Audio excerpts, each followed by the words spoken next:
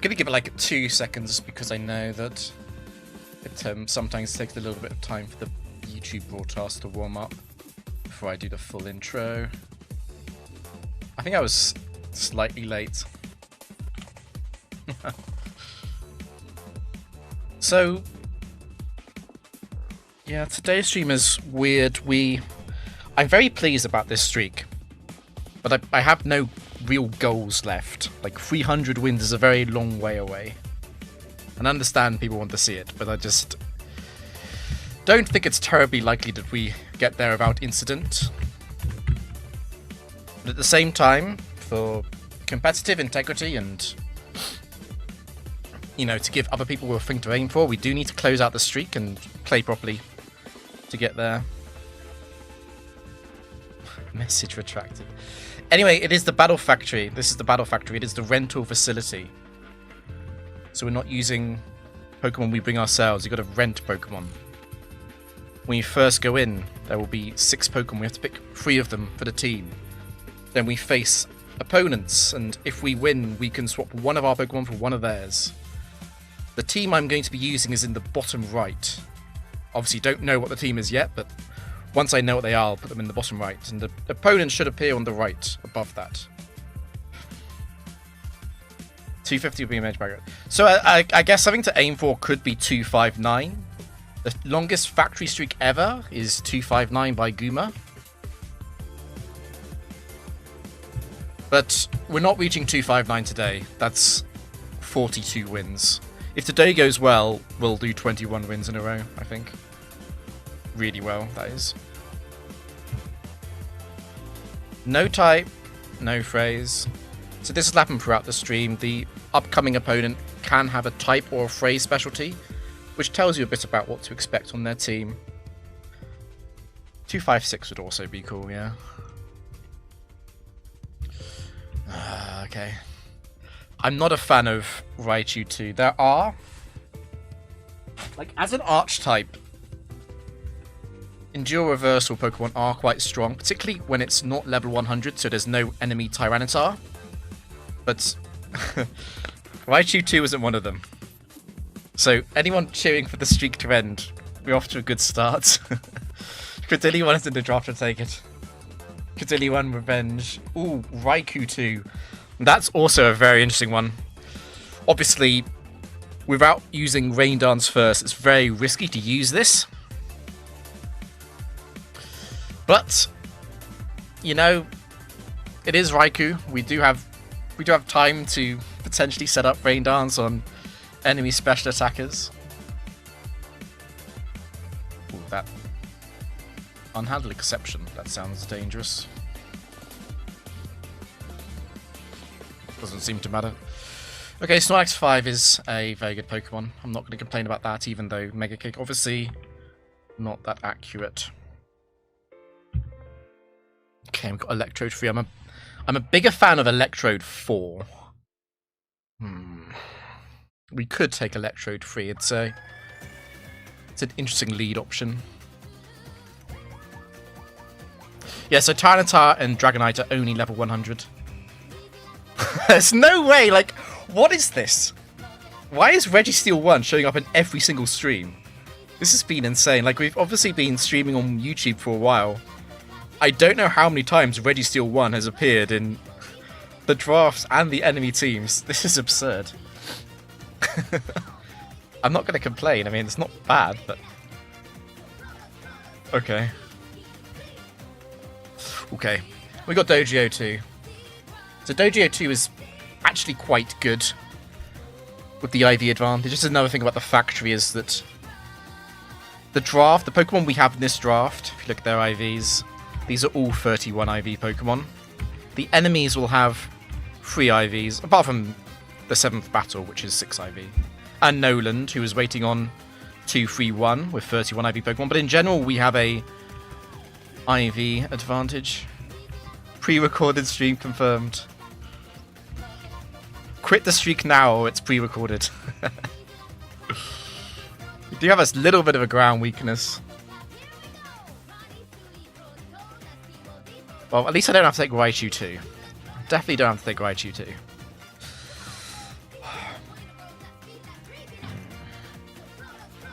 What is the... Okay, but early bird on, that's good. With thick fat on Snorlax. This is not a Noland round, no.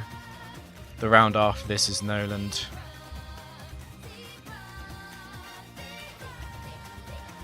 I think we have to take Snorlax. What I'm debating over is if it's going to be Snorlax, Registeel, Dodrio, which is a little bit fighting weak, but we do have Dodrio and we can put it in the back.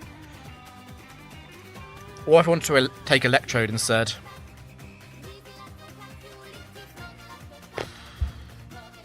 It is a pretty good draft. It's a bit of a strange one, isn't it? I don't think I'm ever leaving Snorlax behind. I don't think that makes sense.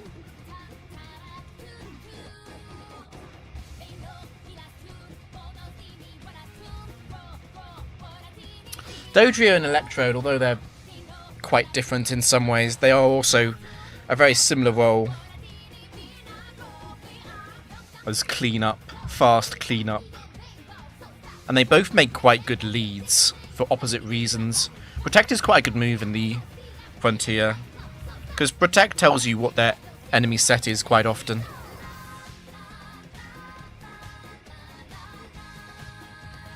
And if we take Dodrio, while it is weak to Electric Rock and Ice, Snorlax can switch into those. I feel like I'm leaving behind Electrode.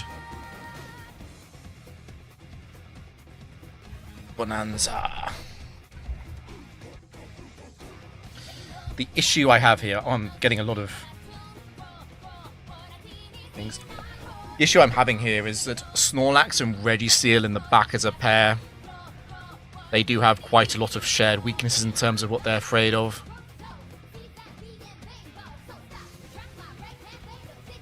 It is not a high-risk opponent on match 1 at least.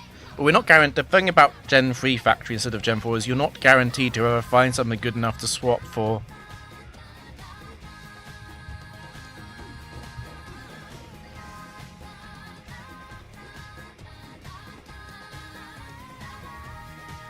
Yeah, Thunderwave would be good support for Registeel and Snorlax, that is true.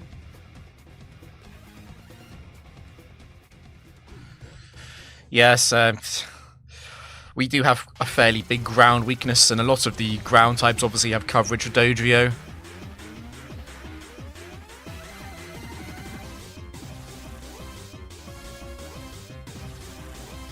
So yeah, we might need counter Snorlax to get out of that. I don't think Snorlax can lead. And I don't think Registeel can lead either. I think it's going to be Dodrio. Go to full electric team. I am actually quite tempted by Electrode 3, but I think I'd rather put my eggs in the Dodrio basket. Dodrio 2, Snorlax 5, Registeel 1. Got thick fat Snorlax as well.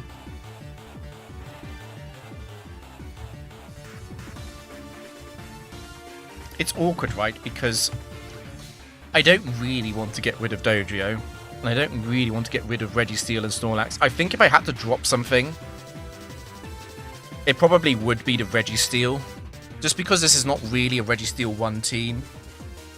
But I prefer having Registeel for now over one of the electrics.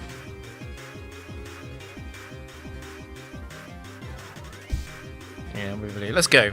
Let's stop delaying. I'm happy to leave behind Raikou 2, and Electrode 3. None of those are the particularly good electric types. Does it matter to have both special and physical coverage? Yes. Being only physical is okay. Being only special is asking for trouble in Gen 3, though. With Blissey, I think. And also Regice. Facing Hyperdev, the enemy trainer does not actually matter for Battle Factory, though. Okay, Rapidash. So we're going to metagame this slightly. While it is Rapidash, because this trainer does not have a style, it can't be Rapidash 4. Because Rapidash 4 has Overheat and Double Edge, which are both high-risk moves. So it would have to be high-risk if it was Rapidash 4. We therefore know it's Rapidash 1, 2, or 3. We don't know which one. I'm debating if we just attack. Because what we could do here is protect. And it will tell us what the enemy Rapidash is. The problem with using Protect is that Rapidash 2 could use Double Team. And then I could feel quite stupid if I Protect on Double Team and then I miss a Double Edge. We will find out whether or not it's Rapidash 1, because Rapidash 1 has to use Protect here. We won't find out whether or not it's Rapidash 2 or 3, but I don't think I'm ever taking Rapidash 2 or 3, so I don't think it matters. I think we just kill this. And it's a good thing that we face the Fire type early on. It means there's probably not a Fire type in the back for Registeel.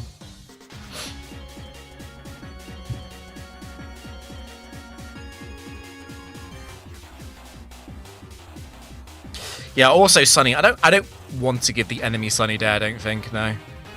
That is true. It's Golduck next. So we've seen a Fire and a Water type, which is good news. I was a little bit concerned about some of the bulkier Water types in the back critting Steelix. Or Steelix. Registeel.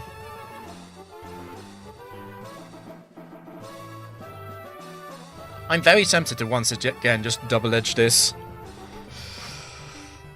What is the worst thing that could happen if I Protect? Because I don't think Golduck 1 can ever use Light Screen. We're too low on HP for that. Golduck 3 is going to attack as well. I don't think there's any punishment for using Protect here, so we can find out a little bit about what this is. It is quite likely to be Golduck 3 or 4 because they do have a super effective move against Dodrio. I think we can Protect, though. I don't think we lose out on anything.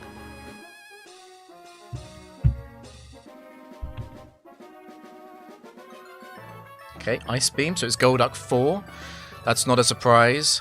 Now, Golduck 4, we could attempt a setup on it. I'm just a bit weary about cross-shot crits on Registeel. And on top of that, we'd also be switching into an Ice Beam. And compare that to just the option of killing it right now. I feel like that's better.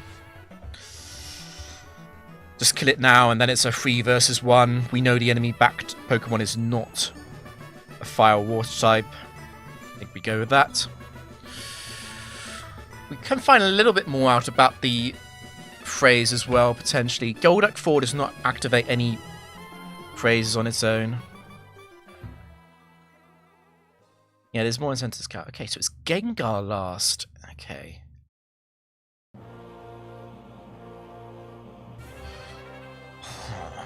It can totally be a super effective one because we have a better offensive type matchup to Golduck than Gengar. It's a bit less likely to be a Destiny Bonder just because Rapidash 3 is partially high risk and Destiny Bond is a high risk move as well. So a little bit less likely to be a high risker. We know, for example, it can't be Gengar 1 as well. That is slow and steady on its own. It's also unlikely to be Gengar 2 because of the combination of Gengar 2 and Rapidash 2 being slow and steady as well.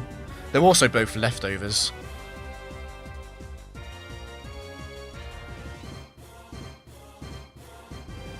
So yeah, we really don't know much.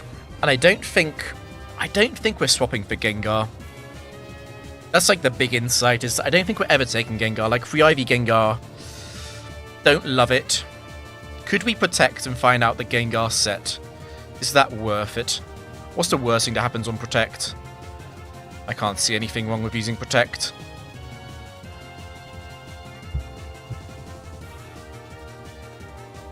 Fire Punch, okay. So we could miss Gengar 5 with Drill Peck. But apart from that, if we hit it, it's GG. I don't think we're taking Gengar. Fire Punch Gengar, admittedly, is quite a bit better than the average one. Gengar is also a neat swap-in for Snorlax. Snorlax Gengar, pretty good duo. Honestly, Registeel Gengar also a pretty good duo in terms of switch stalling. It also fixes our speed issue.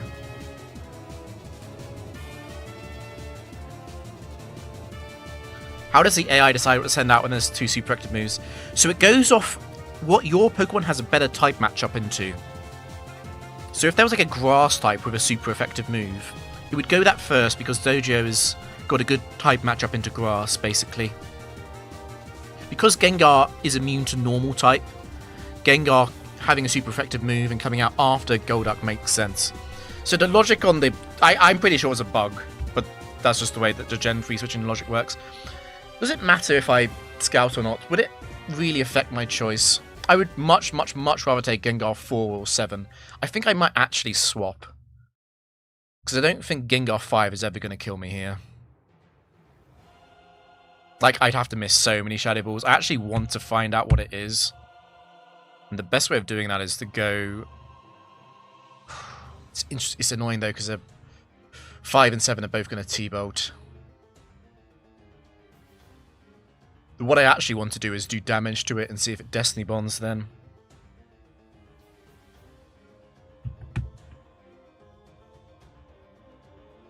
It does T-Bolt, okay, so it is 5 or 7. They are both modest. We won't find anything out by doing a damage calc here. I'm going to Metal Claw it.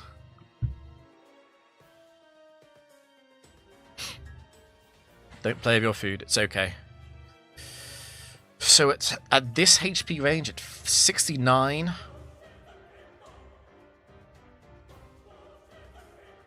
Don't think we're going to find out anything. It might use Destiny Bond potentially. Okay.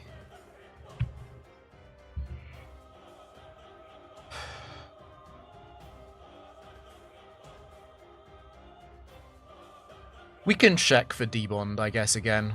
We can do it once more. Oh, it's always going to attack, though. I don't know. We didn't miss twice. We had 2 chances to miss Bright Powder. It's probably slightly more likely to be Gengar 7. On the other hand, if it was Rapidash 3, it had to be Gengar 5. How many misses for Snorlax to lose? So if it picked Psychic and got a special defense drop, potentially only 3, including Dojio's move. If it just Thunderbolts, though, it would be a 5-shot on Snorlax. So no type, no phrase again. This is quite a big decision. We could get rid of Registeel and go Gengar. It does do several things. It does give us a special hacking option. It also means that our team is no longer really slow. Because once Dojio faints, that's kind of it. Snorlax and Registeel are both very poor revenge killers. Unless I'm going to get lucky and get 20% activations. On top of that, Gengar can kind of swap into Snorlax quite effectively. I think I'm dropping Registeel. Anyone who saw me play 3 weeks ago knows how much of a crit magnet this Registeel has been. I'm going to swap it. I could also drop Snorlax. Like Snorlax really does depend on Mega Kick quite often, right?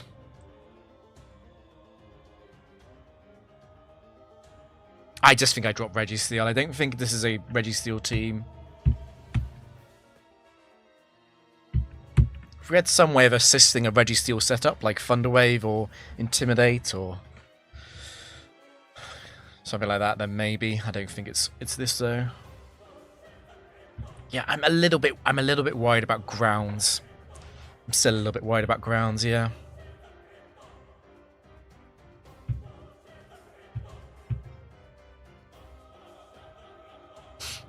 Let's hear you roar. Okay.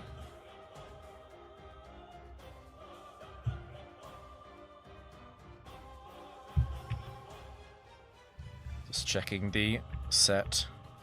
It's fine. It is likely the better one. I was deliberating on which one I'd rather have. I think Lumberry does make it quite a lot better though. Lumberry D-Bond. Registeel one's going to appear on the opponent's side, that is true. So we're facing Regice with no phrase. I think I can protect all of these are going to attack me. It's not Gen 4, so it can't curse over Ice Beam. And I'm not 4-time super weak to electric, so Thunder Wave isn't going to happen over a kill move. And even if it did, that was fine. What song is this? It's the Chairman Rose theme from Sword and Shield. Let's find out a bit about Regice before we choose the next move. Ice Beam, very helpful. Yeah. I mean, it's good to know it's good to know it's not Regice 2. It's also a little bit less likely to be a Thunderbolt set, since the Thunderbolt sets can also use Thunderbolt, but I'm not going to rely on something like that. I think we go Snorlax here. And just pray that we don't get frozen. I don't think it's worth Dogio's life to simply damage Regice.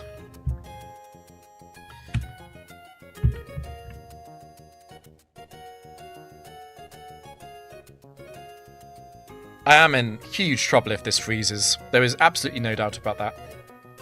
Freeze would be horrendous. I could have also gone Gengar because of the Lumberry and then Destiny Bonded, but I don't have protection against Ice Beam crit. Okay, so we took 26 damage from Regice, so it's definitely not invested. Does that make it Regice 4 or 5 guaranteed?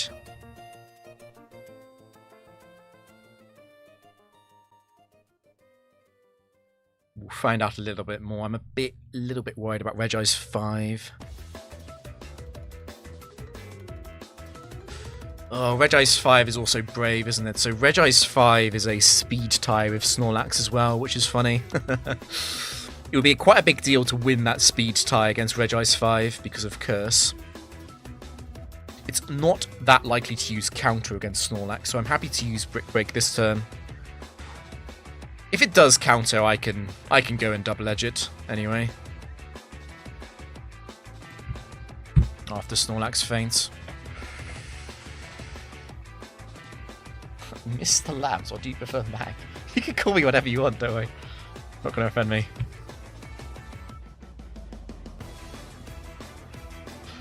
Okay. That's really weird, but it must be Regice 4. We must have quick clawed on that turn because Regice 4 is bold. It's slow. It's faster than Snorlax. Snorlax is 50 speed. It is 56 at 3 IVs. Okay, it's not ideal.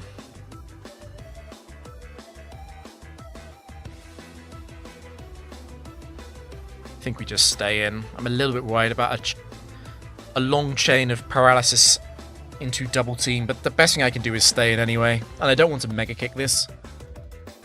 Mega Kick does do more damage, but I don't like the 25% miss chance on top. Hail is excellent news.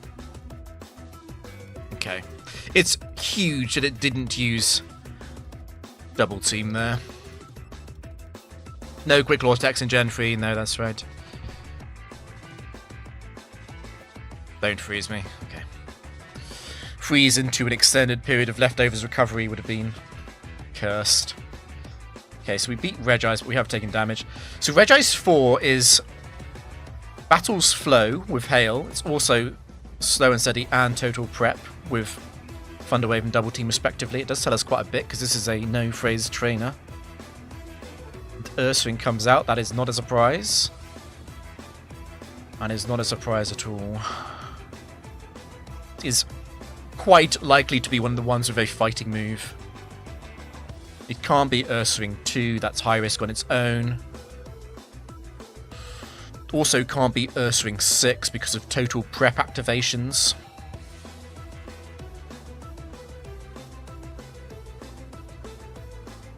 I'm paralyzed. Yeah, I've got no idea what I just said. So, do we want to predict the fighting or normal move aimed at us? It is incredibly likely to come through. The real downside is the fact that Ursaring Free can use Crunch here. It is pretty unlikely for this to be Ursaring Free, but it can happen. Crunch crit on Gengar will be so incredibly cursed. I would quite like to swap though. I guess there's also Ursaring 7 Quick Claw follow up, but Ursaring 7 is probably going to bulk up here. Very likely. It also sees me as paralysed and therefore wants to use Facade more. What item did Regice have? I had leftovers. I think we go Gengar. We don't switch up. Yeah, okay. Don't switch out on something like that. There's almost no point in having Gengar on the team.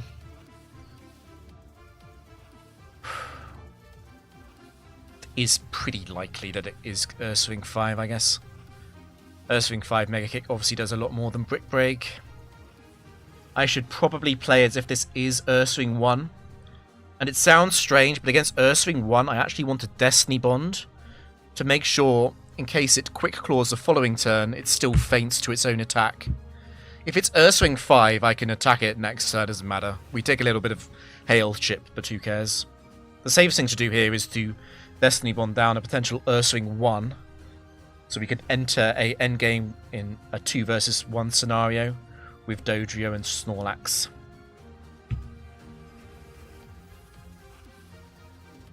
Okay, so it is Choice Banded. That's good news.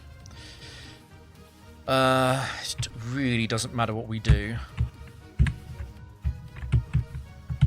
Guess we'll Thunderbolt. It's higher PP. We paralyze it, but it can't take advantage of its ability here. We don't want to waste too much time on this because it will be on struggle soon. So we take that down. Hopefully the switch in is something we could easily beat with Destiny Bond. Okay. That could be a Quick Claw as well. We cast our mind back. It was Regice 4, Flow, Total Prep, and So Unsteady. I don't think we can work out anything about this Metagross. It's not Metagross 1, but I was not scared of Metagross 1 anyway. I think it's obviously going to be Destiny Bond.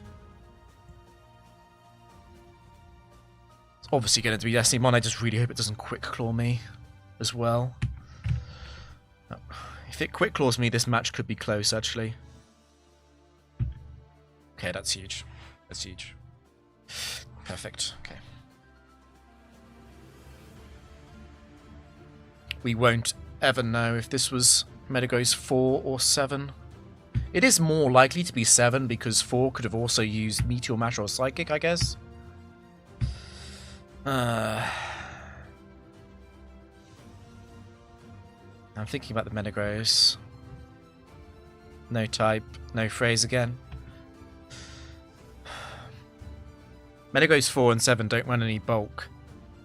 I'm probably not taking them. Ursaring 5 is a fun mon, but at 3 IVs, Ursaring 5 is pretty slow. Don't think I want it.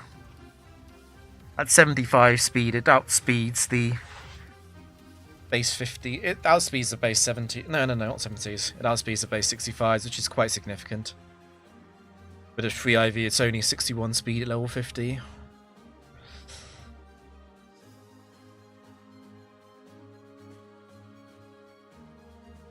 I'm also kind of thinking about Regice, but don't think we're taking Regice. I think I'm quite happy with this team, really.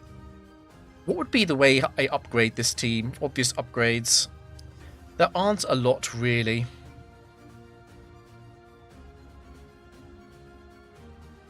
I'm not even sure if I'd swap Dodrio for a more reliable flyer. I'd swap Gengar out for a better special attacker, but that's probably it. And that's not very likely to happen. Yeah, let's... And actually, with Destiny Bond, I'm probably not swapping it anyway. Yeah, if Latios 1 shows up, it shows up, but I don't think we're swapping. We've kind of reached a local maximum with this team's functioning. It's going to be quite difficult to swap out of this. Okay, it's Muk. So it can be any Muk. It's a bit less likely to be Muk 4, probably, because of high risk. And Quick Claw being a common item. I do not want to use Protect here because of potential Curse from Muk 2.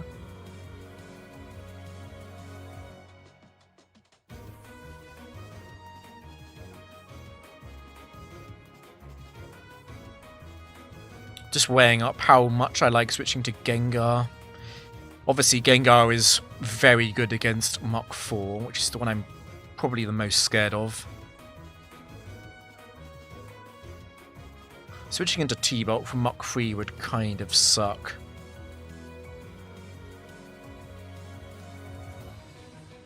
There's also Muk 1 Minimize.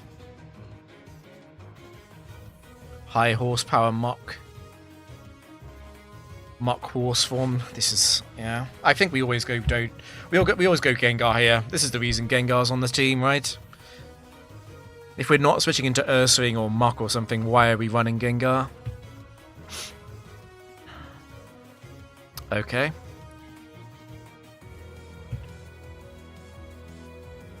There is no point wasting time here. We don't have any setup moves on the team.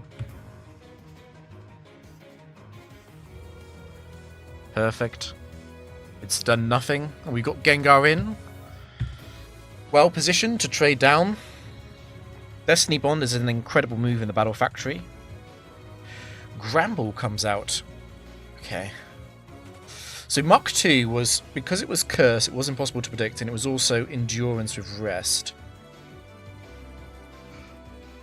It can't be Granbull 2 because Granbull 2 is high risk on its own with Overheat and Facade, but it can be anything else.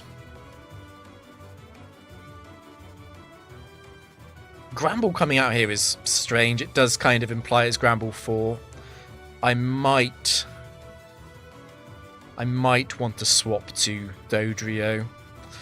It would be a big swap though. Dodrio would be an incredible move to do against Granbull 4, but against Granbull 3 or Granbull 1 it would be horrendous.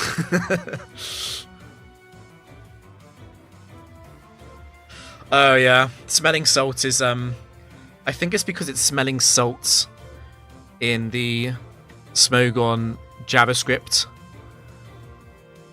thing. Because it got renamed in a later gen, which I think is causing it to bug out, and it doesn't understand what type it is, and it therefore just defaults to the curse typing, I think.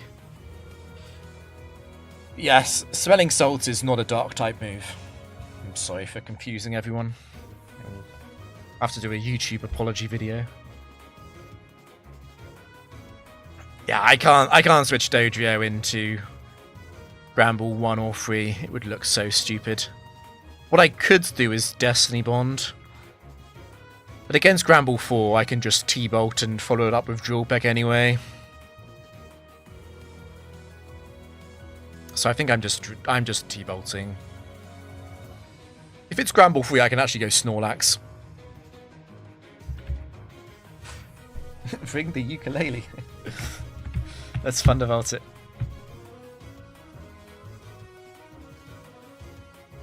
Okay.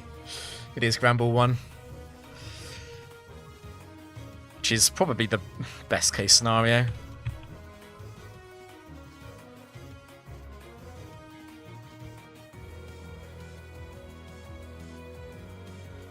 Buying some utilities in C. You're a brave soul. I just stick to the Smogon JavaScript packages.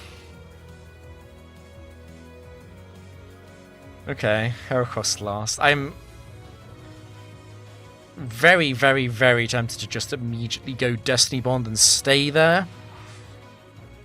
The only Heracross that would struggle to kill me fast enough is 2 and 4 if they miss several Mega Horns. I guess Heracross 4 would be super annoying, right? Because what would I do against Heracross 4? Would I Fire Punch? I'm gonna give it Slackberry then. And if it's Swarm, then Mega Horn into Swarm Mega Horn can kill. I will know after turn 1 whether or not it is Heracross 2 or Heracross 4, though, because Heracross 2 runs no attack investment. Heracross 1 is going to Rock Tomb here. I think Heracross 1 and Heracross 3 might get away with it, but Psychic doesn't kill. No, we're a free IV Gengar. This is our recompense. We might have a chance to kill the no bulk ones, but only a small chance. I think we Destiny Bond here. And if it does Mega Horn, we'll have to react to that. Destiny Bond is the best move against everything except Heracross 2. I am certain of that. Granbull was Cherry Berry and Muk was Chesto Berry. Doesn't tell us anything.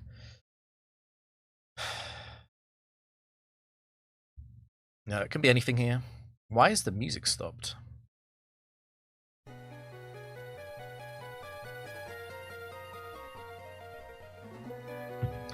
I think we Destiny Bond. I'm a little bit scared of Heracross 3. I want to hedge against Heracross 3, I think. Yeah. God damn it. That is the worst case scenario. So do we Thunderbolt into Psychic, or do we Fire Punch into Psychic?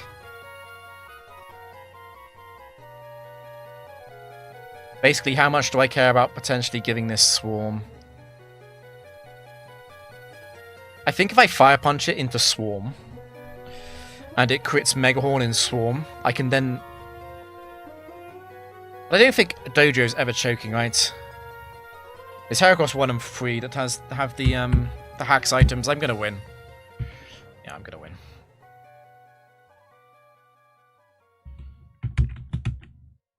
Heracross 2 is a strange creature.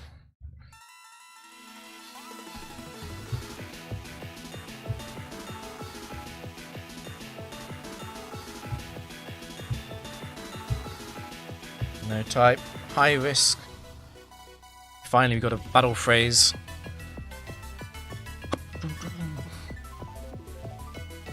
This is a Heracross loyalty test, isn't it? I don't think I can take it over Snorlax, though. I don't think I can go double Psychic Weak in the back when I've got Dojo leading. I don't want to lose to Bright Powder Gardevoir.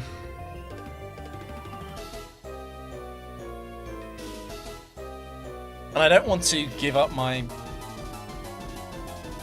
I don't want to give up my normal swap in.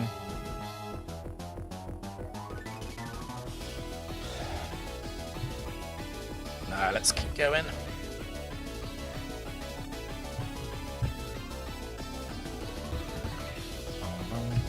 I like to attack with suction cups. Crap, I forgot to do something, but it's fine. It's fine. It's actually too late. It's fine.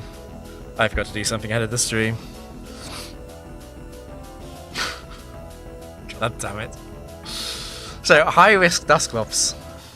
Those Double Edge and Pain Split are both high risk moves. I don't love staying in and protecting. I think I'm always going Gengar here.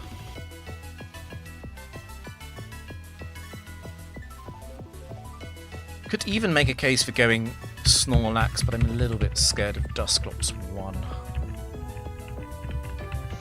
I'll be fine against Dusclops 4 because I have a switch in for normal and a switch in for Ghost.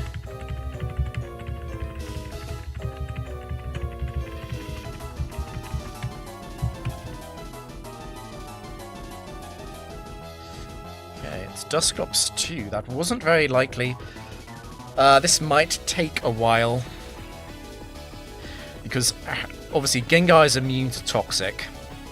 So we can swap into Toxics. If I PP stall this, and it's going to use Protect. It's going to spam Protect and Double Team a lot.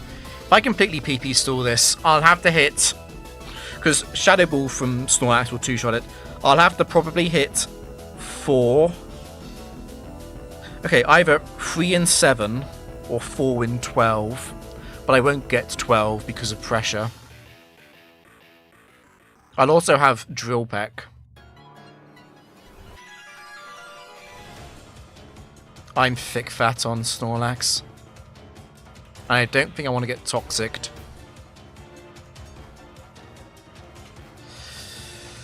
Oh, I can easily PP stall this out of all of its moves. I'm just thinking about that ending scenario when it's at +6 evasion. It's got leftovers and it's Gen 3 struggle, so Dusclops won't kill itself. We have to kill it. Yeah, leftovers will out-heal the struggle damage, so we have to hit it. What we can do is go for a we can go for a burn on Fire Punch. That does end the game. We do also have Feint Attack. So we'll get 10 Feint Attacks in through pressure, which I think should be guaranteed. Dodrio does not run any special... Let me check a minute. It's no special attack investment, right? Yeah, so we're 72.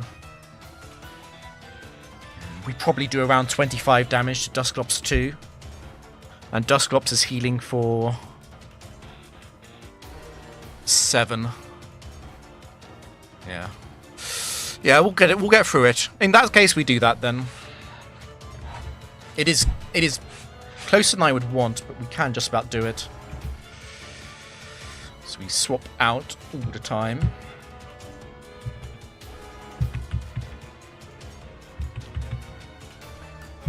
And I have to count the toxic PP, but nothing else.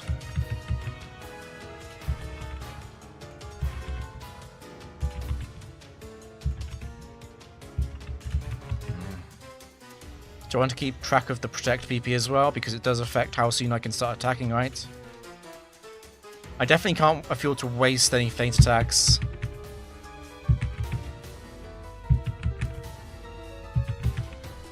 OGO2 Feint Attack-ing use is crazy. It would be slightly better if I could have Gengar in instead, but I'm taking it.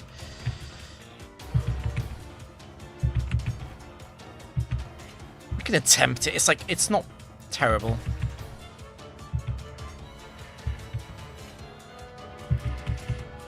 It's out of Protect. It's out of Double Team.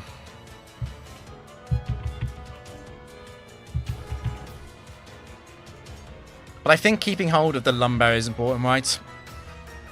I could go for a Fire Punch here, puts me in a slightly better position, but I lose my Lumberry. We can do this 8 more times. I'll have 2 double teams left at the end of that. So Gengar can attempt that, I guess. That's fine. Okay, we lose it anyway. If we're losing it anyway, I want to try and burn you.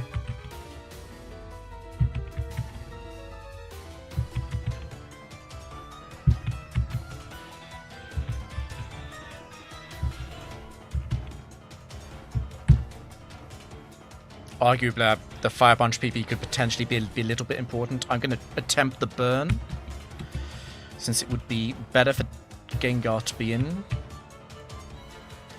A pretty big attack. I don't want to lose more Fire Punch PP than that, though.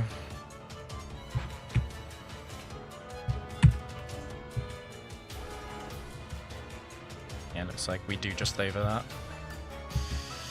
That's quite a big crit. Dodrio would have lost a lot of HP going for the kill at the end. Dodrio being lower is not a problem, though. It just means Protect is more likely to be able to scout. So Dusclops 2 goes down. It's still high risk. There's got to be 2 high risk moves in the back, at least. Jynx. So Perishong is high risk.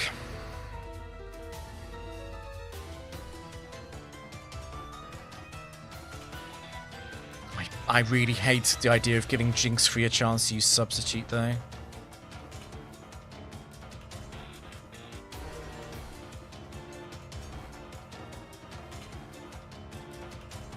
What would I actually want to do against Jynx 2? I probably would want to wait. I am early bird, right? Yeah.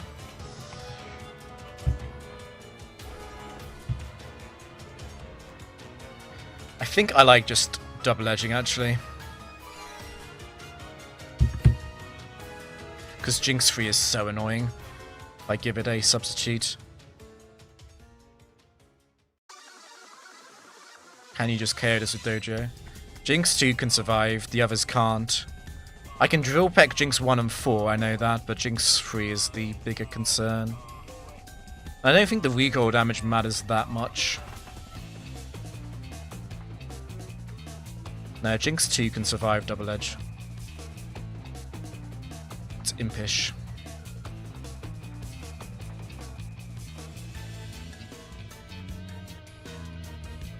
I don't like the Protect though.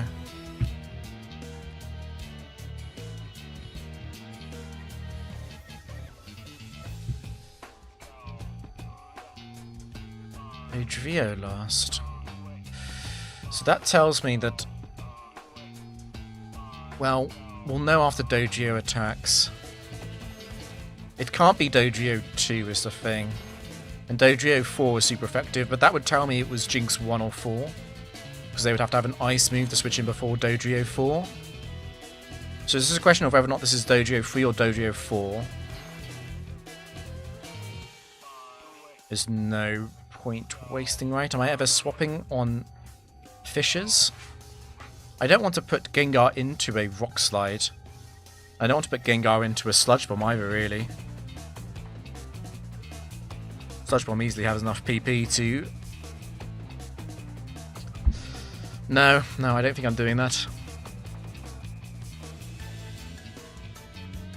And it could be Arena Trap anyway.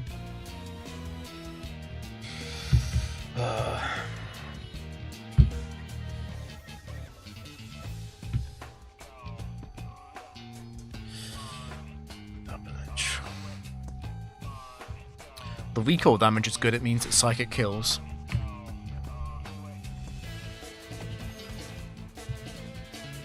It is 4. Okay, so that means it was Jynx 1 or 4 as well.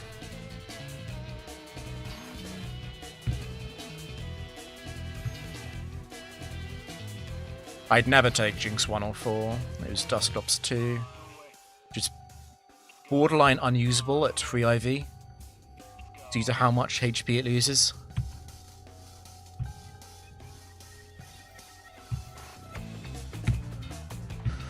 Water no phrase.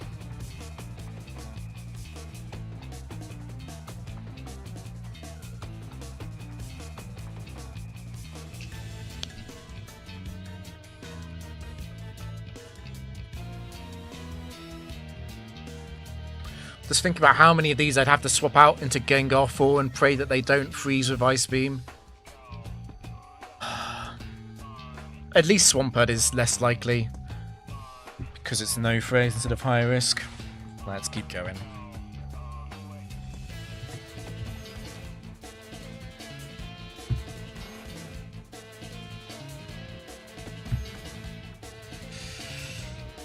Okay, that's not a water type.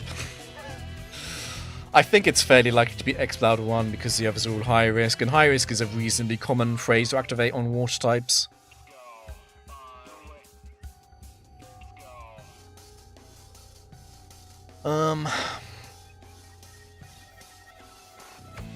Ironically, I'd actually want Exploud to set up the Sunny Day if it was Exploud 2, I think.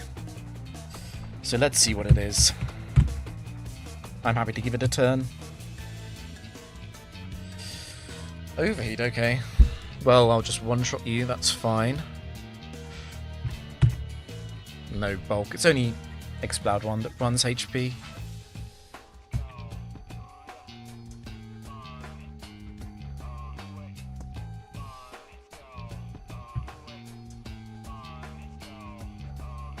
Okay.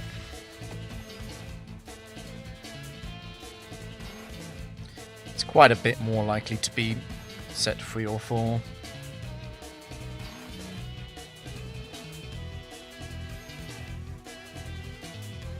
I really don't want to put Gengar into a Quick Claw Slaking. I know it has to be Snorlax, I just don't really want to do it. I guess Slaking 1 becomes a bigger problem then. We shall see what it is.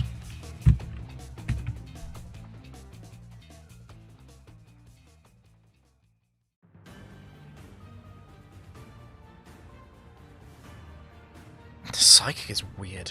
I guess they all see kills. I think it's probably more likely to be Slaking 4 then.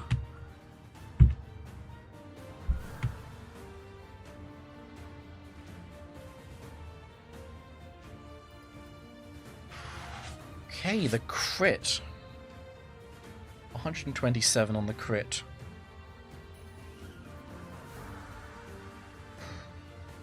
I seriously think it can be either.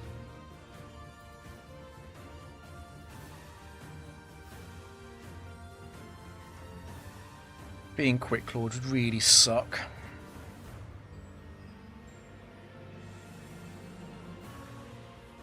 What would I want to put in? Like, everything is in trouble against Quick Claw now. The crit really sucks. It is at least a Quick Claw speed tie, so it's only 10% to be outsped.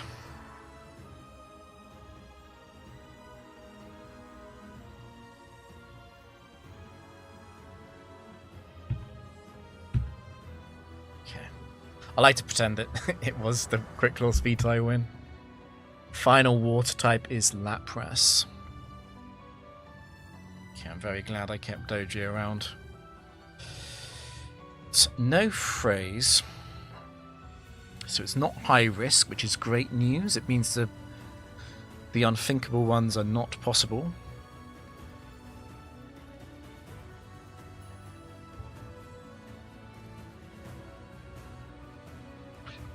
Lapras 2 being blocked as well is also a big deal. I think we beat all of these. Because it can't be Lapras 3. I guess there's Lapras 6. Yeah, it's 10%, that's what I said. It's this Quick Claw speed tie. And there has to be Lapras 6 to have a chance of winning. And I should always be able to Destiny Bond that. Quick Claw here would be nice. Of course it's Lapras 6. Okay, I'm just gonna go Gengar and Destiny Bond. There's a very funny line here where it hits me, doesn't kill me, and then it misses 4 moves in a row. And I've run out of Destiny Bond PP. But I can't do anything about that.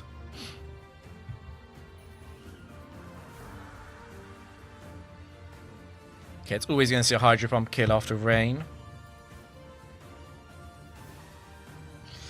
Blizzard also kills, apparently. Okay, good. It wasn't a low roll.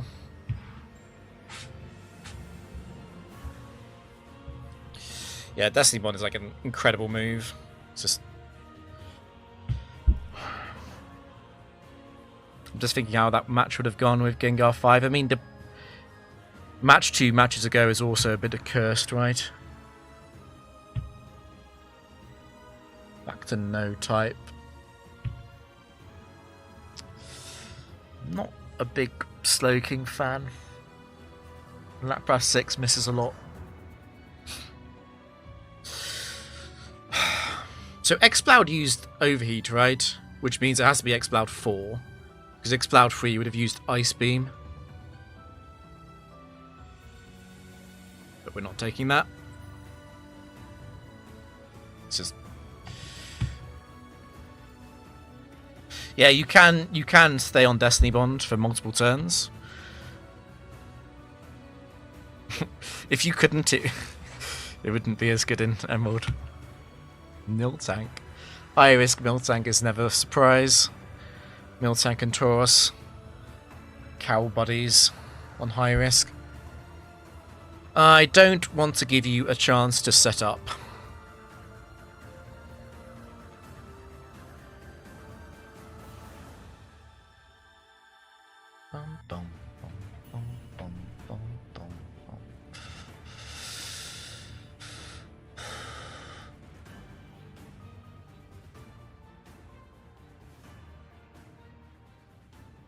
Like, I think Miltank 2 potentially spreading paralysis as I go Gengar is fine. Because I can keep the paralysis on Gengar if I want to stay on that second turn. But if I do that, I risk the Shadow Ball crit into Gengar, right? So what I'd actually do is go Snorlax and get Snorlax paralyzed on Miltank too. Yeah. Which is not great, but Snorlax being paralyzed doesn't massively change how useful it is. Yeah, we're not staying in, not against Miltank. I'm just talking through the Gengar scenario. Okay, it's 4. Now, do I want to Thunderbolt into Psychic or vice versa? I think Psychic first makes more sense. Yeah, the game is being played at 1.5 times speed.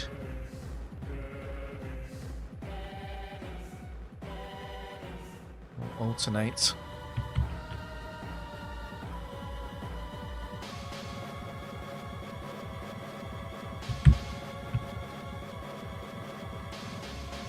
Might be worth fire punching even. Obviously it's thick fat, but if we burn it... Oh, we have to burn it twice with Lumberry. Let's stay on Thunderbolt.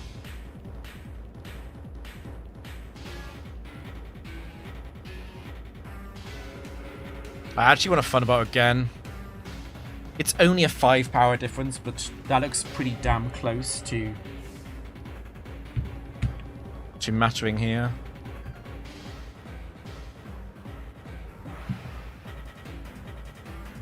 Skarmory is a switch in.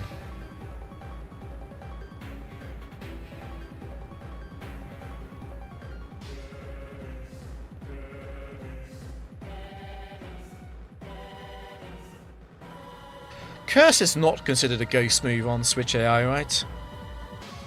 It kind of doesn't matter. I think we're always attacking here. It's true that Skarmory 4 has Quick Claw, but you would have to crit me as well.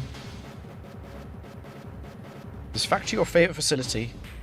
Yeah, I don't want to play Factory forever though. I do play a lot of other things. I think it's more accurate to say that Tower is my least favourite facility. I think I like everything that isn't Tower. It's considered a question mark type move, okay.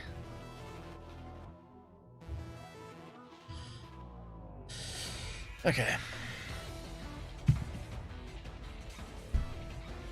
There is an argument for switching then, because the final mon does not have a super effective move for Gengar. The idea of switching out of Skarmory 3 makes me flinch.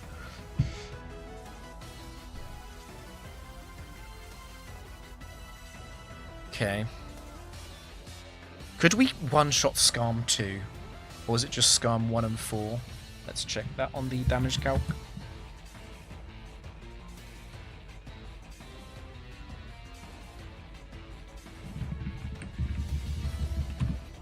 We could also wait and see what the final Pokemon is. Okay. We have one roll that kills Skarm 2.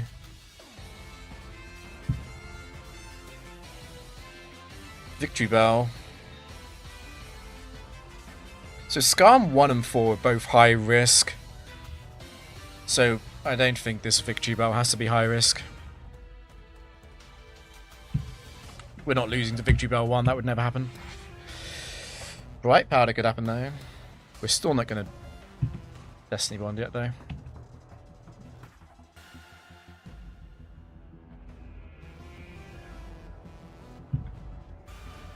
I ran to destroy to buy snacks this stream. Hopefully the stream keeps going. I will say, if we lose early, like if I lose in the next 7 games, I will play the open level streak instead of ending stream. No type, high risk. So yeah, this is Battle 7 obviously. I often say if Battle 7 has a type spec, it is worth, I think, countering it, but there is no type spec here, and also I'm not a massive fan of Miltank. And I wouldn't want to take Skarm 1. What did Victory Bell do again? It used Sludge Bomb, right? I would have thought Giga Drain did more. Stun Spore doesn't have Paralyze AI in Gen 3 and 4. But I think it does in Subway after I played Subway earlier this week.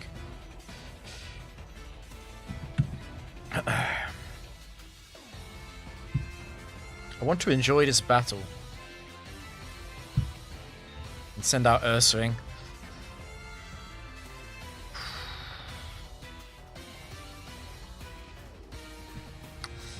Ursaring's a tricky one.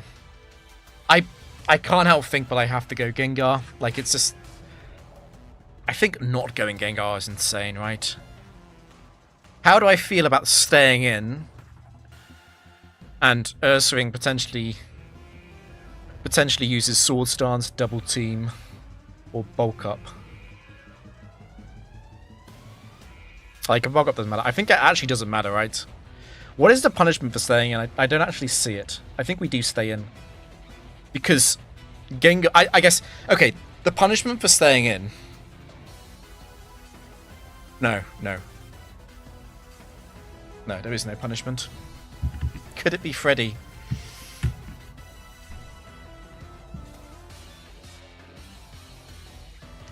Okay, Double Edge. It's guaranteed to Double Edge again then. Unless Rock Slide from Ursaring 4 potentially kills. Yeah, it might do. I think we swap and debond. Ursaring's quite a serious threat. Yeah, Ursaring 4 might Rock Slide me. But the good thing about Ursaring 4, even if it Rock Slides, it's not the Quick Claw one.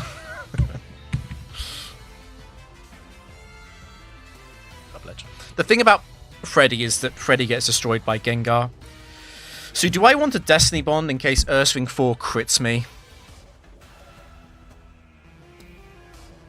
I think I do. I think it makes sense because I've got infinite time against 2. Or can 2 switch?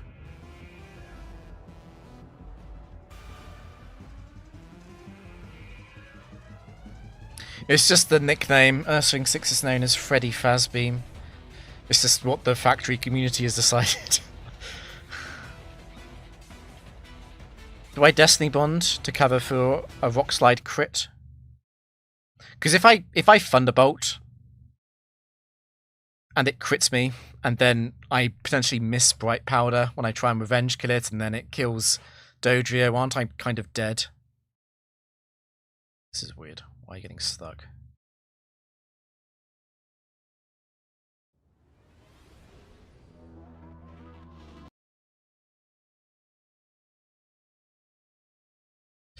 Bruh.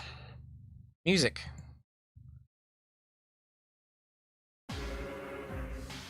Get this. I'm gonna Destiny Bond it to lower variance play. Okay, it's Ursaring 2 then. That's fine. So we can go second. If it Quick Claws, we attack second, and then there can actually be a resist switch. I think I like going Thunderbolt and then Psychic for that reason. We can potentially Psychic a Jolteon or Lantern or something.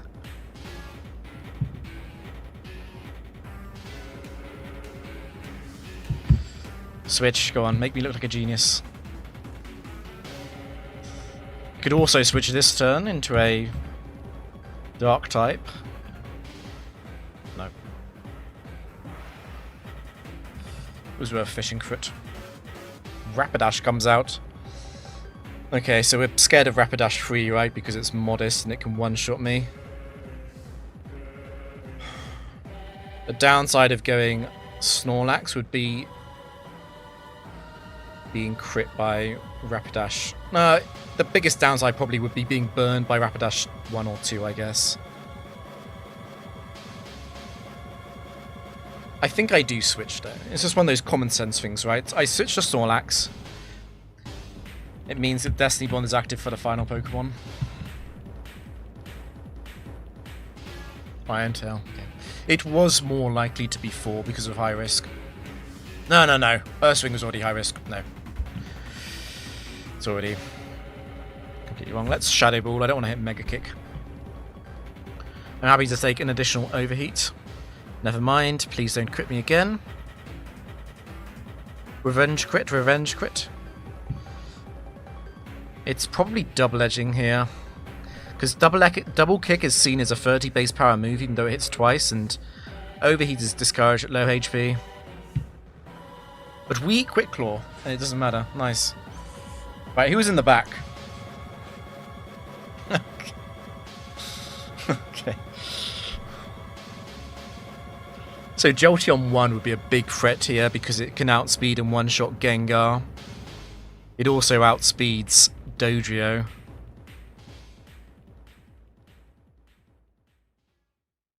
God, do I swap? Do I swap to Dodrio here? Because here's the logic, right? I always beat Jolteon 2 and 3 if I can Destiny Bond them. But Jolteon 3 could Thunder Wave. It could Thunder Wave twice to go through Lumberry.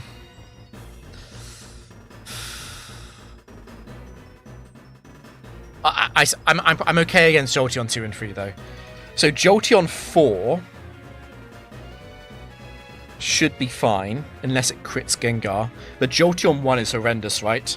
Because Jolteon 1 outspeeds my entire team, and it can one-shot Dodrio and Gengar, and I would have to Mega Kick it. I'm 161. Oh. If Overheat hadn't crit, I could safely use Shadow Ball here. But Overheat crit Snorlax. I mean, Jolteon 1 has to use Protect here anyway.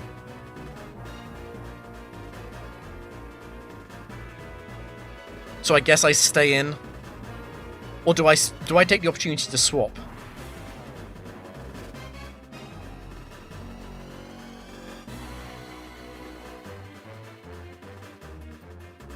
Okay, but let's also assume it's Jolteon 4. Because Jolteon 4 is a crit on Gengar away from winning. I think we sack Dodrio.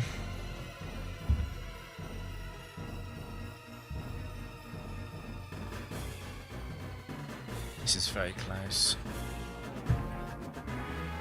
You know what annoys me about this is that I used Thunderbolt. I was trying to play around this as well.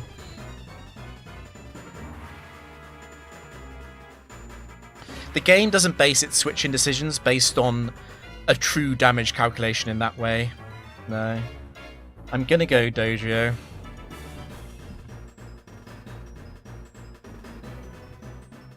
It's so scary, dude. It is Jolteon 1.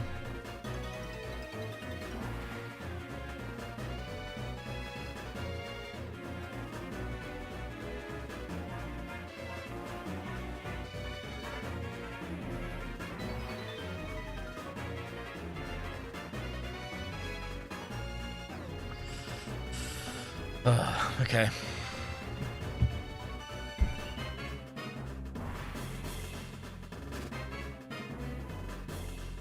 So what we do here is we go Gengar and we Destiny Bond. There are several things that work in our favour with Gengar. So first up, because Thunderbolt is not a guaranteed kill, it will sometimes use Protect or Thunder Wave. At least when male, so it can't attract. And if it does that, it means that we will be able to use Destiny Bond. Also, if Thunderbolt doesn't kill in one shot, we do also Destiny Bond.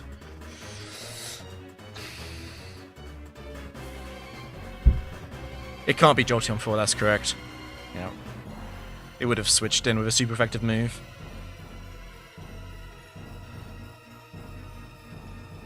Is that true?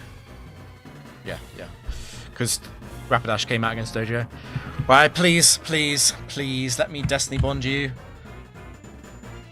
I don't want to look up the roll. I don't want to know. I know it's modest, I know it can kill.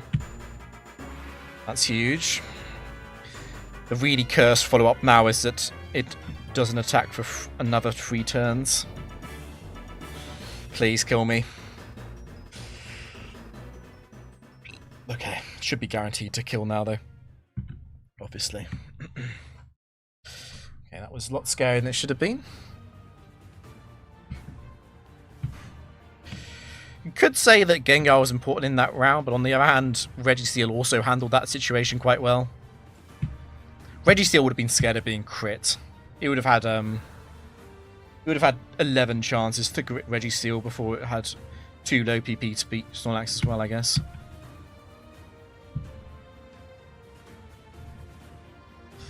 Also, we got the swap count out with 92. 100 rental swaps would be a cool thing to aim for, but I don't want to jeopardize.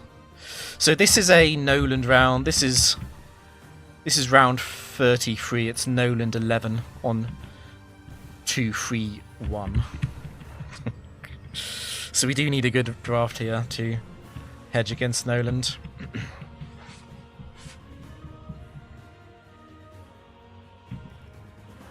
No type, high risk.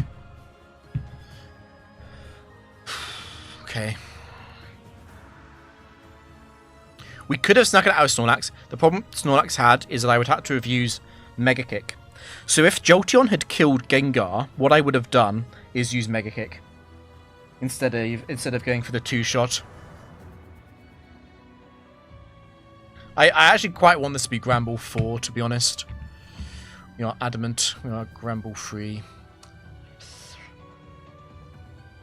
It's not bad. It does block the Quick Claw item from appearing again in the draft, though. Okay. So I'm quite a big fan of Yawn Slaking leads in Gen 4. I think they're worse in Gen 3, though. Chesto and Lumberry are just slightly more common in Gen 3. Okay. At least we can't run into you, Wolverine 4. I am probably taking Wolverine 4.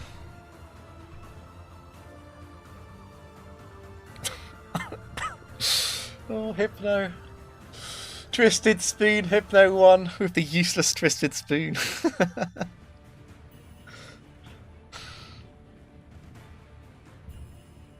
Okay. Oh, we're already sort of saved. We've got Blissey on a team that could also pick up the Intimidate Mon. That is huge.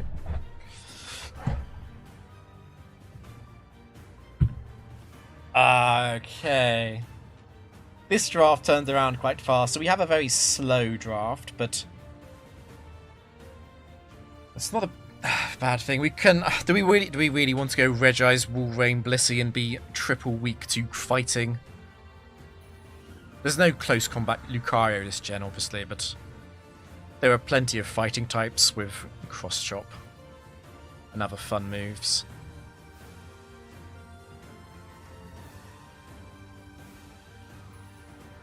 I mean, I'm a big fan of Regice 3.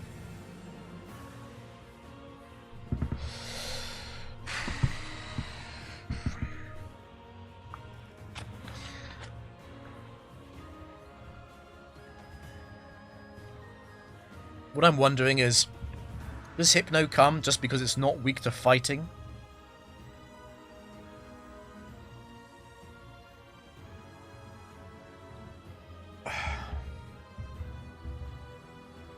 At least it's not a fighting spec. The funny thing about the thing about Hypno, right, is that okay, Hypno resists fighting, but a lot of fighting types have like double edge, and a lot of fighting types also have pretty good special defense. A lot of fighting types beat Hypno in a 1v1.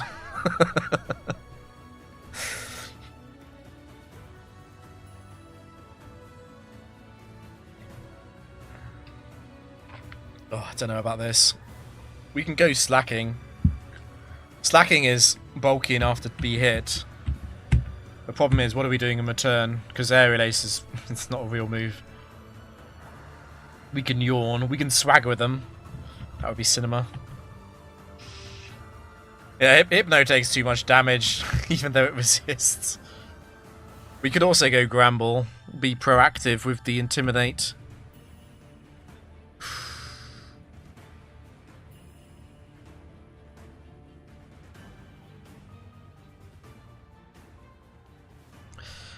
We're probably swapping. This is another way of looking at this is we're probably swapping. Now, out of all of these Pokemon, if I had to pick someone to be a good lead, it would either be Granbull, because Granbull is difficult to get in, and it also has Intimidate, so starting off already in the matchup is nice. Granbull 3 also doesn't care much about what the enemy set is, because we're just using our strongest move anyway. We don't care about things like Lumberry. The other good lead would be Regice. I think I'm probably going Regice. Yeah, we could...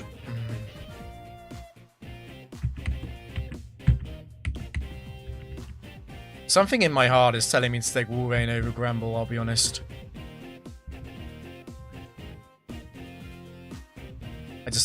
I don't like Granbull.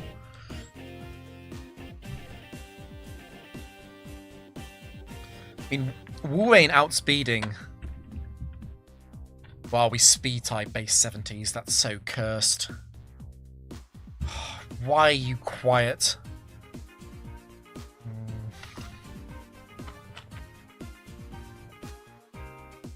Okay.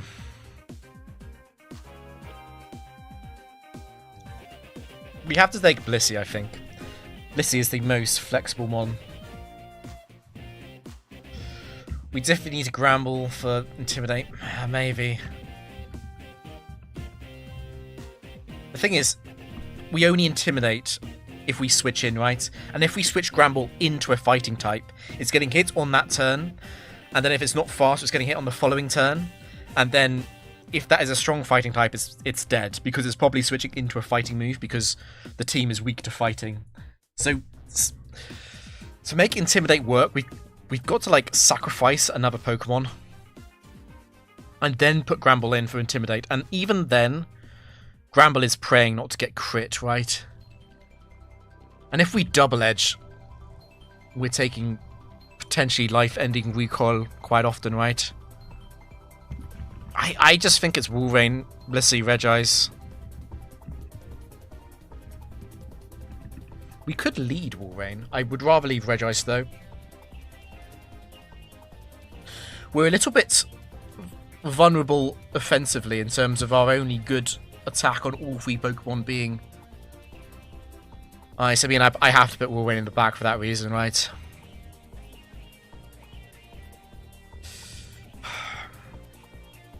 I think we're going Regice lead with Blissey, and then you a Serene Grace. Yeah, I think it's this. I'm not very confident about this.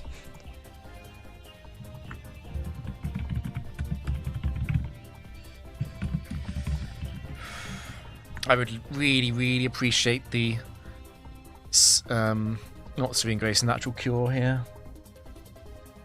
Regice with Explosion, does it really lose 1v1 to many fighting types? As long as you don't get crit. As long as you don't get crit.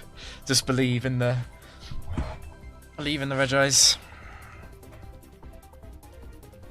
This is also a very slow team.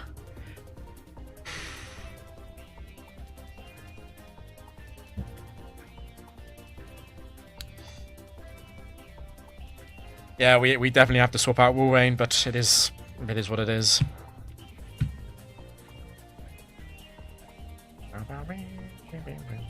Spirited Speed with no Psychic Attack. It is cursed. There are a few Pokemon like this in Gen 3. Okay, it's high risk Doug Trio, which does mean it's quite likely to be one of the Fisher sets. Oh no, don't Fisher me. Obviously we're not switching.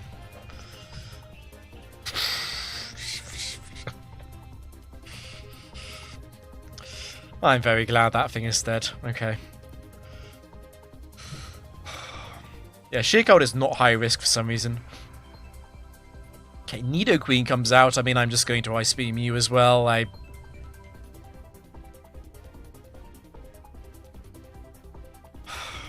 We could scout for Nidoqueen free and set up Blissey maybe, but Nidoqueen free is going to have so many chances to get a status on Blissey, right? I don't even think it would be worth it then. Prefer Gen 3 or Gen 4. I think in most cases the Gen 4 Frontier is better. There are some places Gen 3 is better, like the Gen 3 Factory Doubles is better than Gen 4 Factory Doubles, for example.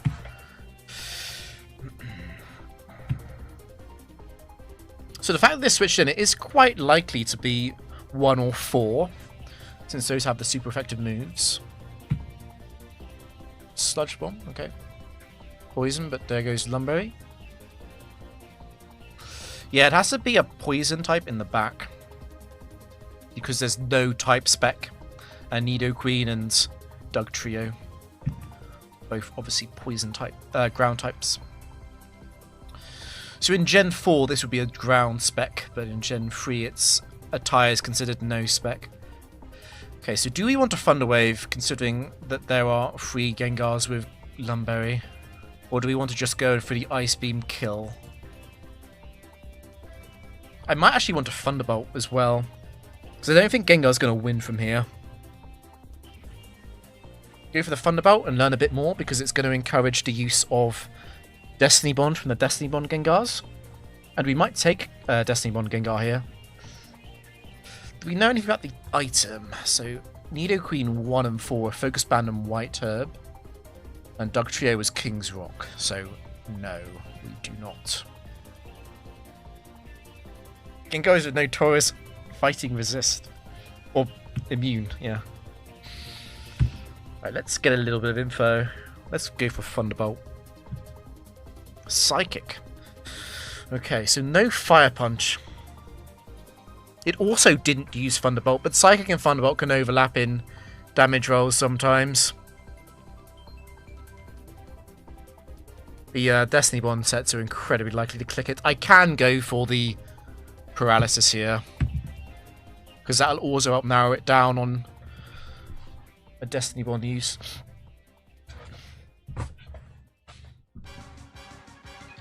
But if it Destiny Bonds, we already know it's set 8.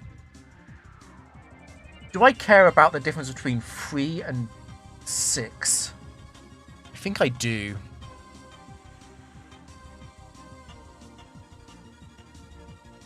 I think 6 is quite a lot better than 3. Okay, it's 8.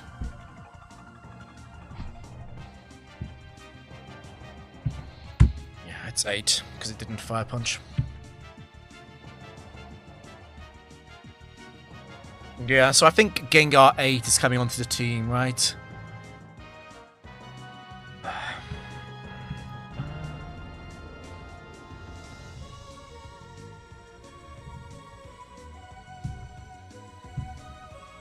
No type. Slow and steady. So slow and steady is the most common Slow and Steady move by far. I think must be Thunder Wave, but it's also things like Confuse Ray. So yeah, Gengar 8, it's a Destiny Bond Lumberry set.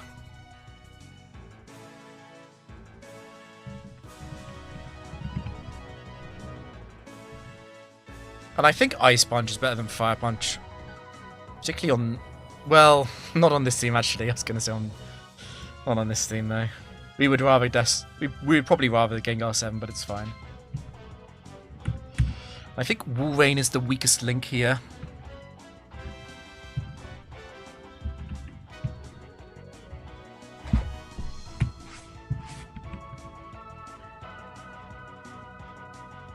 Destiny Bond is huge, I think. It is a massive upgrade. Okay, Slow and Steady Gardevoir. I'm a little bit of trouble against Gardevoir 1, potentially. If it hits its moves. Gardevoir 6 and 7, not as likely because of Destiny Bond.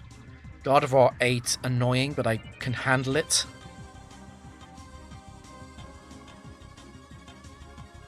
And we didn't see Trace, so it's Synchronize. I think I want to just Ice Beam. If Gardevoir 1 hits Hypnosis, I'm going to have to switch the following turn, though.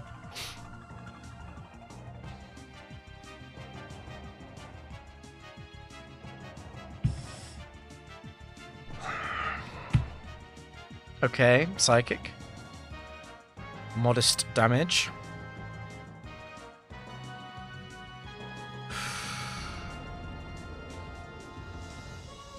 We did quite a bit more than half. Gardevoir 3, 4. Yeah, I think it has to be Gardevoir 3 or 4.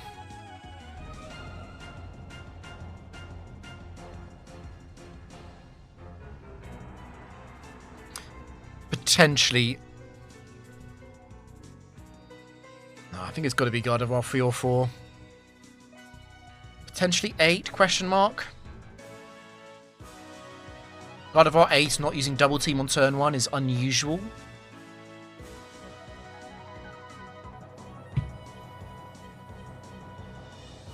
I don't think we're ever trading, though.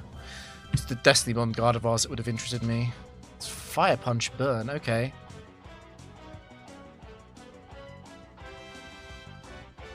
So Gardevoir 3 saw Psychic as doing more damage than Fire Punch on turn 1. That's not particularly likely, but it can happen in Gen 3.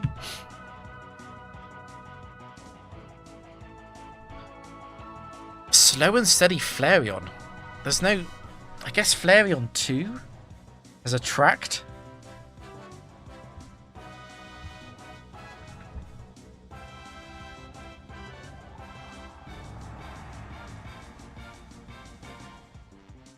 This is weird. I think the last Pokemon is very likely to be Lantern 1, Lapras 1. It can't be Gengar 1. We have Gengar. It could be Mischievous 2. Or 3, I guess. Flareon switching in also suggests it's probably not Flareon 2. Yeah, so the last Pokemon I think is probably high risk on its... I mean, Slow and Steady on its own. Do we want to Explode here? Or do you want to switch out?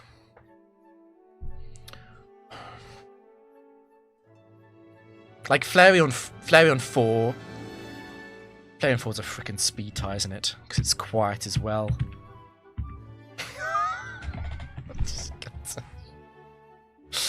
Oh my god.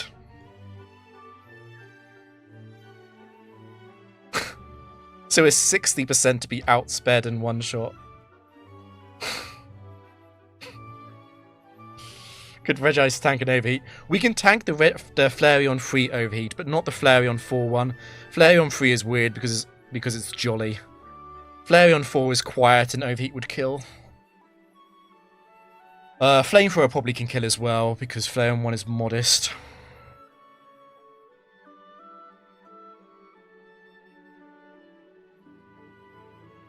I don't want to put Blissey in on Flareon 2 though.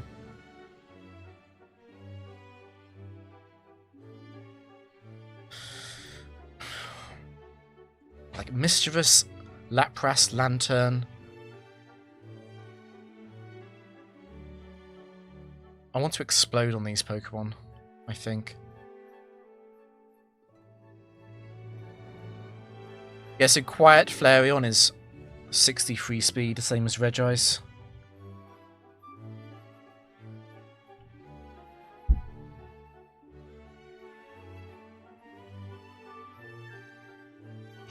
I put Blissey in on Flareon 2 on Curse. The problem is that I can't go Gengar subsequently because of Quick Claw. I think I Explode. I think I Explode here. Out of respect for Flareon 2 and to a lesser extent Flareon 4, but mainly Flareon 2. Please live. Okay.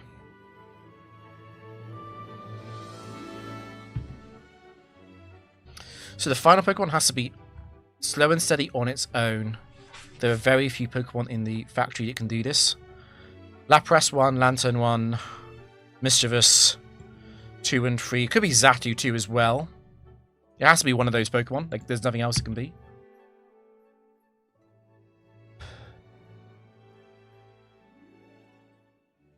And Gardevoir was Lumberry as well, right?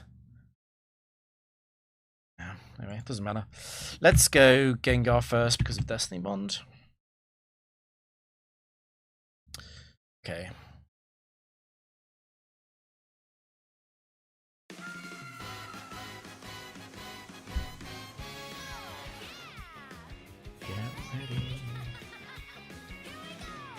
Yeah, it has to be Lantern 1, like I said.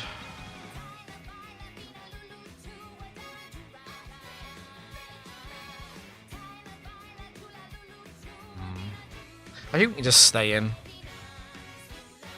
Just think out. Okay, we got the drop. And we've got Lumberry. This is over.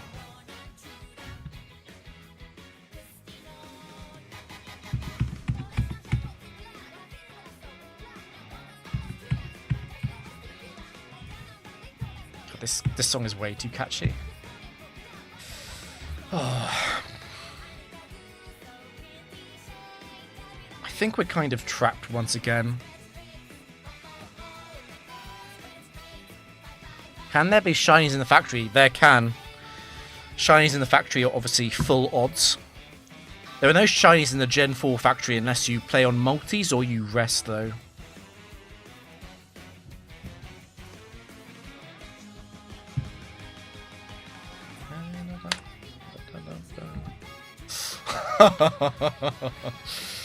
Okay.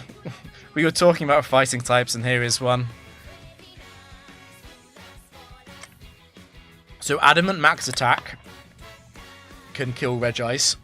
We do survive most of them. We also force the Focus Punch Machamp to go for it immediately, obviously. It's actually decently likely to use Counter.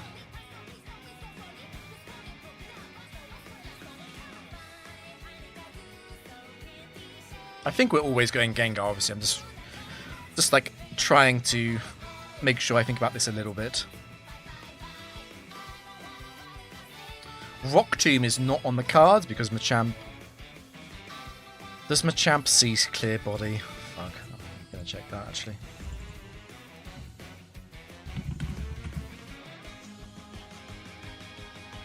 No. Okay, so Rock Tomb is potentially on the cards. So is... I still want to go Gengar though. Gengar is still faster. It would just be annoying.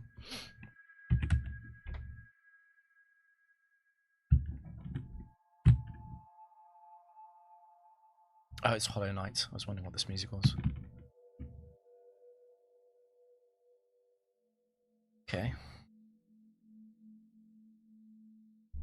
I believe the Gen 3 Switch AI is tricked by Earthquake on Levitate. I am going to go Psychic first, nonetheless, because I want this to be in Ice Beam range if something comes out and kills Gengar if it does switch on the following turn. Okay, or we could just crit, sure. Milo, so I need to be careful of... The Champ 2 is not high risk. Need to be careful of Miracote here. Miracote is a high risk move.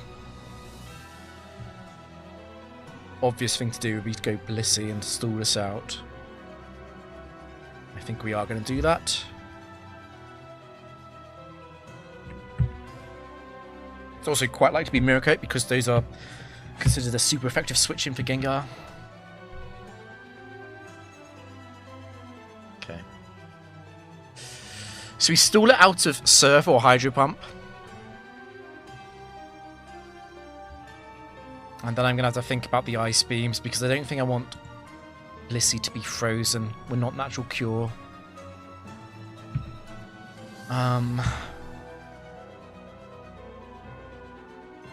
If I'm not staying in for them, I probably don't want to care too much about the setup. Yeah, you are going to spam Miracote because I'm a normal type. Oh, that's... So I can waste the counter PP. It's tricky though because I do not want to take a Surf on Regice or Gengar. So I think we are just going to burn our PP here.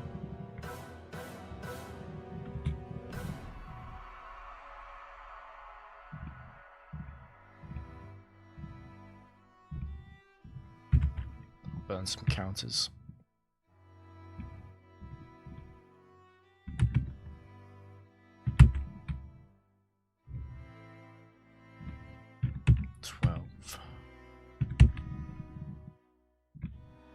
We're very unlikely to need a lot of counter PP.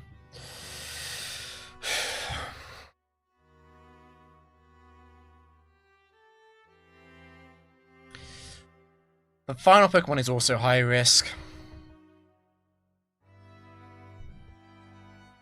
If Blissey gets frozen, it's still useful because of Destiny Bond being possible to play around.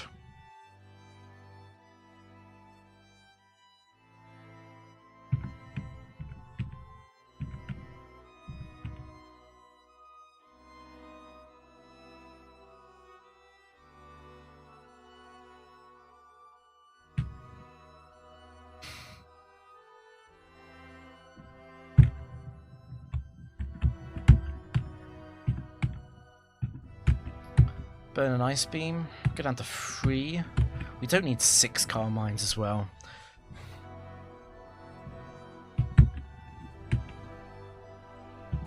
Go now, I think. And Regice will deal with it. If it's...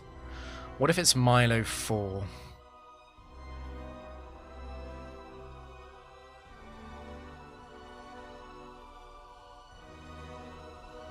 It actually has to be Milo 4, right? Because Safeguard had been used before this.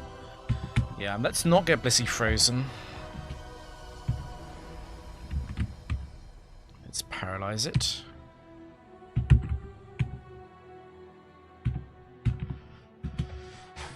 Okay.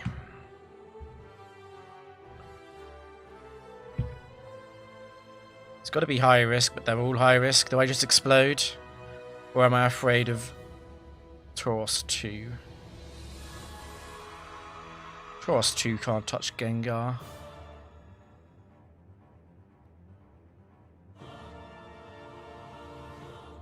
So the big risk here would be Tauros 3 or 4 killing Gengar with chip damage from like a flamethrower burn or something. Unlikely, very unlikely. Let's just Ice Beam this. It's got to take the recoil from Double Edge anyway.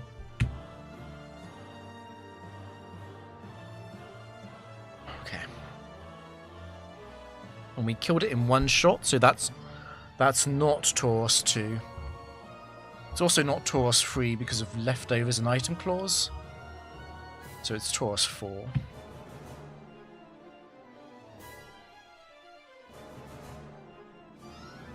Yeah, but Gengar had that, yeah. It was like there's just a tiny, tiny chance that like Gengar misses Tauros constantly because of Bright Powder. And then we get fully paralyzed or something on the attempted Destiny Bond. No type, no phrase. There's a kind of thing that happens when you play very long Frontier streaks.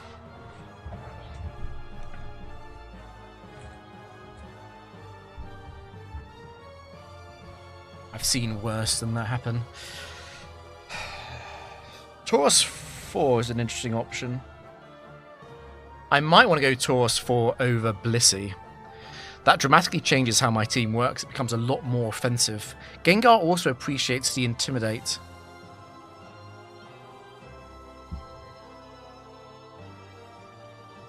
How good is Blissey 4 without Natural Cure? That's the question, right? Because obviously we're vulnerable to burn, to freeze. We can be poisoned. We can't fix that. We are still a massive, massive wall. I think I'm leaning towards keeping Blissey, but it's an interesting option. There's also an interesting option of going Tauros in the lead slot.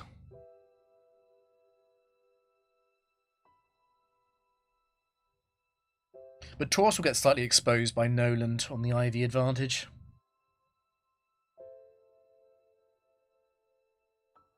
Yeah, it's an interesting consideration. There's also Machamp 2. There's also Milo 4. Milo 4 is not a bad Pokemon.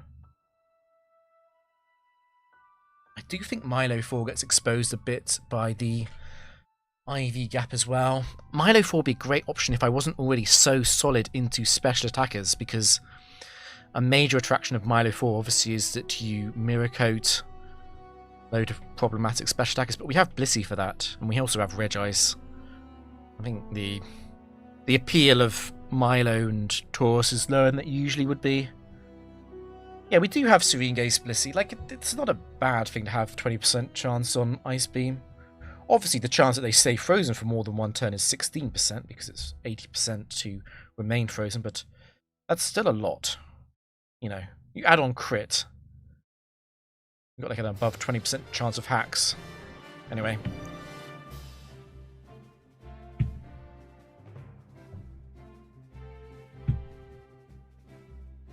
Buzzer.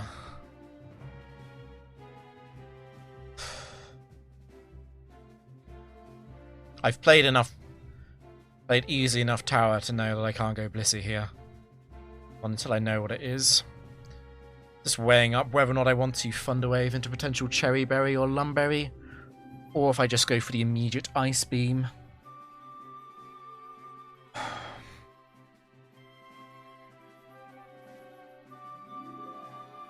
I think I want to go for the immediate Ice Beam. Because I think if it is Electabuzz 3 or 4, I go Gengar on the following turn. It is cross-chopping. It's guaranteed to go for another cross-chop. We go to Gengar to finish this thing off. And we use Psychic so we don't make contact with Static and lose our Lumberry for no reason.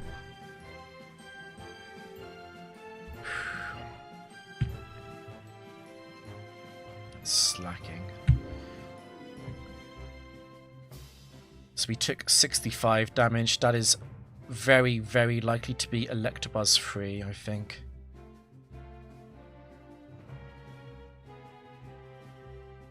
Which does matter because that rules out Slaking 4. Okay. Slaking coming in here does suggest it's Slaking 2 or 3.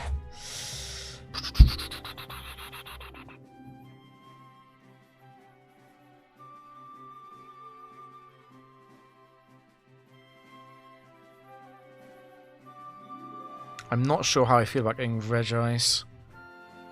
Obviously, if it is Slaking 3, going Blissey would be a genius move. It could also be Slaking 1.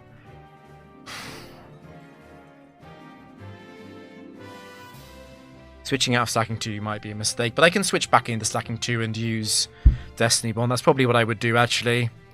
Okay, let's go Blissey. Because I think I'm coming back in on Slaking 2 anyway.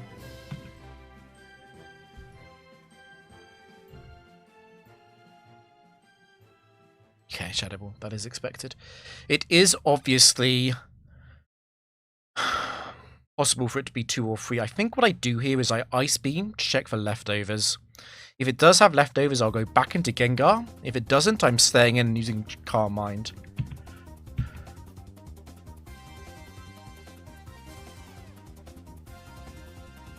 No leftovers. Okay, so it is choice locked into Shadow Ball. It's also frozen, so we have like infinite time with Truant as well to set up.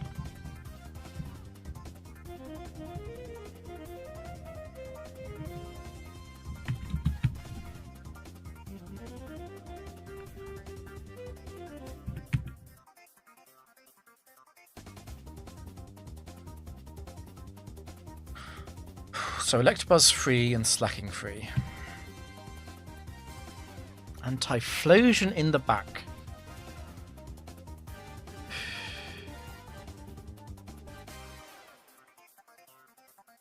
Do I just want to use Counter? I think I just want to Ice Beam, to be honest. I want to counter on the following turn against Typhlosion 3 anyway.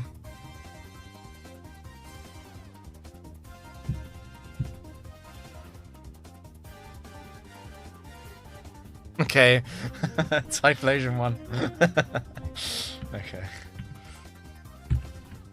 Focus band? Question mark. Actually, let's T-wave. Let's play properly.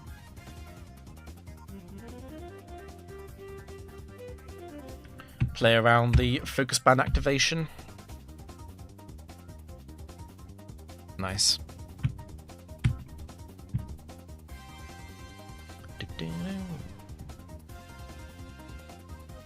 Go on. Upcoming opponent. Water Spec. Free-spirited. Do we want to take Slaking 3? I mean, it's basically the complete opposite of Blissey. Choice band Slaking.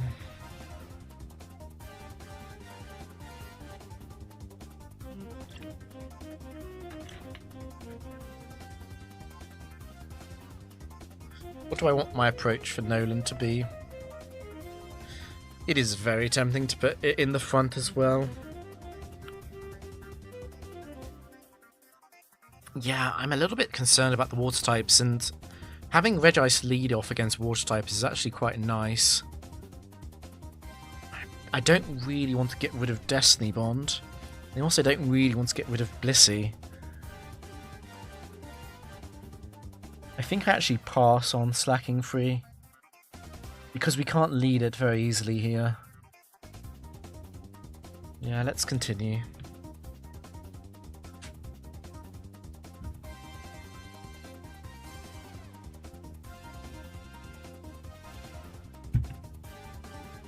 Tentacruel. Very scared of Mirror Coating if I do go for Thunderbolt, obviously. It's not that likely to be a Mirror Coater because those are high risk. Partial high risk activation. Do I just go for a mid-ground play here and Thunder Wave? How do I feel about being Sludge Bombed? It's not that bad, right? Because if I see Sludge Bomb, I can then go Gengar on the following turn. Although then Gengar's also risking the Mirror Coat.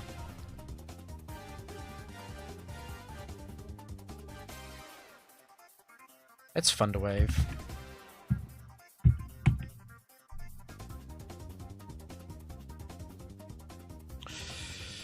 So the fact that we were faster there means it did go for Mirror Coat, so it is Tentacle 3 or Tentacle 4.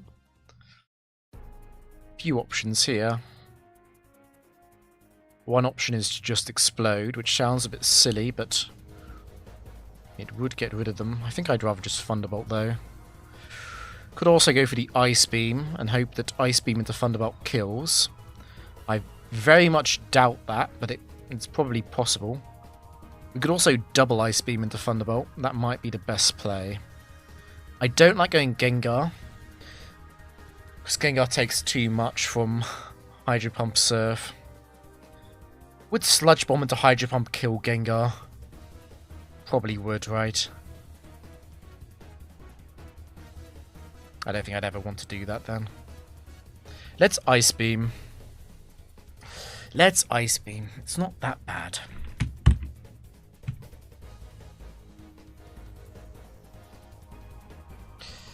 That's irritating. Shell Bell? Could do that again.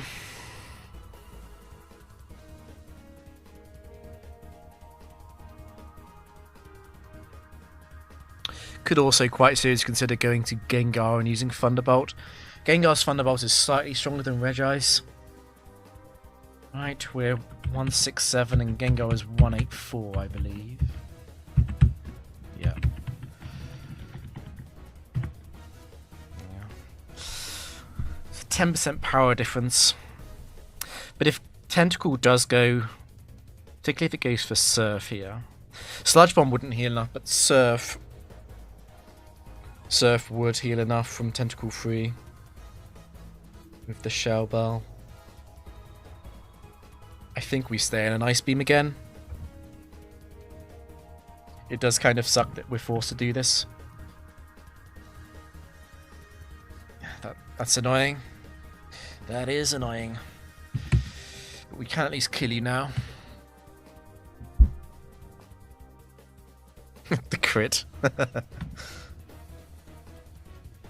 It's Gator in. So Gator coming in, it's a bit more likely to be Gator 2 because it's got a super effective move.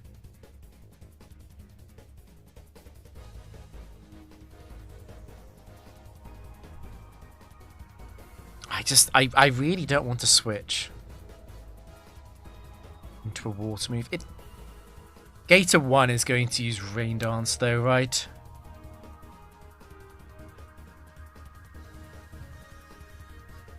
I think I do go Gengar. The question is, what do I do if it is... If Gengar does come in for like an Earthquake or something, what do I do on the following turn? Because I'm potentially just giving it Torrent if I Thunderbolt. So do I go Gengar and Psychic? And then follow that up with Thunderbolt? What if it's for Alligator 2? Do I have to Thunderbolt for Alligator 2? And therefore be risking the Quick Claw? I guess I can go Blissey. Ugh.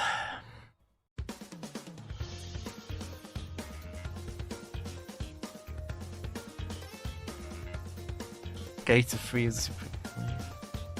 Oh yeah, it's got Rock Slide, yes. Anyway, I think I'm going Gengar in all these scenarios. If it does Rock Slide, I think I then go Blissey because You know what? I actually think I prefer going Blissey on all of these.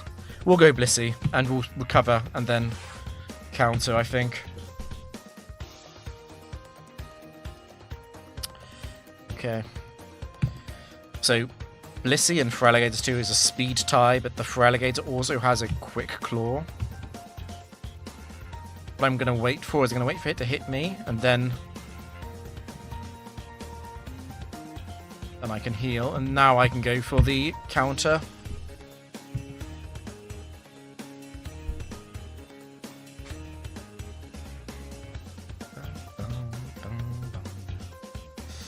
Umbreon. That's a little bit spooky, actually. I do not want it to run away with the game by a double team.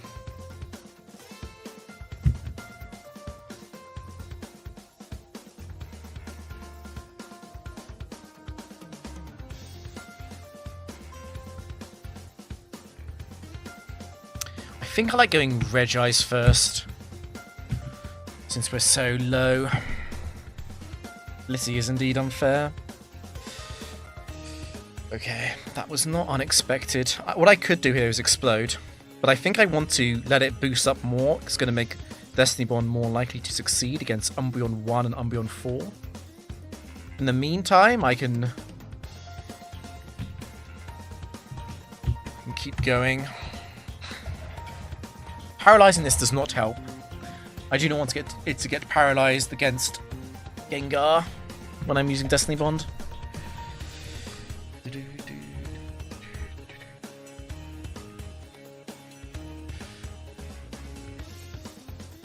Yes, it's not Umbreon 2 because of high risk activation.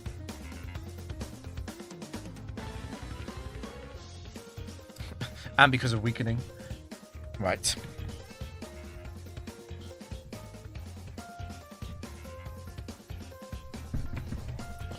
What we're going to do is we're just going to stay in.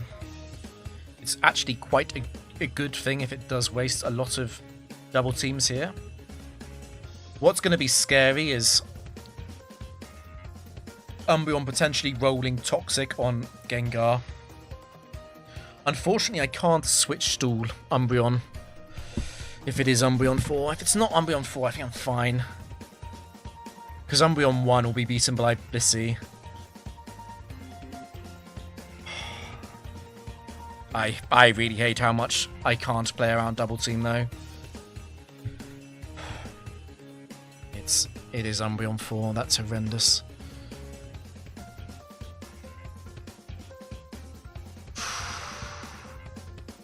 The risk here is that I'm not going to be able to freely Destiny Bond because of Confuse Ray.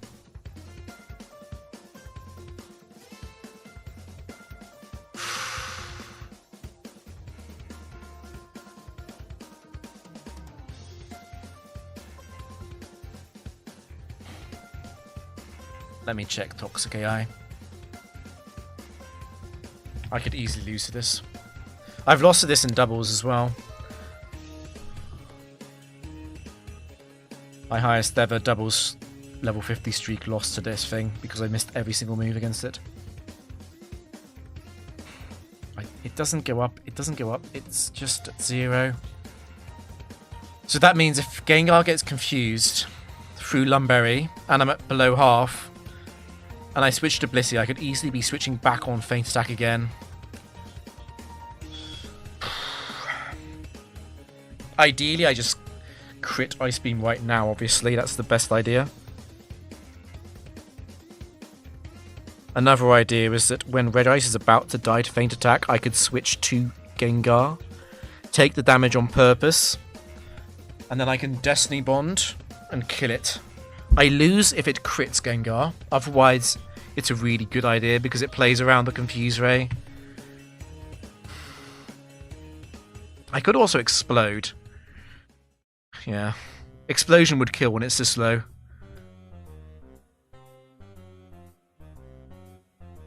Because Regice 3 does not run any attack, but Ice Beam is only slightly weaker than the Explosion.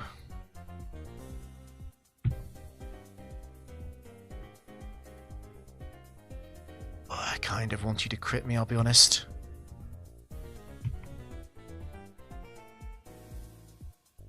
Okay, so it's guaranteed to use Feint Attack here.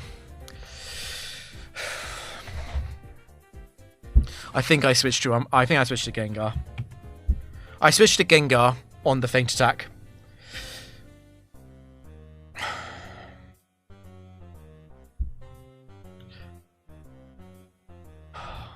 If it crits, I lose. I know that. But if it doesn't crit, it's guaranteed to then use Feint Attack on the following turn, probably.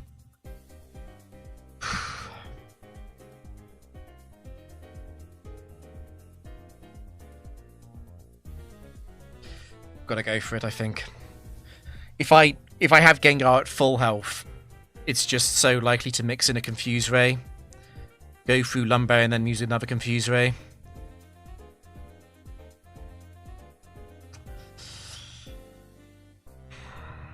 If it crits Gengar, what we can do is we can go back to Regice and Explode. Oh, but we're dead. We're dead. No, we're dead. We're always dead. Don't crit me. It is the end of the streak if this crits.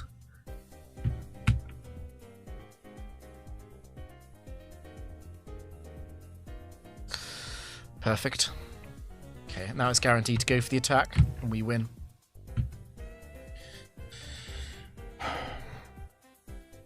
What are we saving Regice for? Nothing, really. I just wanted to get the guaranteed Feint Attack. It's only guaranteed to Feint Attack when Feint Attack was about to kill Regice. Yeah, if we don't do that, we potentially risk the entire match on a 50-50 on self-hit. And Umbreon 4 will beat Blissey. Like, at plus 6, Ice Beam does do more than half suit to Umbreon, but I just don't believe in Blissey hitting the move. Wasn't that a range? No, the Feint Attack brought us down to 55 HP. At 55, it wouldn't have been a range.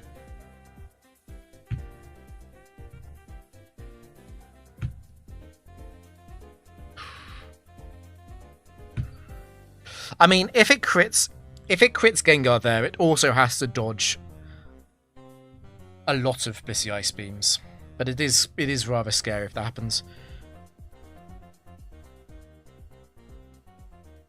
So that was Miracote Tentacruel.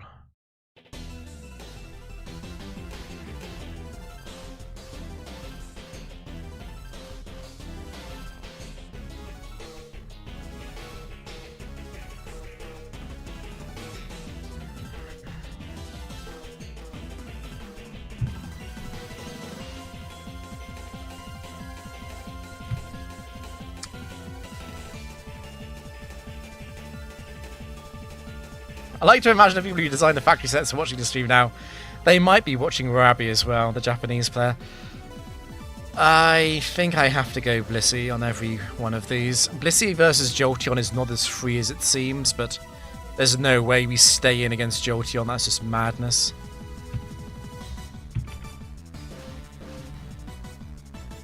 It's Jolteon 2.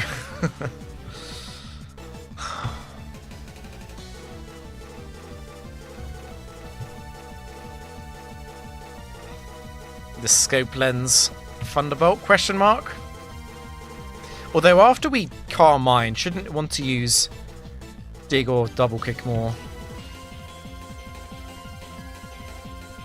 Jolteon 2 is a funny Pokemon, isn't it?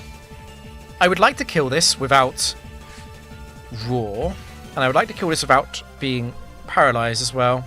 I could actually go for counter here. Counter into Soft World, into Carmine, into Ice Beam.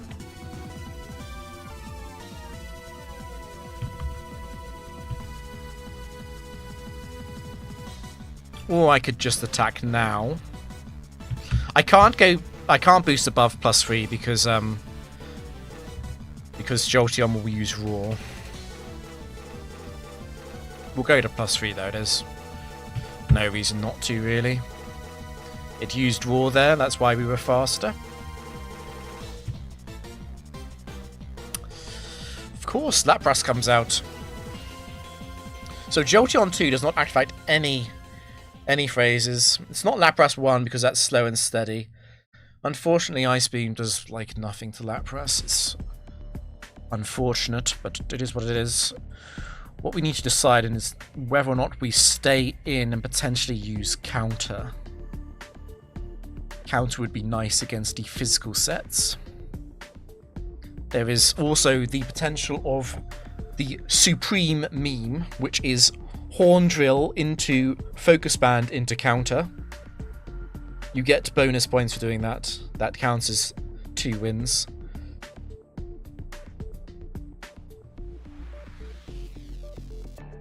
The Oko sets do scare me, but I don't think I want to swap against them either.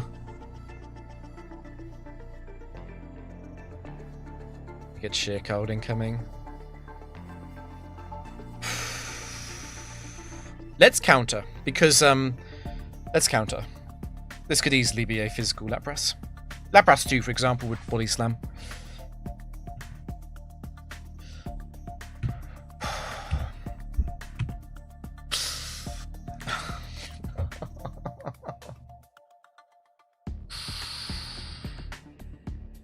Okay, this is a real decision point then, isn't it?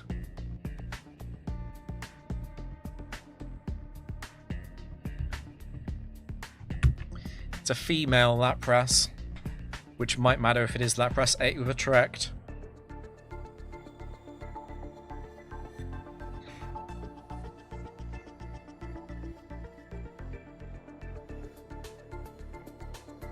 Battle Factory Art Tournament. It's been ages since I competed in something properly competitive. I'm washed, don't worry. I'm not going to beat any of your favourite VGC players anytime soon. I've also got no idea what's going on in Gen 9. I don't know most of the base stats of the Pokemon up there. It is quite fun to watch because of that, though.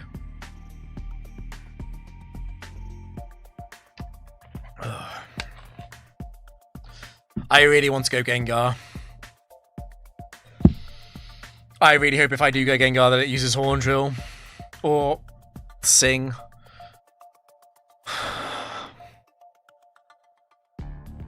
I'm not that scared of Lapras 7. I am quite scared of Lapras 8 though.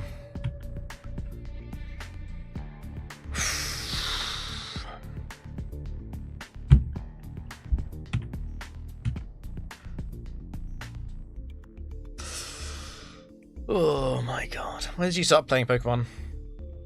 I started playing Pokemon before I could read.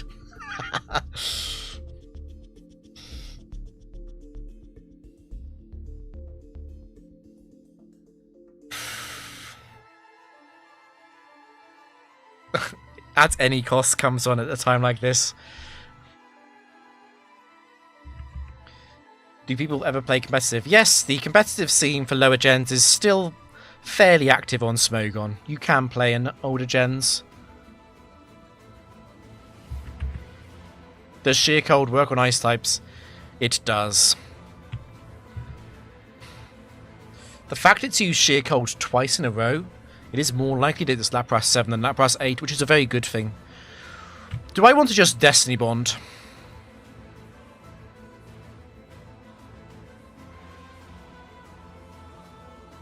Do I want a Thunderbolt or Destiny Bond? Against Lapras 7 I would rather Thunderbolt, but it could be Lapras 8. The downside of Destiny Bond is that Lapras 8 could use Sing and go through my Lumberry here.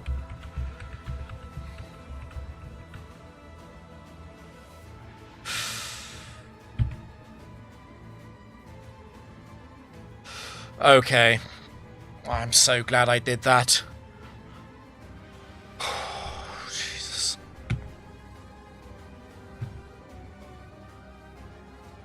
We'll go Regice first because of paralysis and because of the option to explode, which is sometimes useful. Okay, it's Arcanine. It's not Arcanine 3 or 4 because those are high risk. It's Arcanine 1 or 2, which we should easily beat. Incoming King's Rock flinches. Okay, it's Arcanine 2. Just don't crit me, I win. Nice.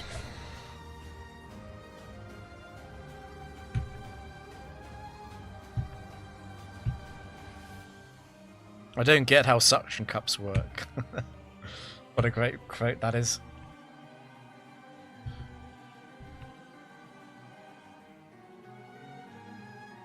Do we turn on in-game music for this part? I think we do. I do like the Gen 3 Frontier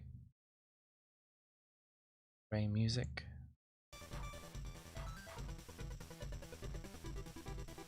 Arcanine, yes, Arcanine.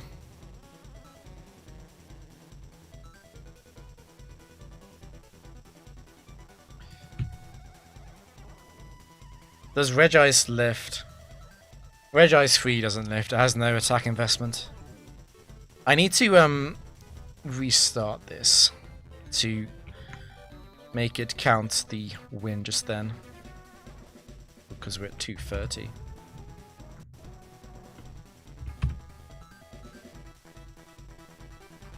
Arcanine. You're calling no having a duplicate one. You know what I was about to say earlier? I would absolutely hate to run into Blissey 2. That would be so bad. if Noland ignored species clause to bring Blissey 2, even Blissey 1 actually. Do we take Lapras 8 and then potentially reverse the hacks on Noland?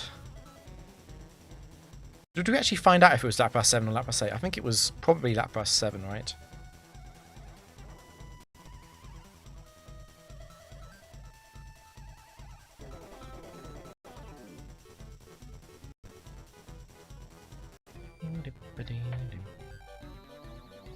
I have been streaming Subway on Twitch. Let's keep going. Jolteon 2 sucks. Oko Lapras sucks, and Arcanine 2 is a meme. Couldn't you explode on them?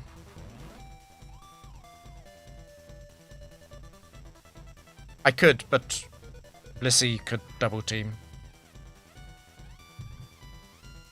Oh, people want to watch Subway. I mean, we can do Subway on YouTube if people want it.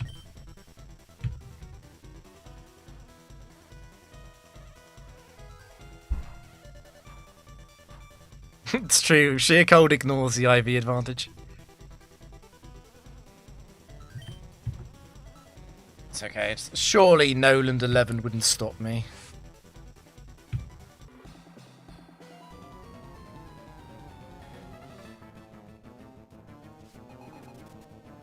Subway Surfers, exactly. Of course, you lead off with a fighting type.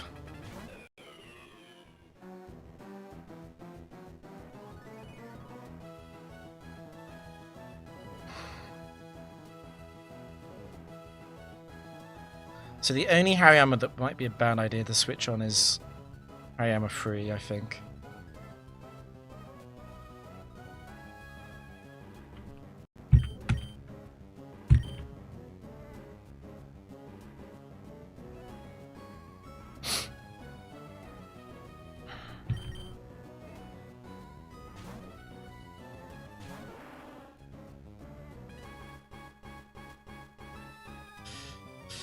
Okay, that does actually tell us a little bit. It's quite unlikely that this is Hariyama 1.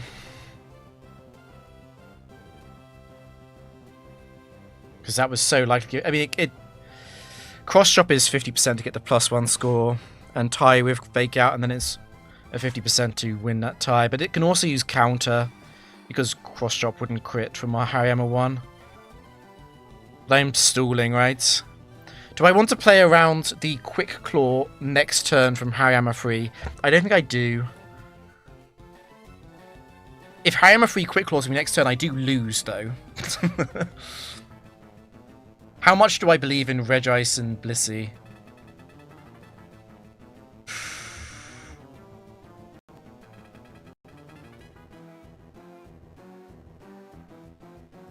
No, because Hariyama 4 is adamant max attack, Cross Chop would kill Regice, so this could be Hariyama 4. This streak has been going on for months. It's lasted ages. I think I'm gonna Destiny Bond. I'm so scared of Hariyama 3 getting a Quick Claw Rock Slide. I'm also pretty scared of Hariyama 3 or Hariyama 4 getting a Rock Slide crit. Because if If Hariyama kills Gengar, this match is over.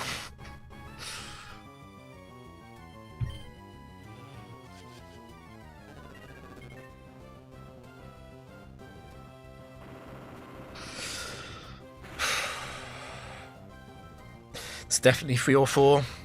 Hariyama 1 would never do that much damage. But we have Destiny Bonded.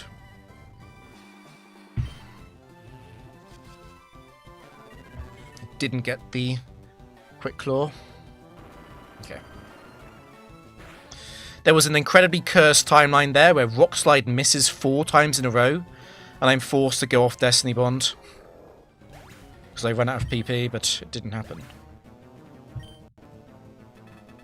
Again, we're going to go back to Regice. This is the same streak. This is the same streak, yeah.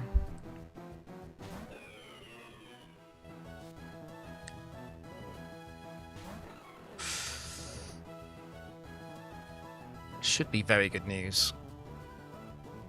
I'm wondering if I go to Blissey. Blissey could be exploded on. We don't know what the item of Hariyama was. Yes, D-Bond works if he Quick Clawed there. D-Bond was insurance against the Quick Claw on that turn.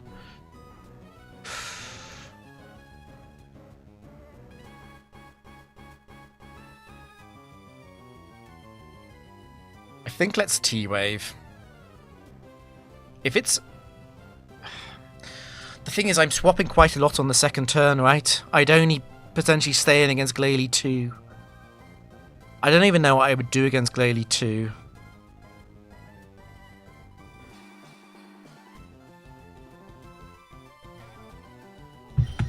Let's go for the higher upside play, I think.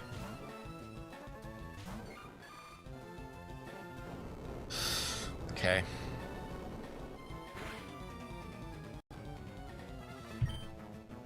We're slower than both. So we'll soft-boiled... Okay, so it's Glalie 4. Glalie 3 would have used Double Edge.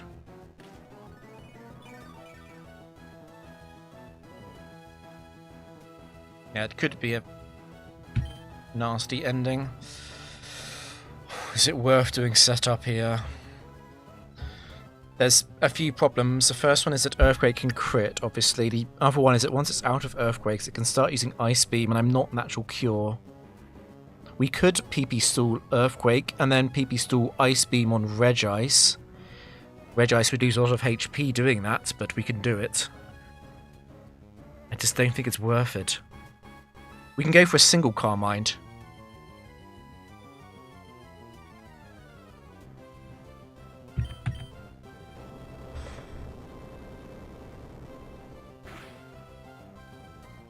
I have a lot less time than it appears, though. Because if it crits now and it crits again next turn, I die. So I have to use Softball this turn. Yeah, we will eventually use Counter.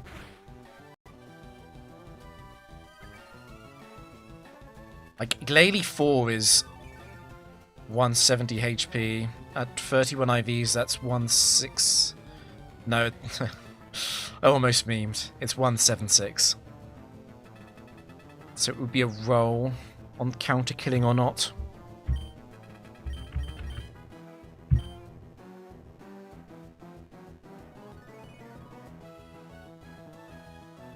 I think I would rather not greed it.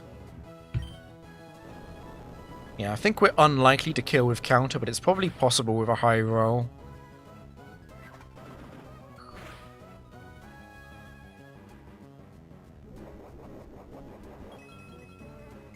So we'll follow that up with another soft-boiled counter combination.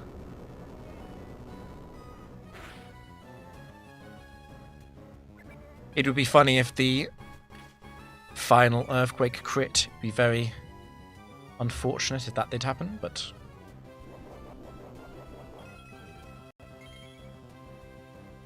Yeah, I can take crits, I don't want to be caught unaware by crits. We know it's 4, yeah. There are very few Pokemon I would need a full Carmine setup against on the back. It crit the final one. It's so predictable. It's so predictable that it was always going to crit the final one. And now we're in the range of various high-powered offensive physical moves.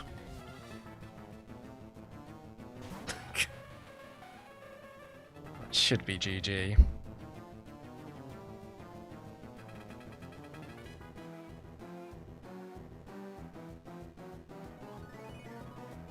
I think I'm going to soft world, switch and explode.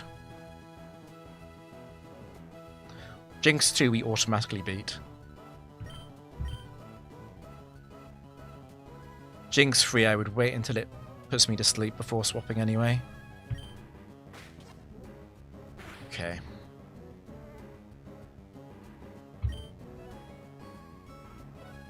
I don't think Jynx 1 has enough PP to kill Regice and Blissey with Ice Beam. Nonetheless,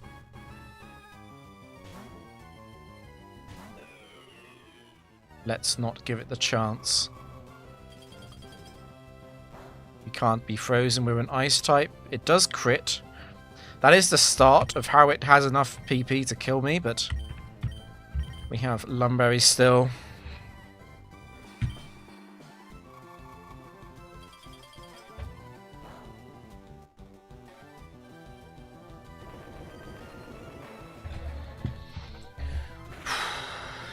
Easy.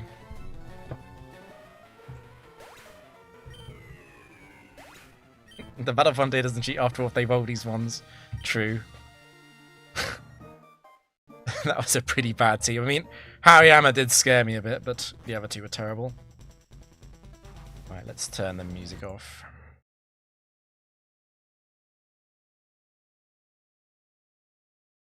And go back to 1D.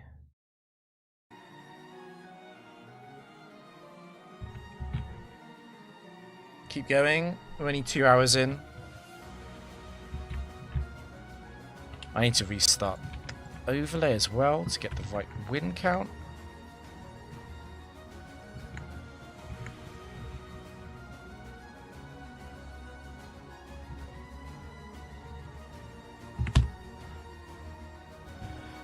Let's keep going.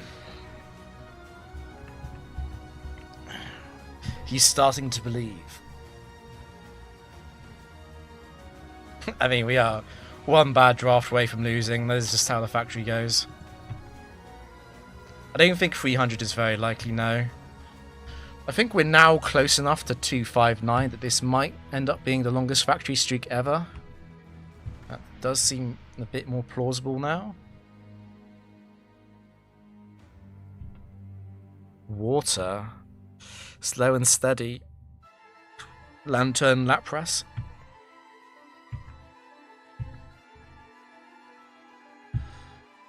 Go on, give me Tentacle 3. Ah, okay. That's leftovers gone, but that's okay.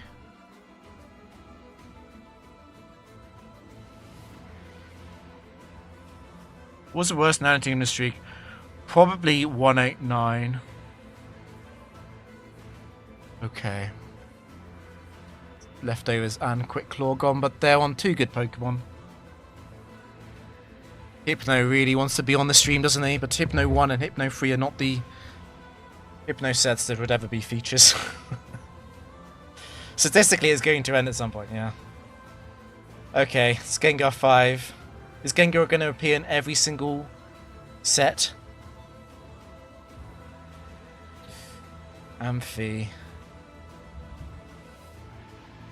Oh, you're hardy. Why did I think you were quiet? Okay.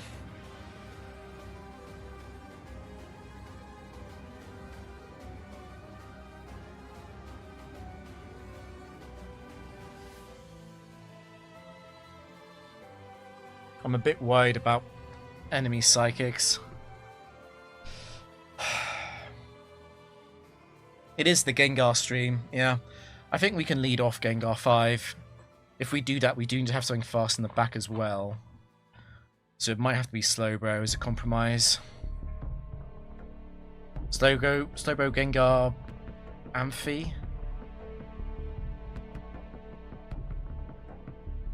Amphi is not insurance against Psychics, though.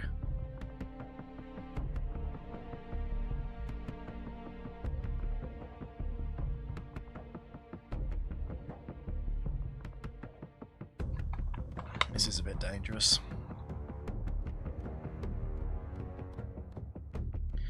I am thinking about Tentacle, yeah. The thing is, if Gengar and Tentacle in the back,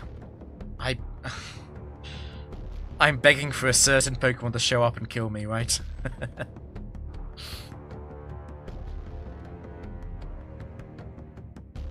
There's also some funny exploits from enemy poison types. Not that common in Gen 3 though. There's no Skuntank. There's no... yeah. There's no Toxicroak.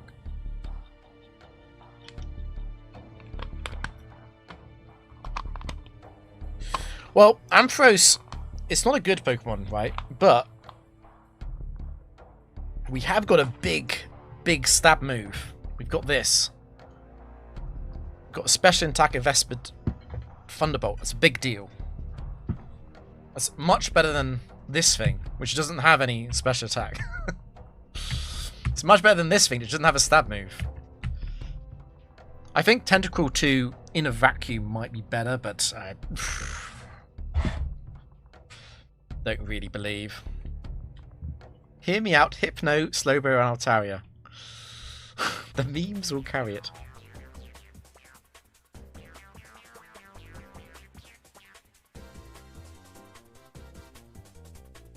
Wouldn't that team just get a night? Yes. Gardevoir, Latios, Latias, I would be scared of all of these things. Slowbro 4 makes a quite good lead. It's fine. And we can replace Amphi. It's also Water on the first one, and we have Gengar for Swampert. Which is not a great Swampert answer, but surely it wouldn't be a Mirror Coat one. Like, Slow and Steady Water is pretty unlikely.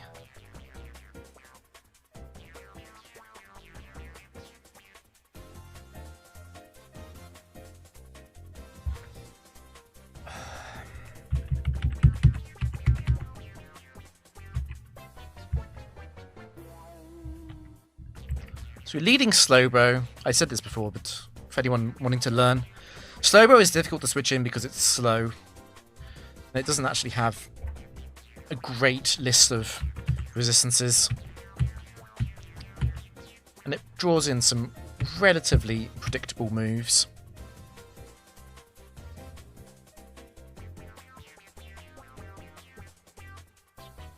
Okay.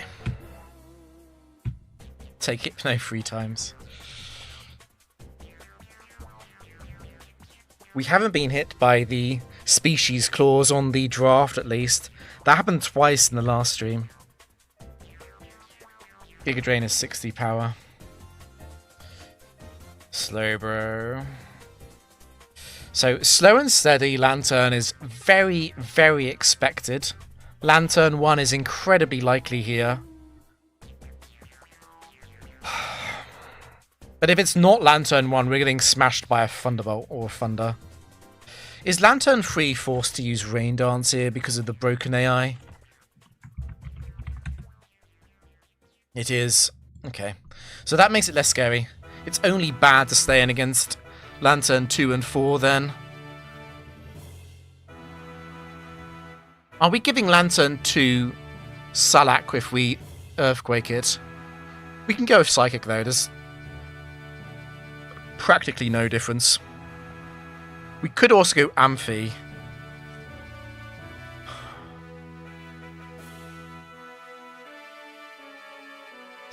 I don't know. It's pretty unlikely that it's Lantern 2 or 4, right?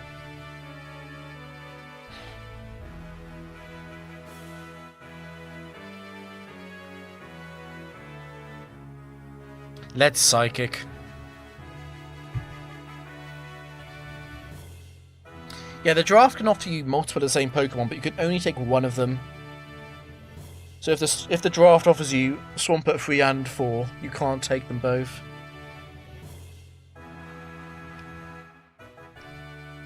Anyway, Psychic. God damn it. Slow and steady, Lantern. We need to damage cap that as well. It did 93 damage. I don't think that is ever Lantern 4, but we need to check.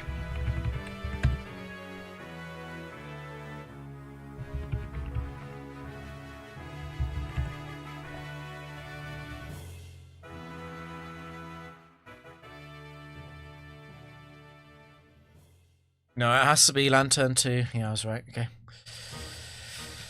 Okay, so it's a guaranteed Thunderbolt incoming on this turn. Do I want to go Ampharos and Mega Kick? I think I do.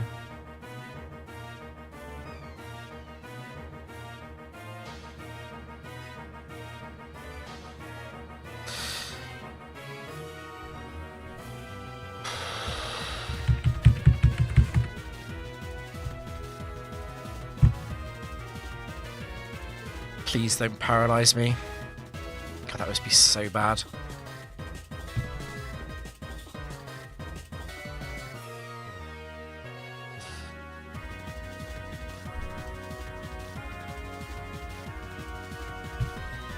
Gonna surf. I do not want to risk. I do not want to risk the ability. And I do not want to Brick Break and potentially give this a max power flail. I have to use Mega Kick here. Okay. Potentially quite an important attack.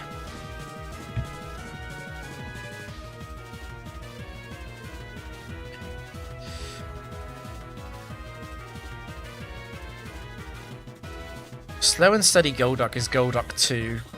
There has to be a lot of Slow and Steady in the back still, though.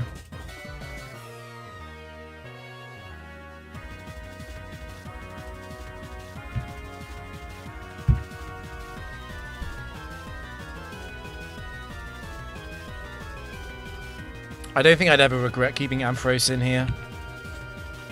Surf. Didn't do that much.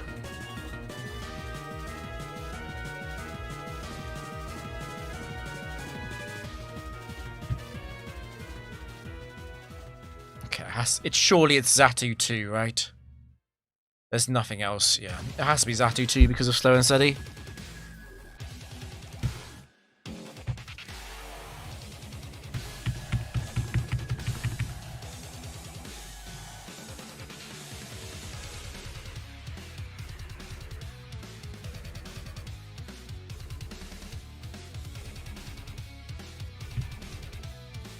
Golduck 2 is the 170 set.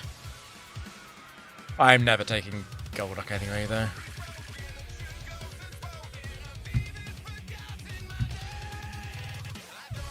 Yeah, Xatu 2 loses to Thunderbolt. If there is one thing that Ampharos does do well, which is that it packs a really big Thunderbolt.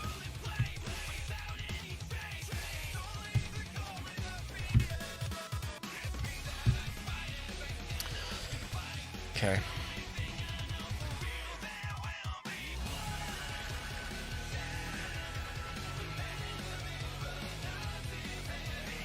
They're not very swappable, no. Xatu 2 is... it's not a real Pokemon. We've got to keep going.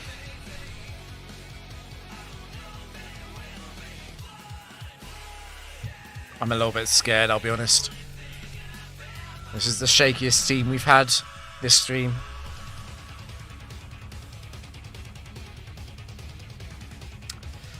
Okay. The good news about Shiftry is that it's probably not a high-risk one. I think I have to just immediately Ice Beam, right? I do not want to give Shiftry 3 time. I do not want to give Shiftry 2 time. Shiftry 1 will reveal itself with Fake Out anyway. And I don't want to swap into Gengar. I don't want to swap into Ampharos. Okay, it is faking out. It did 18 damage. Is that Shiftry 4 guaranteed? Because Shiftry 1 has no attack investment, right?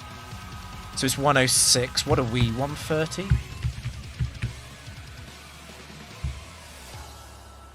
Yeah, it has to be Shift 4. Don't explode. Or do I just go... No, I just go Gengar. What am I thinking?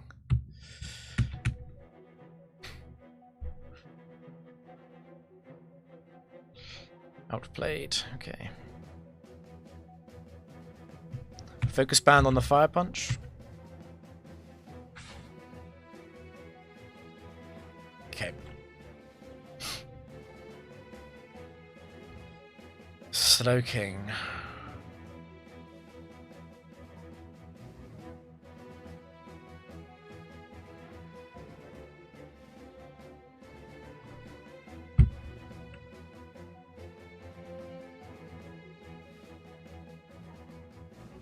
Don't think we know anything now.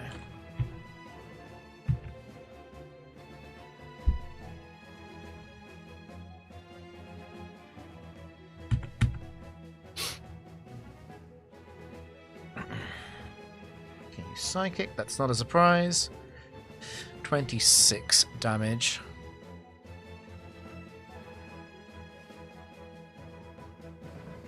I'm gonna have to damage calc Slaking 1, I think. Slaking 2 is max modest as well. Yeah, let's damage calc that.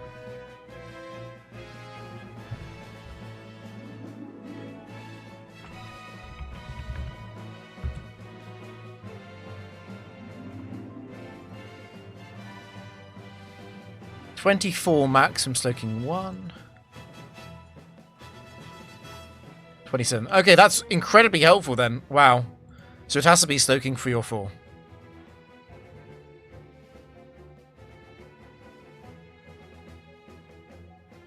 No, it also can't be 4. It also can't be 4. Crap. Wow, it has to be Slaking 3. That is very helpful. Very, very helpful. Unfortunately, I'm sure Surf and Earthquake overlap roles, right?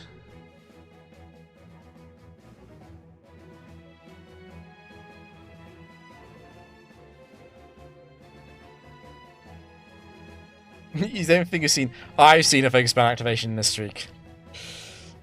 But I have watched, obviously, every game. I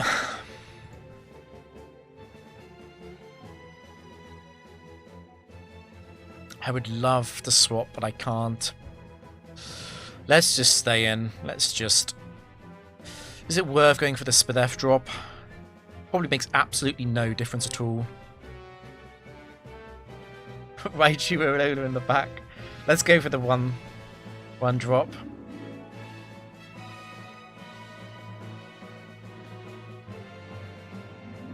Ooh. That crit is quite important actually. That probably does mean I don't win this 1v1 anymore. That's unfortunate. We're probably going Amphi though. And if we're going Amphi, we actually don't care at all about how much damage we do. So it's actually best to Ice Beam now.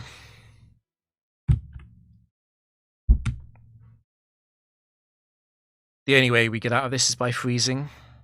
Okay, no.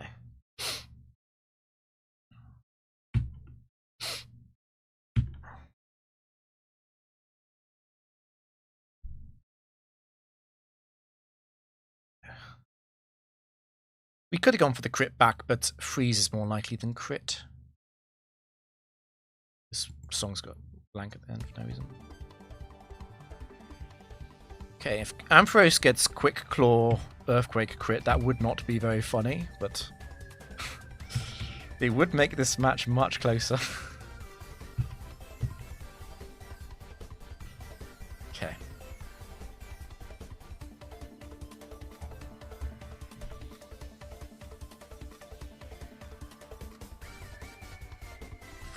Fuck. It's not high risk, I know that. Because it was Shiftry 4.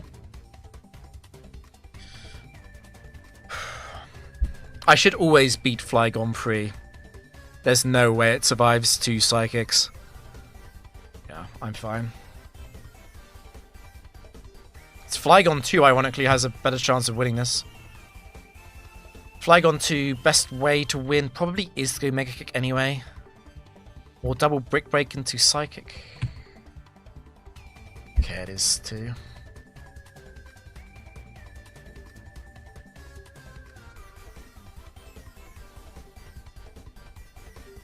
Stay on it. Switch. Switch might be an idea, actually. That bright powder scares me a little bit, doesn't it? I think we stay on Brick Break, though, yeah.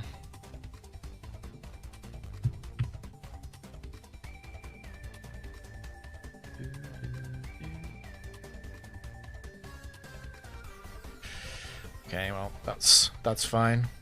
Fire Blast and Sun wouldn't have killed Ampharos anyway. But it's nice that we don't have to hit another move.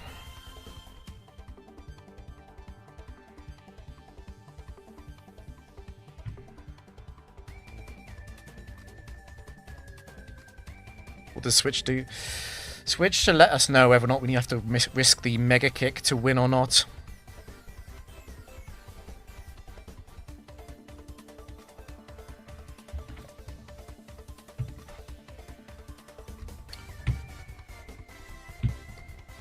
Flying type, no phrase. Not taking any of those though. The Shiftry is not needed.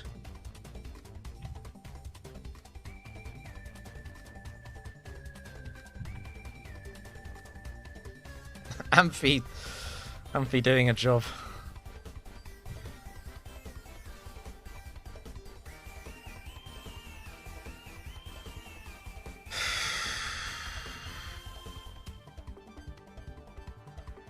There's no real points. I'm never swapping, so there's no real point thinking about this, right?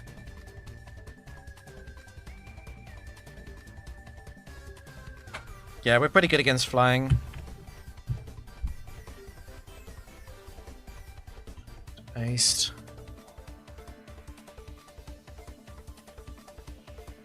It's probably Moltres 1. Moltres 2 would be so likely to use double team, obviously. There's another flying type. Do we want to go Gengar or Ampharos here? It's the biggest risk here. I'd rather Ampharos got poisoned than Slaking.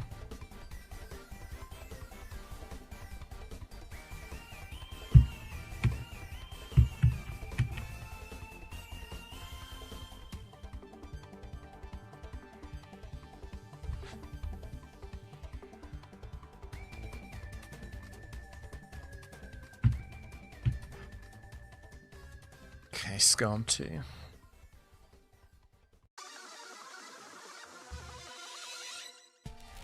So the Backmon can't be slow and steady, that's all we know. Bright Powder and Lumberry down.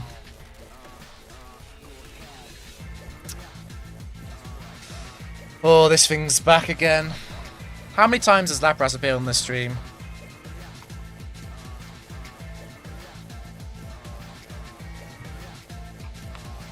It's not slow and steady, but that's all we know.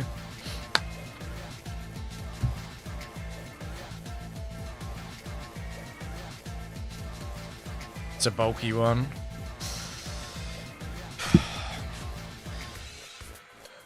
How many times have we seen Lapras 7 or 8?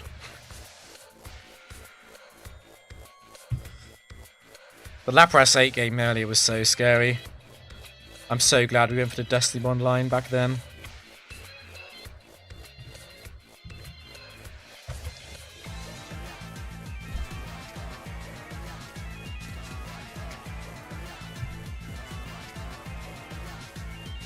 No type.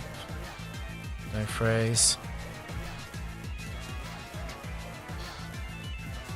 I am still a bit concerned about the backline physical offense, right, when Slobo goes down. It hasn't been an issue yet, but I don't want to take Moltres. It's not going to fix it.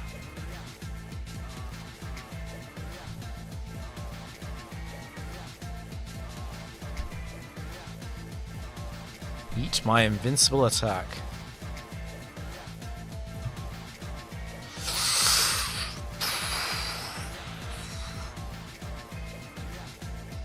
Is that an immediate Ampharos? I'm so scared of Blissey 1.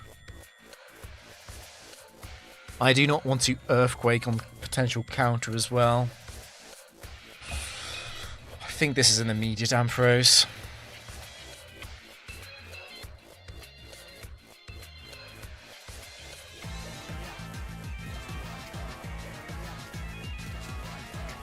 Earthquake doesn't do very much is the issue. Like, we've got no attack investment.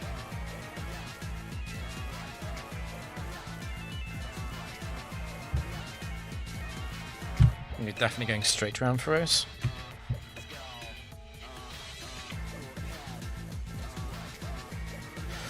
Wow, okay. And we're the opposite gender as well. I think we slow play this out with Gengar though.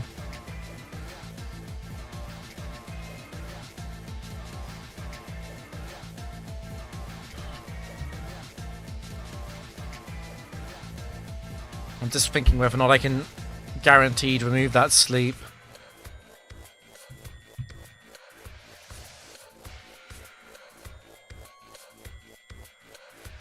It's one down. We could just alternate. It's the best chance of removing the Estos BP, right? Gengar is male.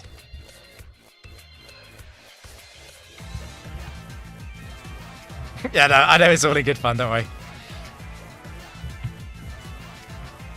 And people in general are allowed to cheer for the end of the streak. It's not something that would offend me, don't worry.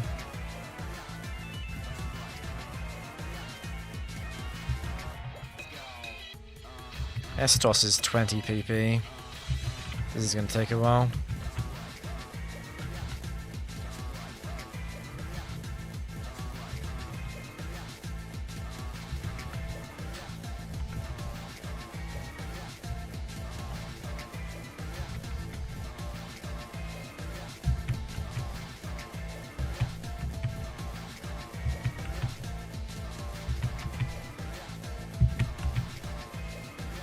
The drafts today have been decent. The second draft was actually very good, but we don't need to focus on that.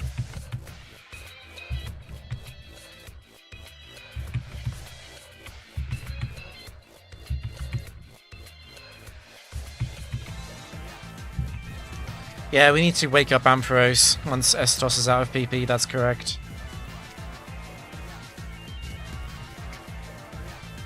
It's out of Sing now. It's out of Attract as well. So it's going to run out of Substitute before Estos, which is quite annoying.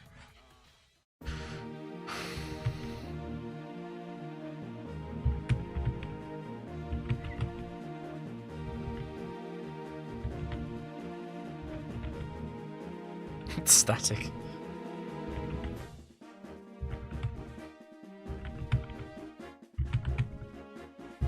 It's annoying how much attention I got to pay to read the text in speed up. I'm pretty sure it's one more on Estos.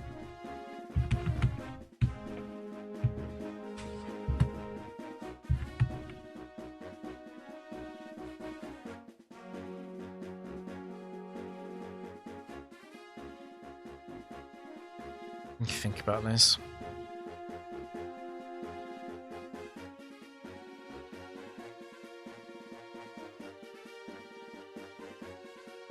Because I can go back to Slowbro. It just takes slightly longer. Like, Slowbro takes about half the damage of Gengar. As a percentage. Yeah, let's go back to Slowbro.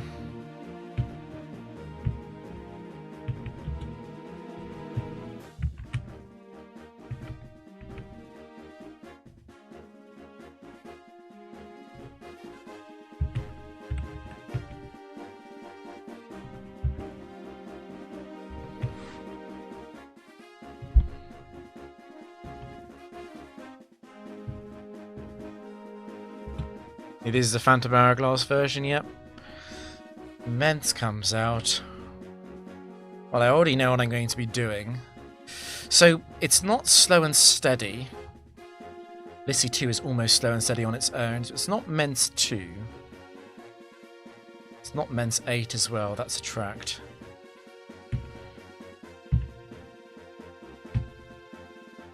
Okay, it's a Dancer. Don't miss. Don't miss.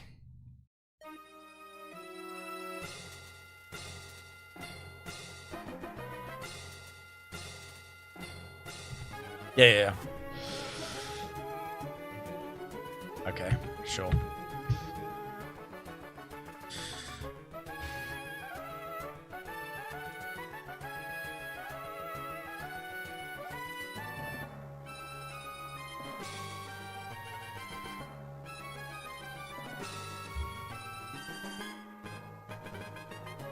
I don't think we can work out anything about the Solomons.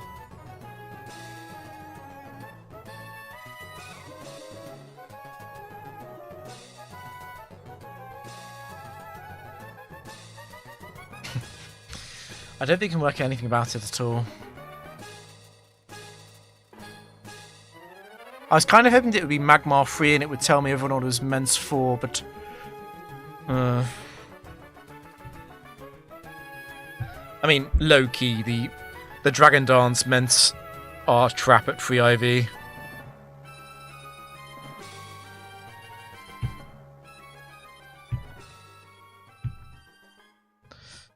It's high risk. I could drop Amphi here.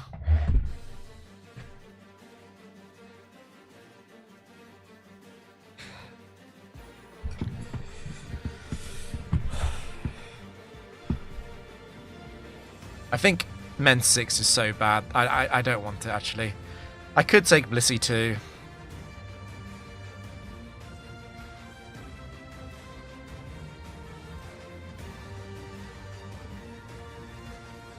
Do I take Blissey 2 over Ampharos?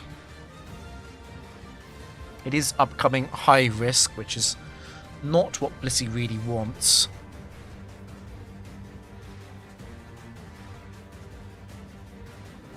Don't drop Ampharos, you'll lose if you do it.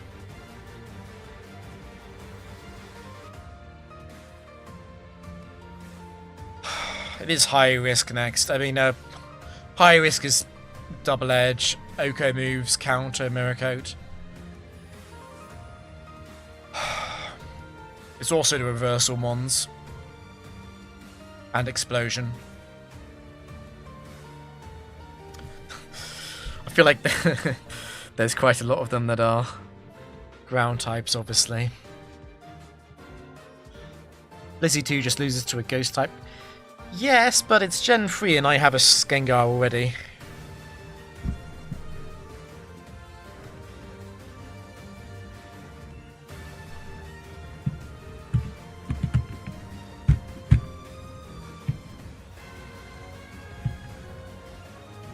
Fine. Blissey is the cheat code of the Frontier.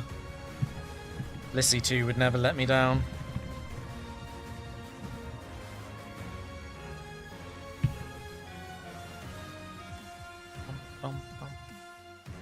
Thanks, Aria. Slaking. Okay, first question. Are we natural cure?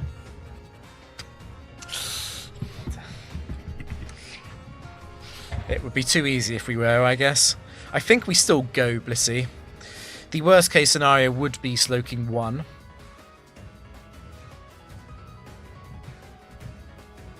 It is female Slaking, though.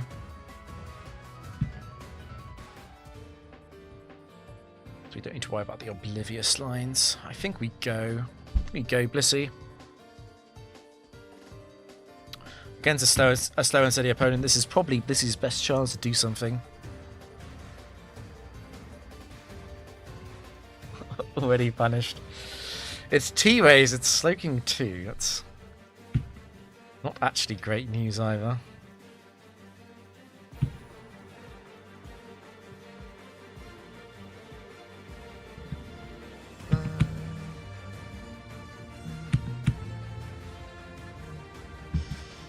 Do we want a substitute up?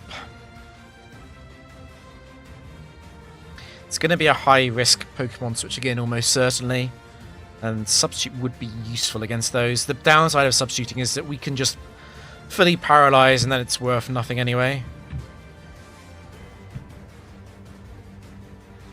Yes, thank you, Slaking.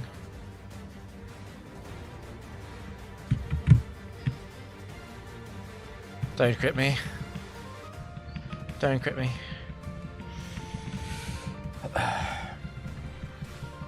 I think Blissey 2 is very strong. It's not as good as some of the others, maybe, but it's...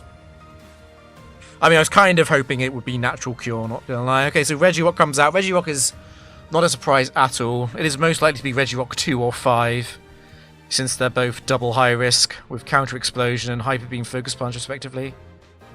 Decent chance it's Regirock 1 or 6, though.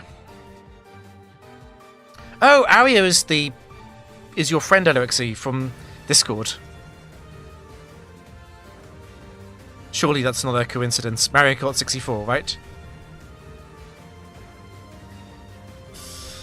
I think I just Seismic here.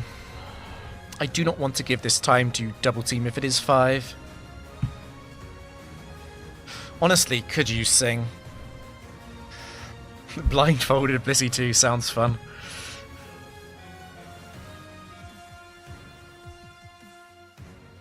Okay, great turn there.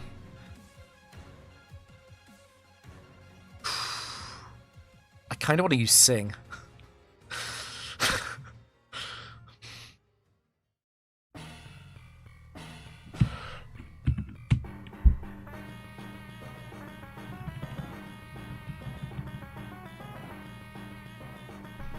Do I stay in? Do I stay in so I get the guaranteed surf kill? Probably not, right? Don't mess around with this. Regirock is also faster than Slowbro, despite the IV gap.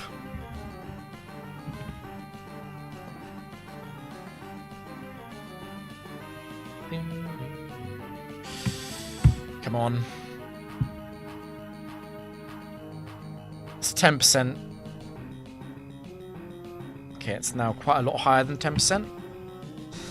The explosion, but I don't know, the bad luck just isn't coming. I almost feel guilty. On the other hand, I'm thinking back to all of my singles attempts that died to horrendous luck. I don't know.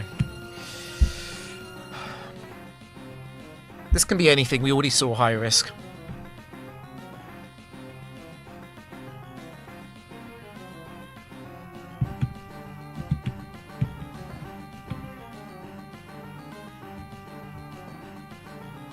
Yeah, slow in his name. You can't blame him for being slow.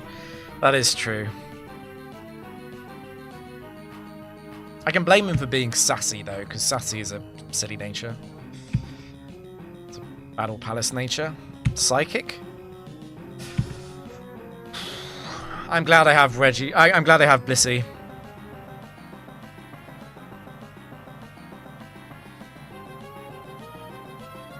I'm half thinking about taking Slaking too, you know. But I don't want to give up Ice Beam, and I don't want to give up Blissey, and I don't want to give up Gengar. I think Gengar might be baiting me here, though. I've got a feeling that keeping Gengar might be a mistake. See you, Alexi. We shall keep going. It can't be Slaking, so Slaking is blocked by Species Clause on the last trainer. That's not an electric. I mean, that's not a psychic type. It is an electric type, though. This is not high risk, so it's not Electrode 4. It can be Electrode 3, but I'm still going Blissey.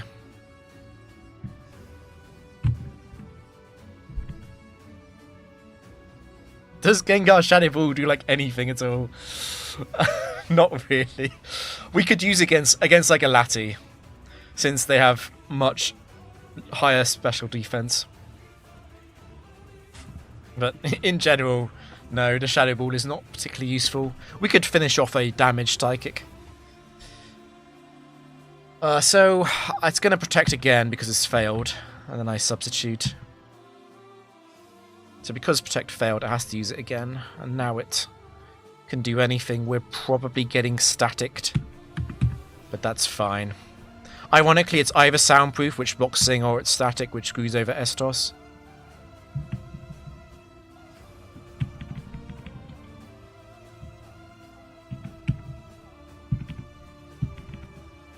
So because it used... Ooh, crit. There we go.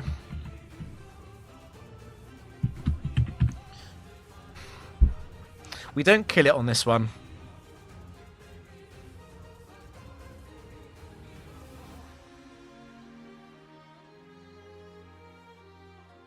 I wonder if we actually use Sing. I just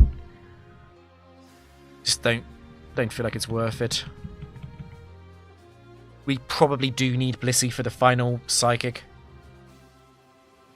Oh, sorry, the next Psychic, not the final one. My commentary is so bad today.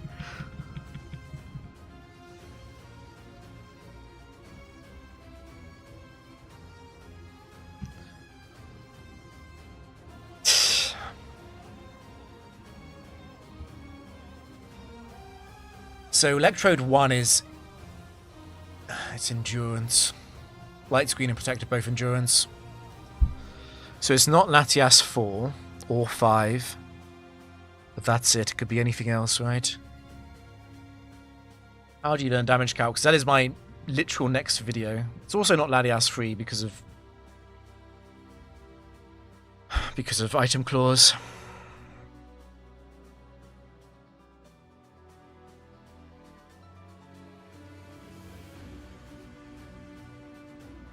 I think we just Estos. I am quite scared of Latias 1 here. Okay. Was big damage.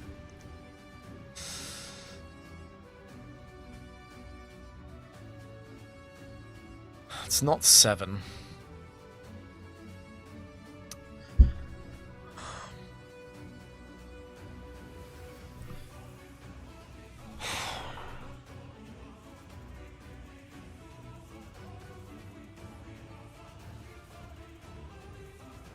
I'm wondering if I go Gengar and Shadow Ball here or not. What I might do is go Gengar on the Earthquake, and then when it Psychics Gengar, I then go Slowbro, and I then use Ice Beam. I think that's probably my best route. It's quite likely to be Latias 2, but it could be 8. Again, I'd be switching into Psychic either way.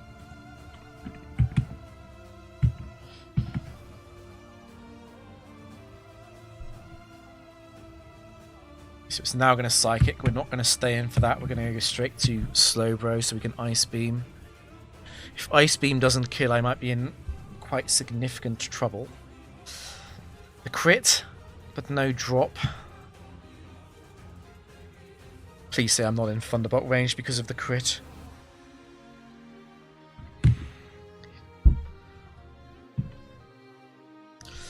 It's 2. Okay. Okay, no, it's docile. It's docile. It's not a plus. There's no way it lived. Oh my god. Oh no. And it's random between Thunderbolt and Earthquake now. The good news here is that it's not Latios in the back, because that would mean it would be a tie between Dragon and Psychic as the most common type. We've got a 10% chance of outspeeding with Quick Claw Speed tie.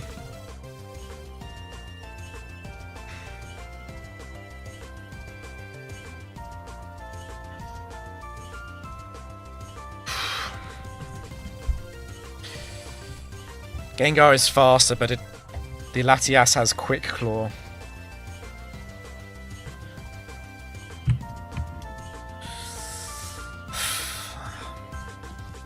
I don't trust Gengar against the final Psychic type. It's a spooky matchup for a lot of Gengars, obviously, if they have Psychic. Is taking damage on Blissey actually GG? If I let Blissey get hit by Earthquake, I put myself in range of a lot of the other final Psychic types, right?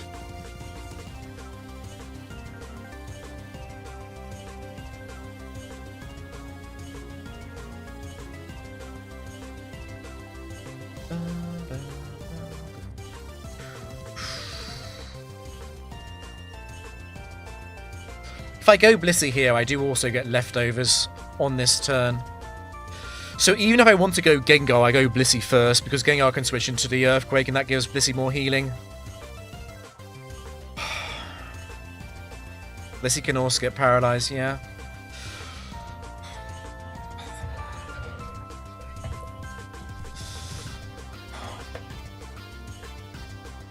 I'm in trouble.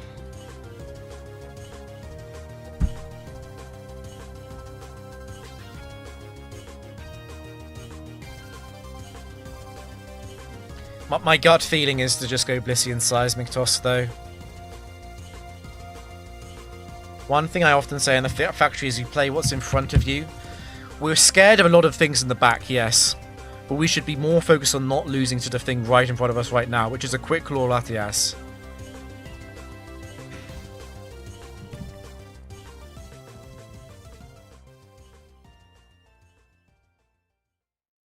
Yeah, double paralysis would probably be GG. A single paralysis would be also pretty bad as well, to be honest. In fact, if we got paralyzed, I think we would then go Gengar.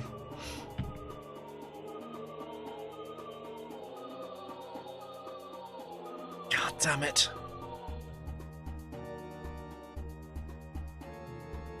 We're at 113, so we're not dead. We're not dead to Earthquake. But we are extremely low on HP.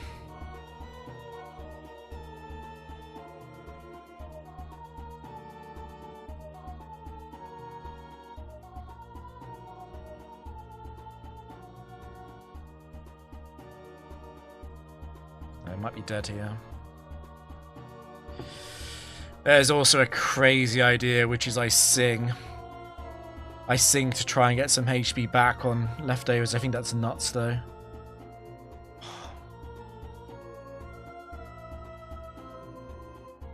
Quite a few things worked against me this match. Ironically, it didn't seem like a very big deal at the time, but the fact that Electrode got the crit on the Blissey substitute to break it on the same turn that I got paralyzed, that was quite a big deal. Because that's put us in this position. And then Latias getting the crit on Slowbro, and Latias living Seismic Toss into Ice Beam. I do think we just Seismic, though. Unfortunately, Gengar probably loses.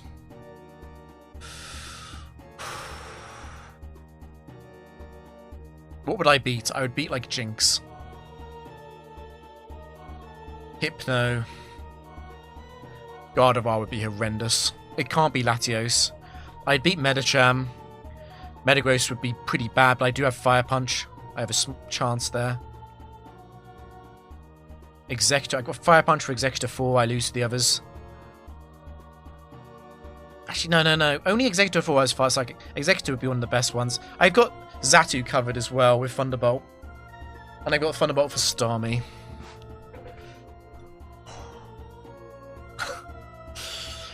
Gardevoir, Espeon, Alakazam, though, those would just be horrendous.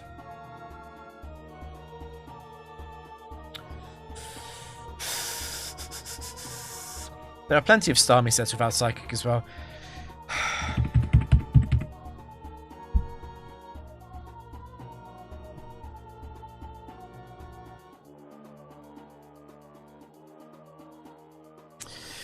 Okay.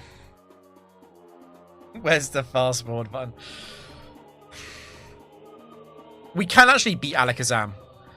Because Alakazam 1 does not have Psychic.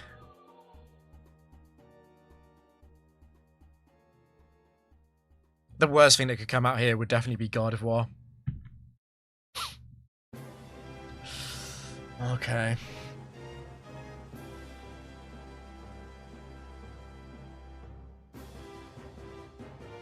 It's an easy win against Egg 1, 2, and 3. Egg 4 can bright powder my Fire Punch.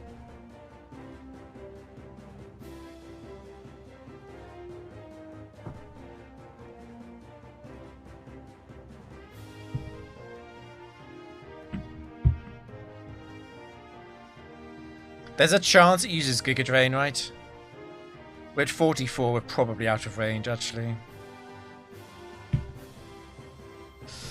It's 4. Okay.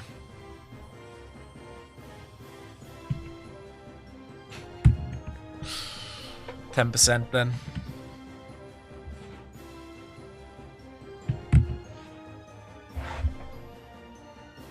We only kill 4 with Fire Punch. We know it is 4. Bright Powder is game over. It would Psychic and kill me. Okay. Just about dodging the losses in every time. Yeah. Used up all of the bad luck at the start of the game there.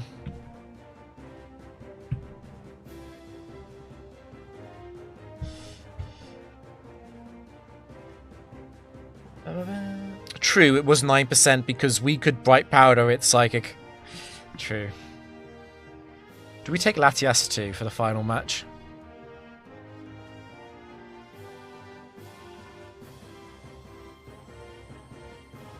I don't think we do. Latias 2 better than Blissey. You know what? It is better than Blissey 2. It is better than Blissey 2 against no spec.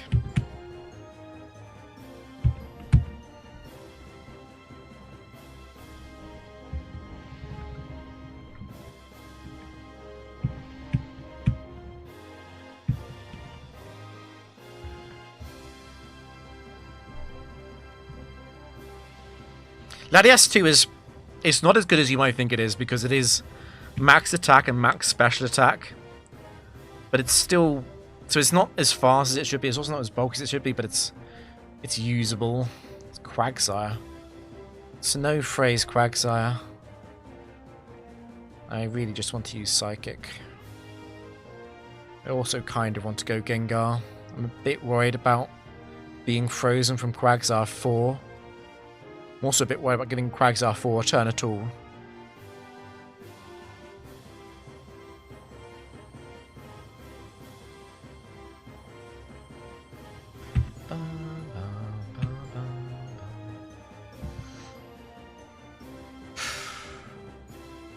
I think if it is Quagsire 4, I'm going to switch Stall Earthquake. Am I?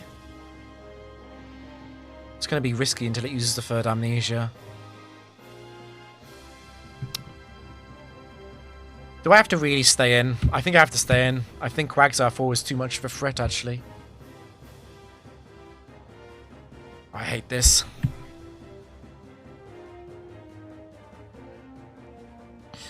Okay, Quag 1. That's a funny joke. Let's switch to not take damage from Focus Band activations.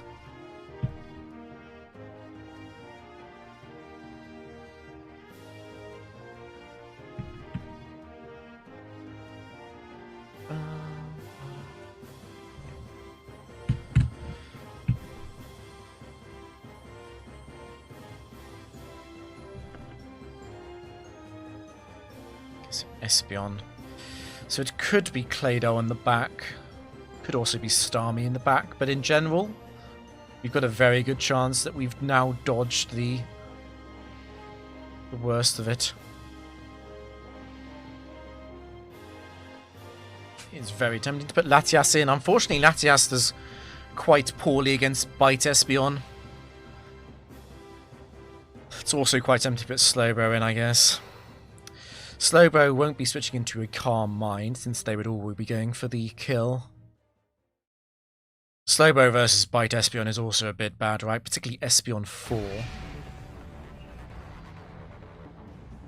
Is it worth Shadow Ball here? Gengar dies and Slowbro revenges. How bad is Bite? So if it's Espeon 4, Bite will 2-shot Slowbro after a Calm Mind. And Espeon 3 and 4 can kill Latias quite easily with a single flinch. Psychic Bite, Bite, and if it flinched on the first bite, then Latias did nothing. I think I actually have to stay in. Espeon 4 in particular can quite easily reverse me here if I give it a turn. If I miss Espeon 4, that is also really bad, but... yeah, if I'm gonna miss, I'm gonna miss. I could actually Thunderbolt. What's the downside of Thunderbolt? It would be Espeon 1, right?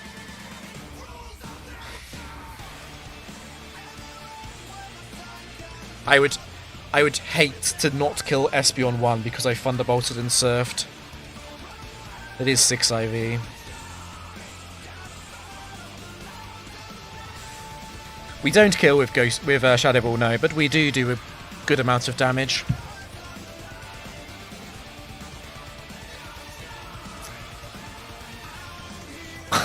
Okay. The forever streak continues.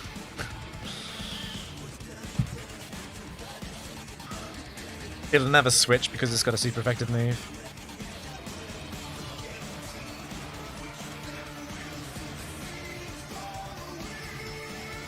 Does it have to be Espeon 1?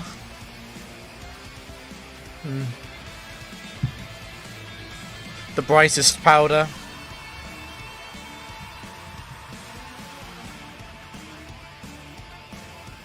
Okay, that's GG. There's no way Magmar's getting through Slowbro and Latias. Rare footage of bright powder helping the player. Okay. So we switch out of that and then we always revenge with Latias.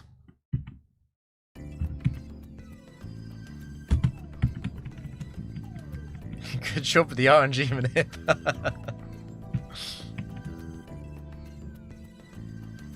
That was such a short one. Do we actually go again?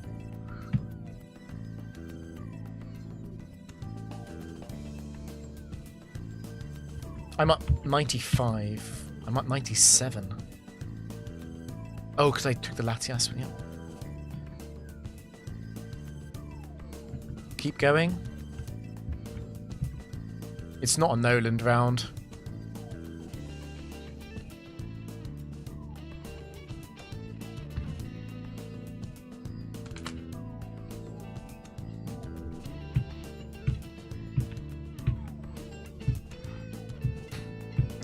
It's not that I want the streak to end, it's just that I have other things that I want to stream on YouTube that aren't Gen 3 Factory. No type, no phrase.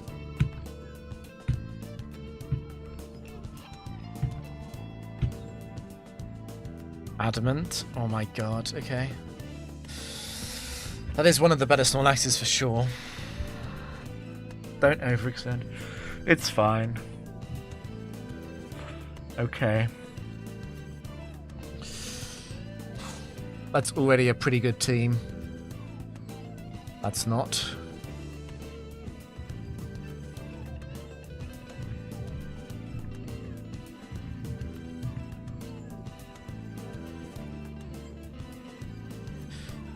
I think 200 in Gen 4 Factory will probably never happen. Oh, I've got my favourite. Wow. I mean, Espeon, Snorlax, Heracross is already a team.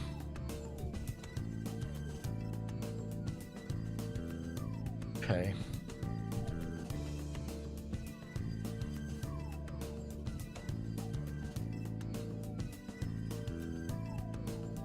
I'm a...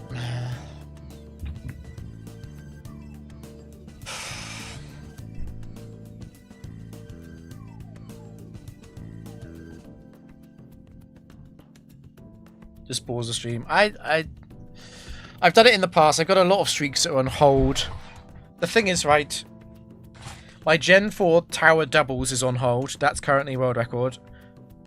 My Gen 4 Arcade singles is ongoing. My Gen 4 Arcade doubles is on hold. My Gen 4 Arcade Castle doubles and Castle singles are both on hold. Gen 3 Tower singles is on hold. Gen 5 singles and doubles are both ongoing. Like, I had to stop some of these streaks. Some of them have to end.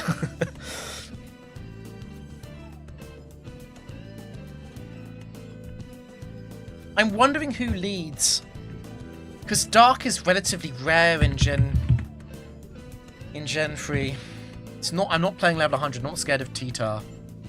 And if Espeon is switching out, we're probably switching out of a pretty tanky physical mon. And in that case, we might be using Charm anyway.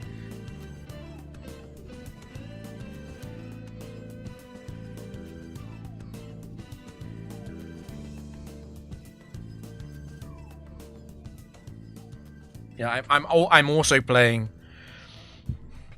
This is a secret. Don't tell anyone. I'm also playing Gen 7 offline for a very different reason. Anyway, I think I like the Espeon lead. I just don't like the idea of leading Snorlax against unknown sets, and I don't like the idea of leading with my Endure Reversal mon.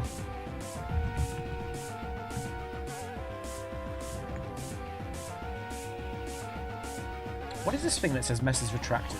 Like,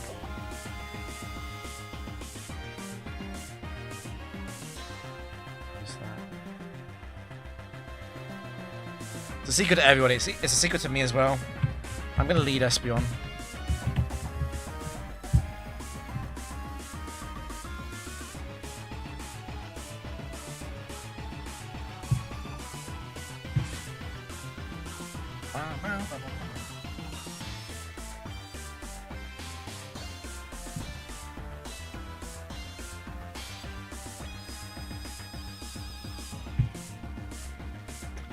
That's a lead.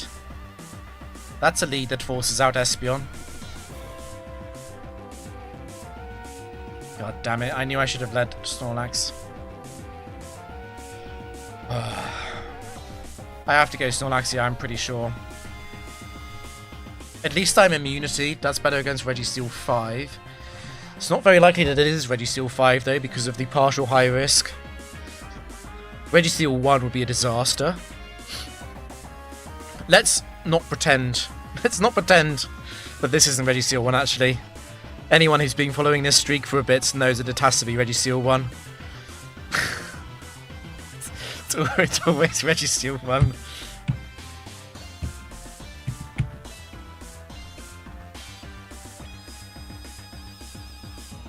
Okay. That is scary.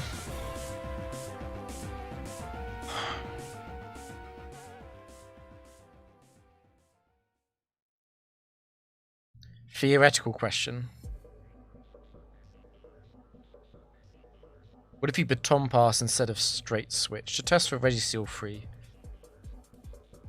I think I'd rather Registeel 3 explode on Snorlax, right? Because Snorlax is max defense, Snorlax would survive explosion, but Espeon wouldn't. But you could do it. The baton pass turn 1 is not a bad idea. It depends what you want to keep alive more, I guess. This counter check evasion, it does. So this Registeel did something unthinkable to me in the Battle Pike. It got 3 Ancient Power Omni boosts in a single game, which almost caused me to lose. It was one of the closest matches I've ever played in a Pike. And if you're interested in watching that, shameless plug. Wait, hold on, how do I do it? Shameless plug. My second channel. Covered that in a highlights video. Anyway. Surely it wouldn't happen in Factory. Also, my Battle Pike streak is now over. You can watch the highlights on that as well.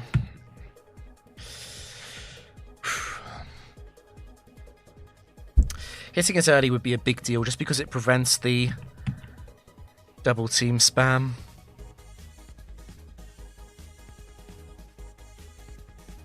Shameless advertising for my own channel.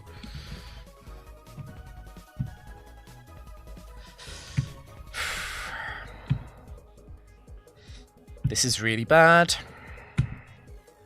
This is really bad. This is really bad. Bruh.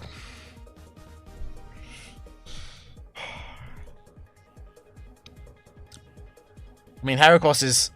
what is Heracross's ability?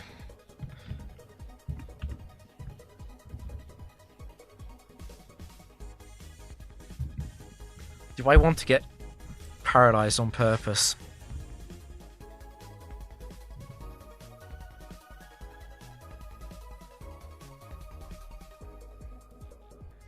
I think I want to stay in and not take damage on Heracross at least.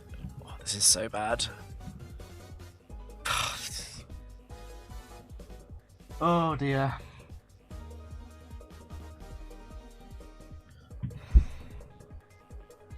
I know we can set up Espeon. The problem is Espeon takes too much damage from the earthquake, so I have to stall out it.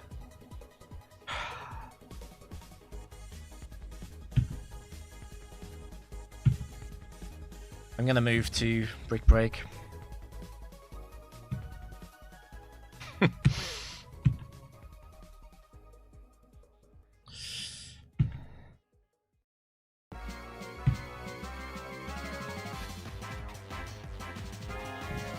We do have to stall it out of Earthquake with Snorlax. Might as well use counter, I guess. We're not killing this with Snorlax at this point.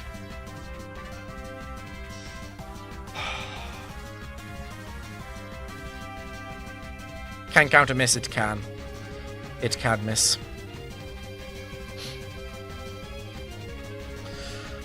We don't need to synchronize the Registeel. I think keeping the Lumbe on Espeon is probably a better idea. The downside of Espeon is that Espeon is going to get paralyzed eventually.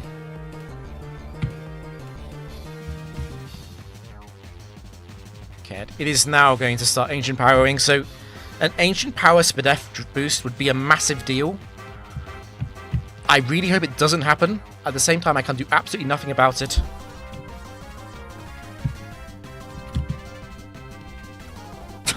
Oh, dude, no.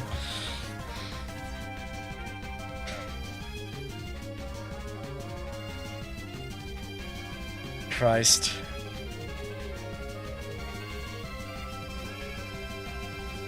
It's also a big deal for Heracross as well.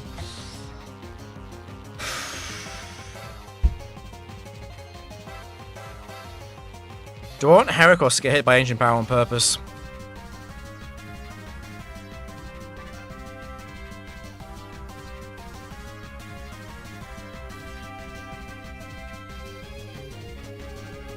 It's not too bad, right? If I crit Earthquake or Psychic, I win. Not win, I kill Registeel. It's very different to winning. The problem is I can't stall this out because after it gets the Omni boost, it kills me with struggle. It's Gen 3 struggle, it doesn't take 25% recoil, it's a percentage based on the damage it deals.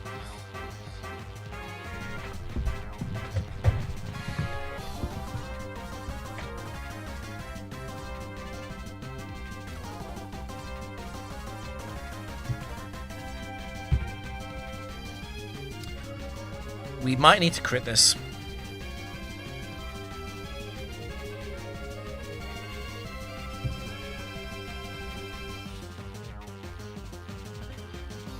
For us, Snorlax has actually done nothing.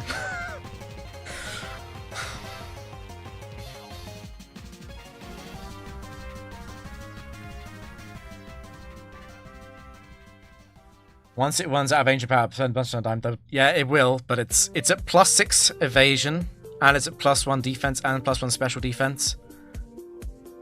I only have 10 Psychic PP on Espeon, and I only have 10 Earthquake PP on Heracross.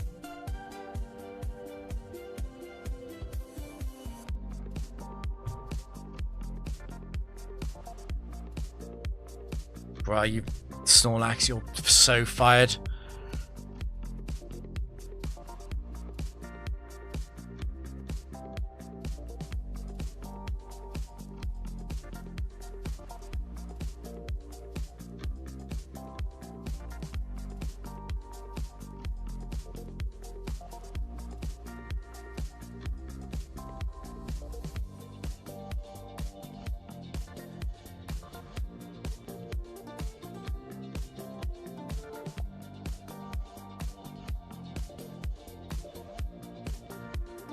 There's two sides to this. There's the side which is I need to beat Registeel.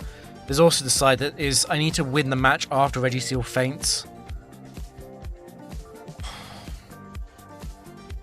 Something's getting paralyzed.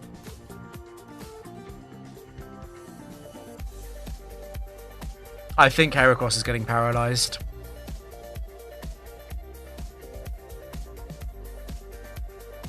The thing is, Heracross has a better chance of sweeping at 1 HP than the others do, obviously.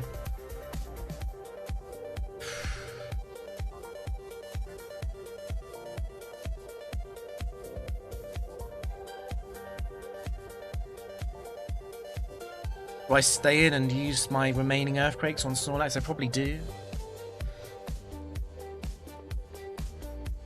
Does Synchronize help? Like a tiny bit, maybe?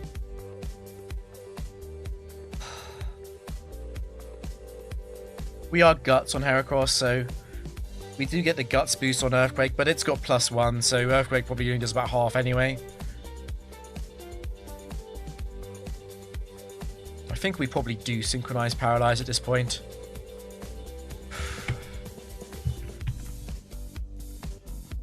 But I'm not sure about staying in beyond that.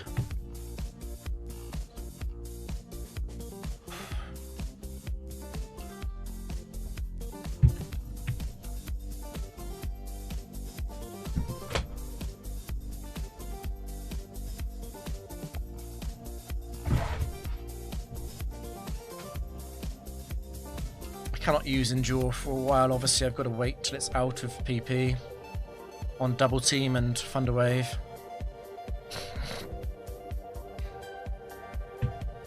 We can do is Baton Pass. We're Baton Passing a +1 Spadef boost to Heracross. I think Heracross is our best chance to kill this. Low key, need Earthquake to crit.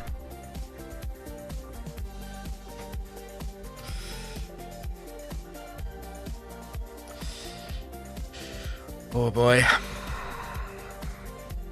What is the paralysis activation percentage in this game? Will I be going back and calculating this? Please just crit it. Just crit it. Okay, but now we just need to hit like 3 Earthquakes in 8.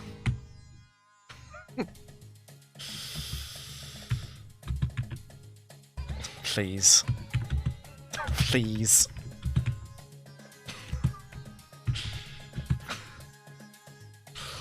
Oh, this is not the way I wanted to lose.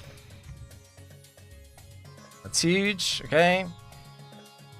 No crit, but we're going to have a few chances to kill it now. Just need to hit one of the next 3.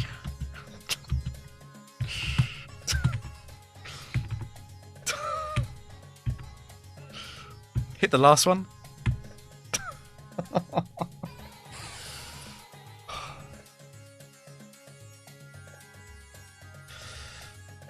Do I Mega Horn?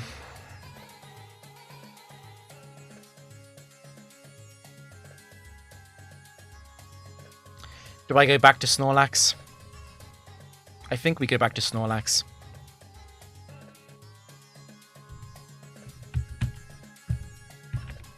Because at least we get the leftovers chip healing while it's running out of PP, and we can attempt to crit with Snorlax instead.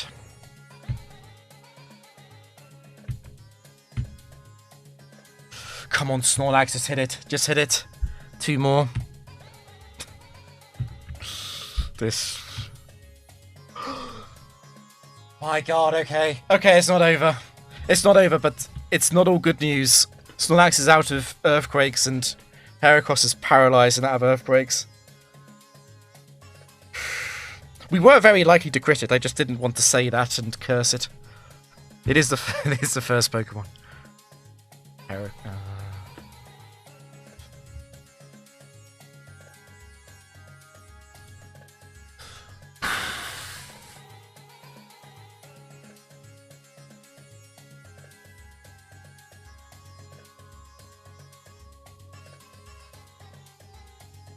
We're staying in. We're never switching. Zard 1. Snorlax, you are just...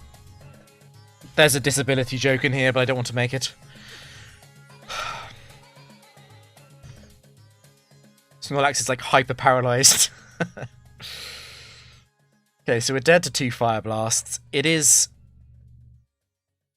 also a raw... This figure's scary, isn't it? I need to hit a Shadow Ball. I do need to hit a Shadow Ball. A Fire Blast miss would also be greatly appreciated. Okay, the Shadow Ball hit is huge. Surely Espeon wouldn't activate a Focus Band with Psychic. Snorlax is not Fig Fat, no.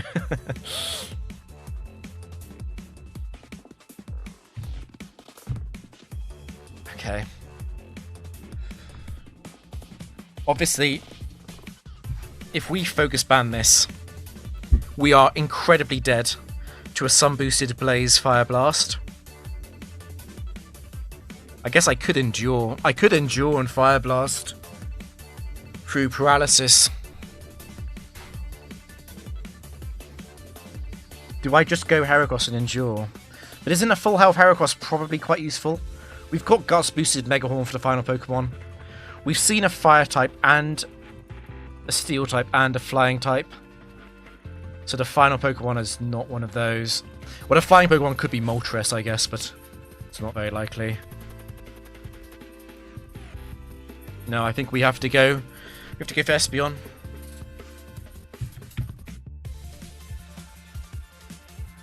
What we could do is Calm Mind.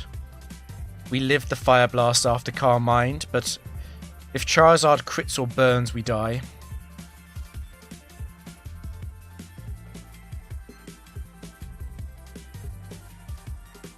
If it had missed one of the Fire Blasts against Snorlax, we could go for that. Or go for the Endure, or both. But I think because it's got 3 left, it's too much.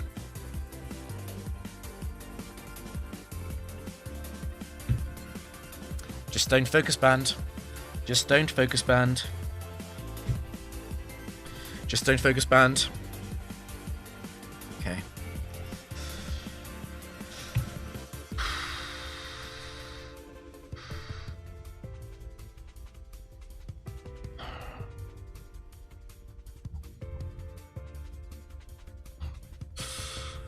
Surely it's not Muk 4.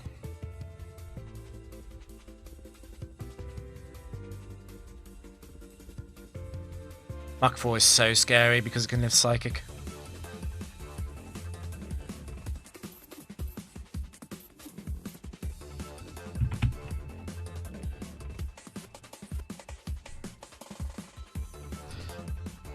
Oh, okay. So that was not Muk 1. Muk 1 is too bulky.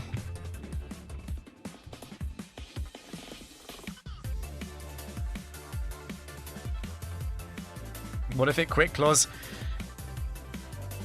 So first up, it would have to Quick Claw next turn because it wouldn't kill us this turn. It's just freaking Registeel 4.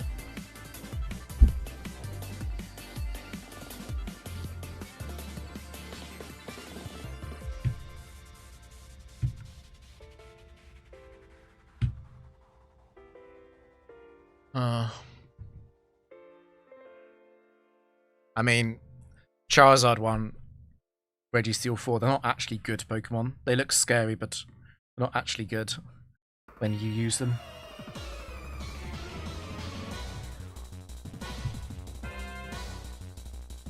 Most deadly game of the streak. I think the Scizor 2 situation 32 games ago was scarier.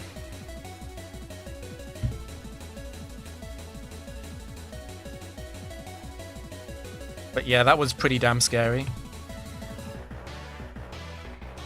Armaldo. It's no phrase Armaldo.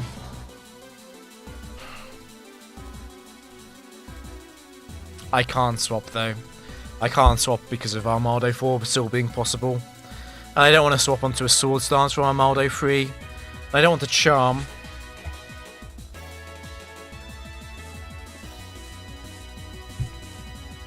The Sizzle game was genuinely like 30% to lose.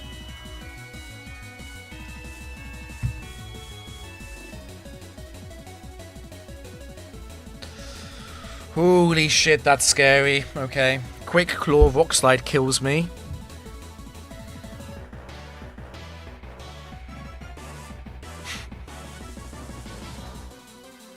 The secret to this is you put it on speed up and you click the move when the game's not expecting, so it doesn't have time to cheat and Quick Claw.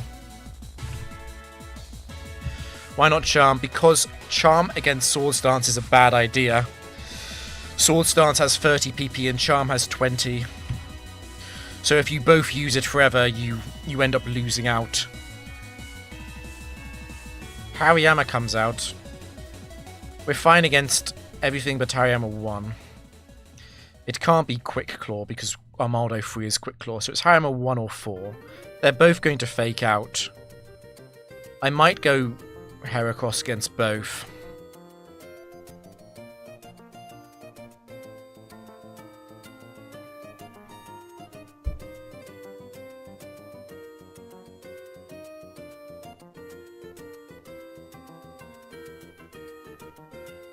I guess the risk there, right, is the cross-chop crit from Hariyama 4 on Heracross at the wrong moment.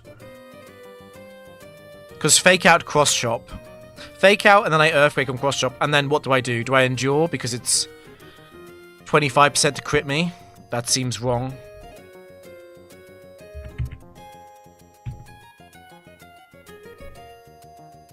It can't be Quick Claw, so it's actually always going to fake out here.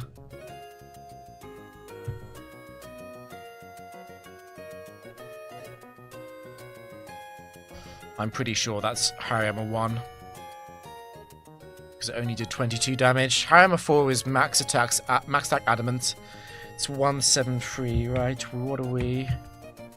101? This is the 21 EVs.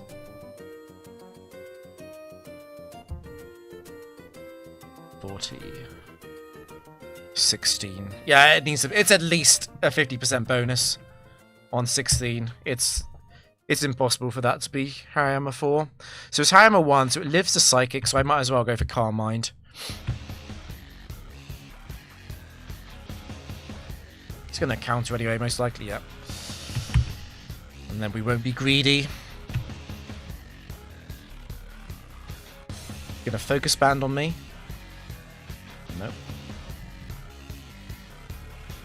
Donphan last, but I'm at +1 Donphan. It's too late, and it has to be Donphan 1 because the others are all Quick Claw. It's too late. It's too late, Donphan.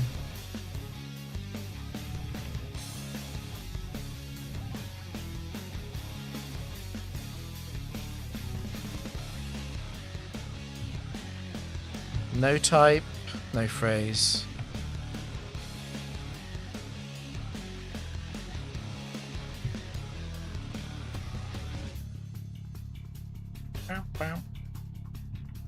I like that my chat is very good at spotting what the Pokemon are as well. Manectric. Ooh. I know it's a roll. I know Psychic is a roll on Manectric.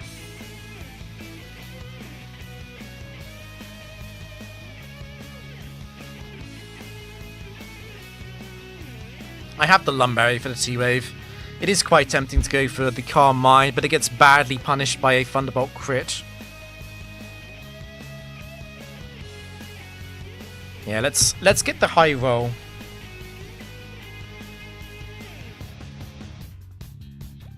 Manectric can't beat Snorlax, but it can do a lot of damage to it. Like, if we swap into a Thunderbolt and get it again, Snorlax has lost over half of its HP. Latias, yeah.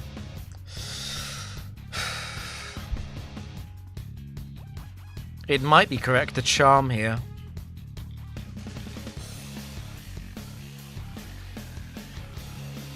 I think what I really want to do is just Psychic, check if it's Latias 1, and if it's not Latias 1, I swap and Shadow Ball.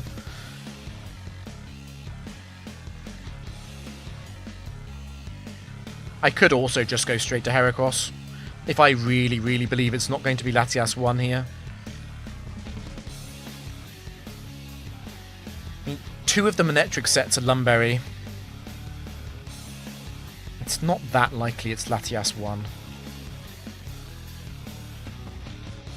I think I like the Psychic into Shadow Ball line the most, though.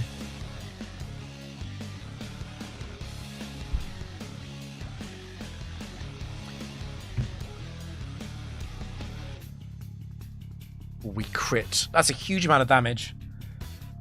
That's Latias 2 or 3.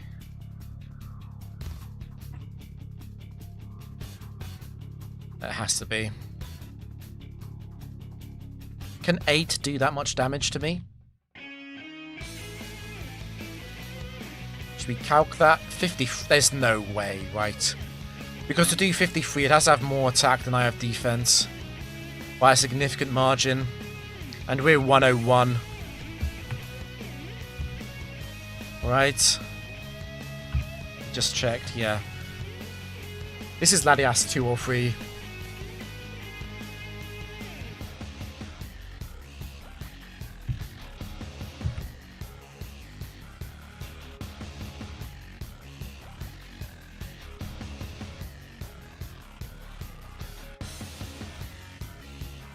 EQ.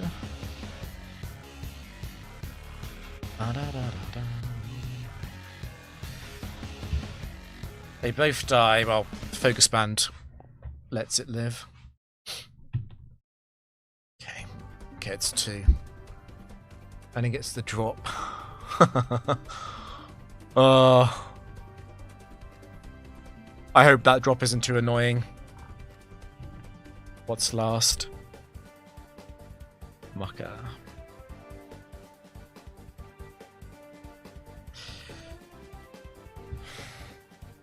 Maximum pressure.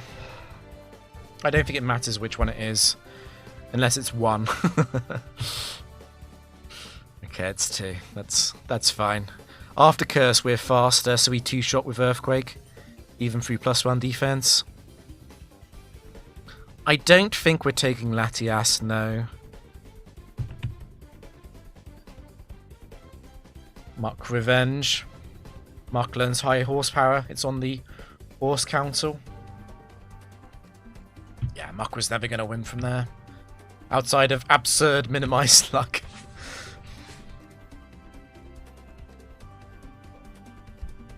I do stream on Twitch as well, yes.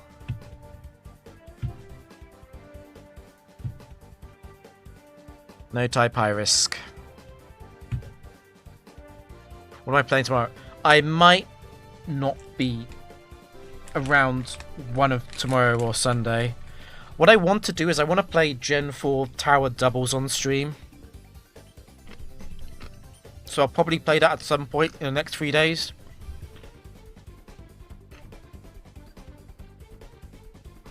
I feel like it'd be gone better from just regular Pokemon just by watching listening. That's cool. It would be interesting to know how much you actually passively pick up like that. I don't think we're taking Latias. I don't really believe in Latias 2 and 3.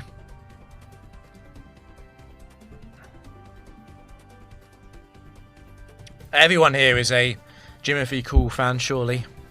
Or am I eating crisps? Or chips, as the Americans would call them. It is high risk, though, to lock in. High risk is always a bit scary. Okay, so high risk Regice means explosion or counter, most likely. Huh. I kind of want to go Calm Mind.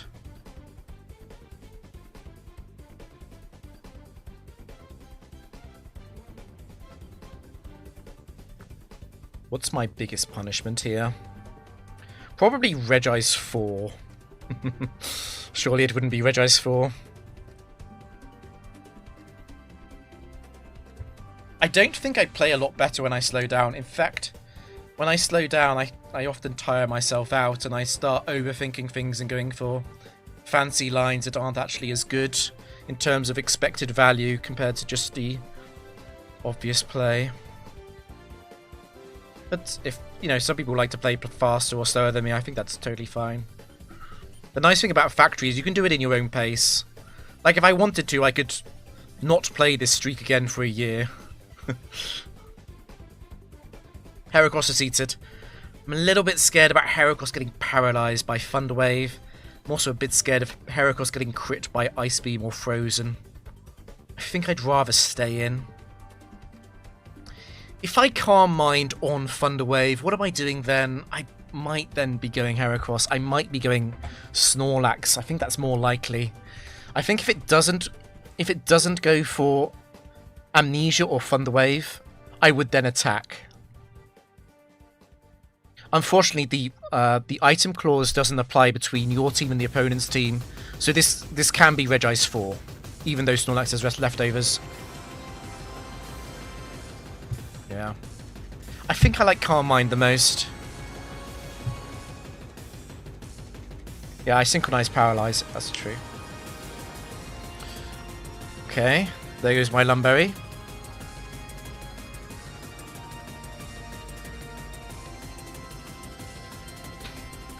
Okay. It was most likely to be Regice 3 because of Explosion.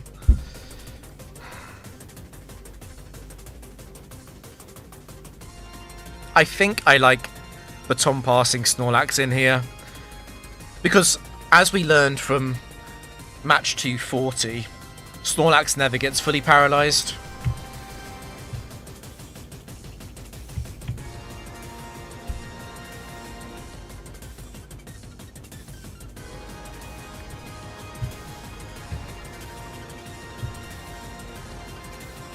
Okay, I don't actually get a move then.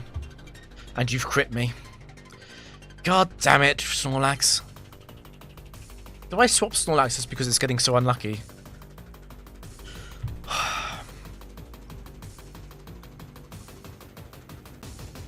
But it would be very nice to be at full HP against... Not full out. It'd be very nice to have more than half HP against Fearow.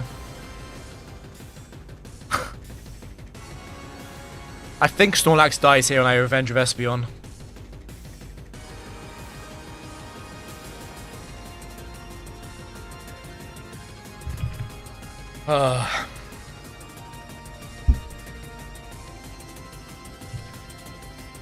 Sad, okay. It's good news.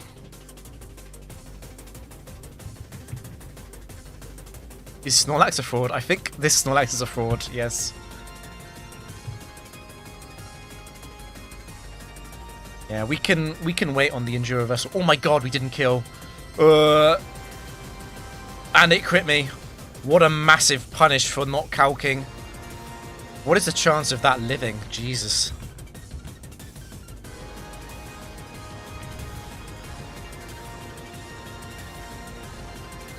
Oh my god, it's only the minimum rolled it doesn't kill.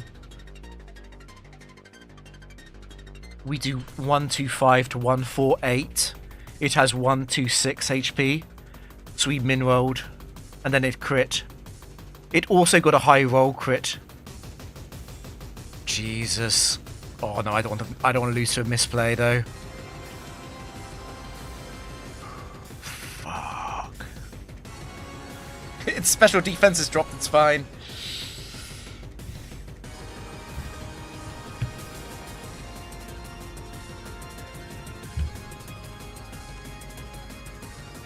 Yeah,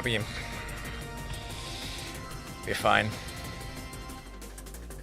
Surely the last Pokemon wouldn't be a resist on Endure. Reversal.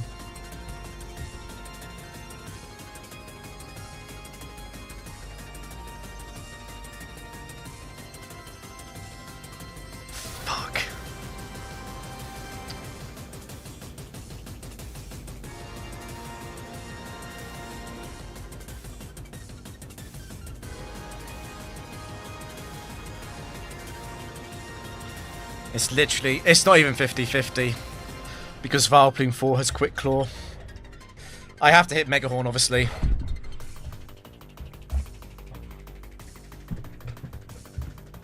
Vileplume 1 and 2 win here. God, leading to Vileplume would be so cringe. At least I can blame the loss on the Regice explosion crit.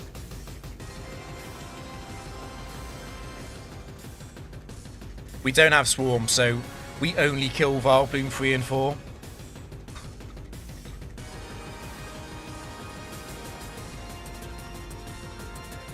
Surely Bright Powder wouldn't activate.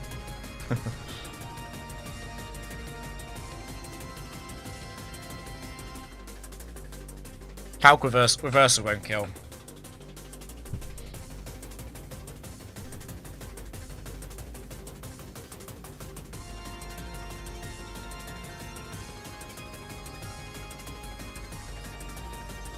We're not Swarm, we're Guts.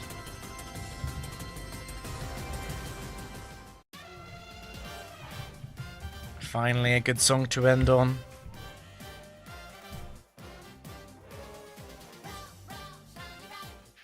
If we sync it with the big elephant noise, we'll hit. What if we crit reversal though? Maybe it's better to reversal.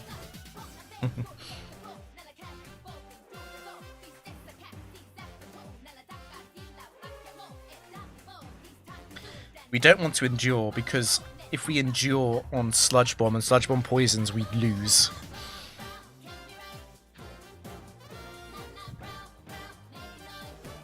Please, 3 or 4. Jesus. Should have been punished there. My god, Fearow living Espeon Psychic.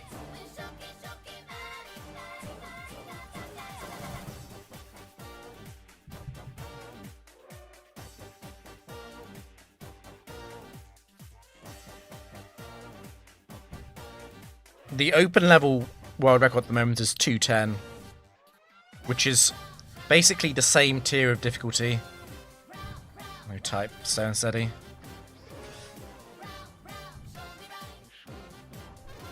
Jesus Christ.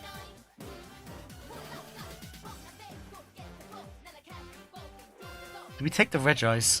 Snorlax has been so bad.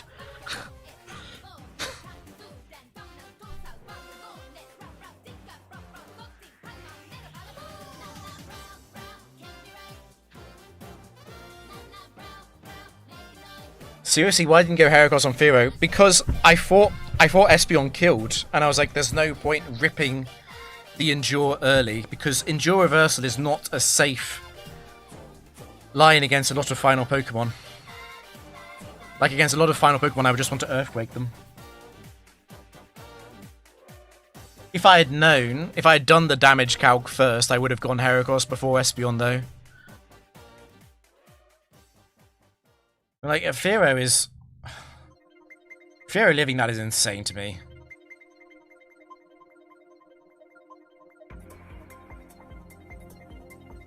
Like, Fearow is base 65-61 on HP special defense.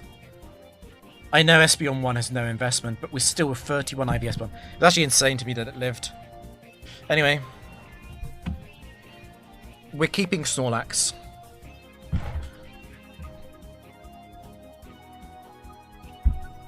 I blame all of that on Regice Explosion being a crit.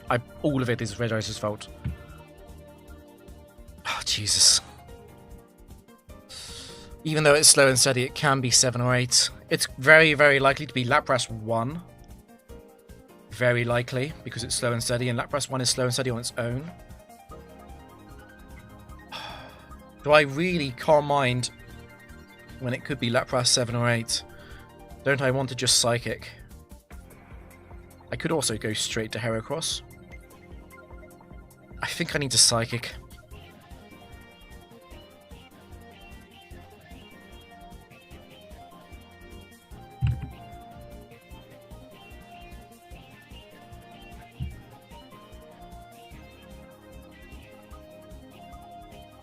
It's 6. You didn't crit me though. Okay, so I can Calm Mind, and then I live the pump.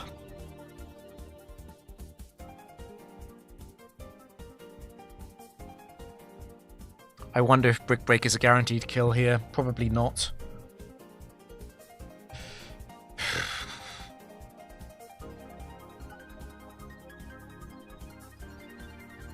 I think I do go for the Calm Mind here, though. There's a chance it goes for Blizzard and misses, as well as the Hydro Pump, obviously.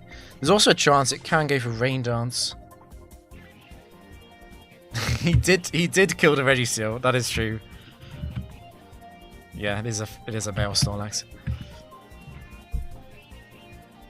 So a Bright Powder miss would be pretty bad here. At the same time, I would rather lose Espeon than Heracross or Snorlax.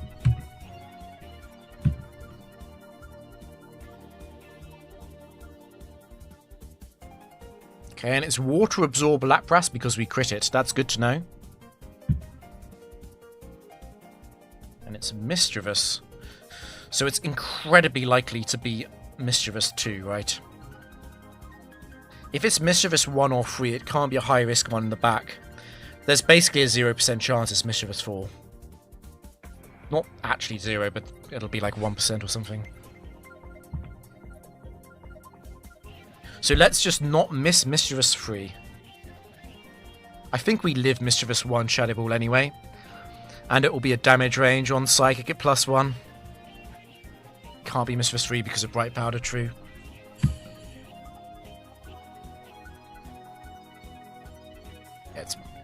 Again, it's probably Mischievous 2. Okay. Amphi does live. So we do find out what it is, unless we crit.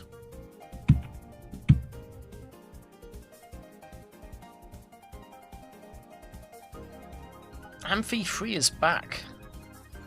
Huh.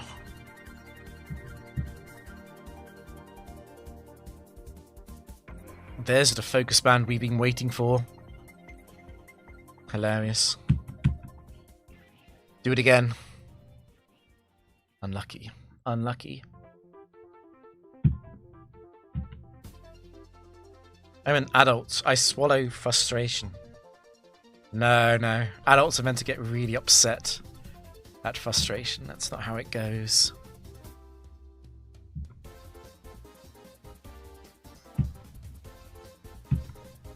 No type. High risk.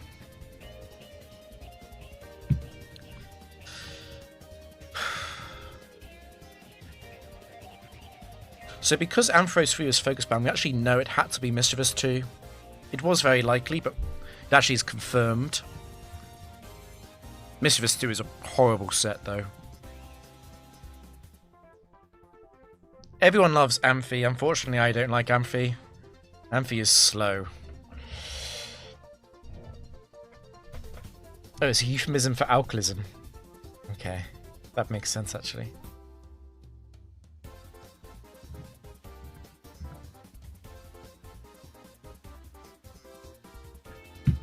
I like a trainer that's refreshing. Heracross has done surprisingly little, despite having a massive clutch. Outside of that, Heracross 4 normally does a lot. Okay, so high risk Gardevoir does imply it's probably a Destiny Bond set.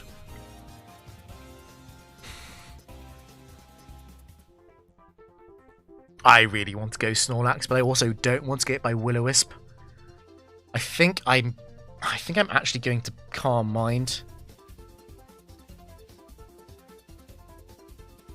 How do I feel about Gardevoir 1? Wasting my Lumberry like that, though.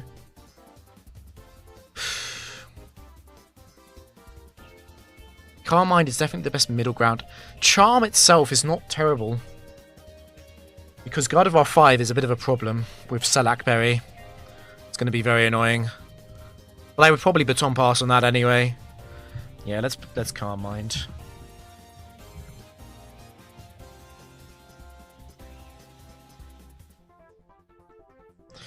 Bruh. Okay, well, we're definitely Baton Passing that then.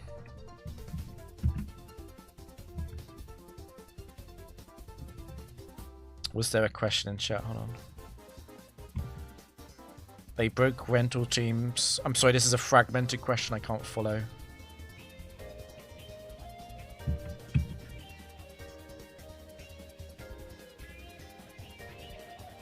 So do I Shadow Ball here and then I just sit on counter until it's out of Destiny Bonds?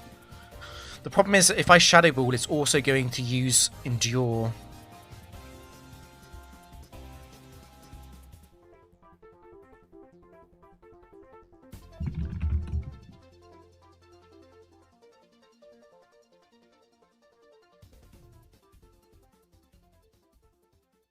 Low key, can I Shadow Ball and then stall it out for all of its PP? I'm wondering if Shadow Ball or Earthquake is better here. I could also Brick Break. The downside of Brick Break is that I get hit by 2 Psychics. I am at +1 special defense. I think I like Brick Break the most, actually. If it lives Brick Break... Oh, Des, of course you get it. If it lives Brick Break into Shadow Ball, I will then just sit on counter. The upside of this line, at least, is that it's wasted 2 Psychic PP, so I can just stall it out at the end anyway. It's not going to use Destiny Bond above half, and it's not going to use Endure above 35%.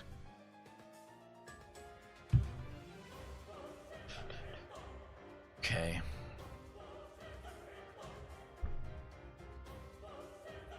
Is high risk. Gardevoir partially activated that with Destiny Bond, but this is quite likely to be Flail or Double Edge.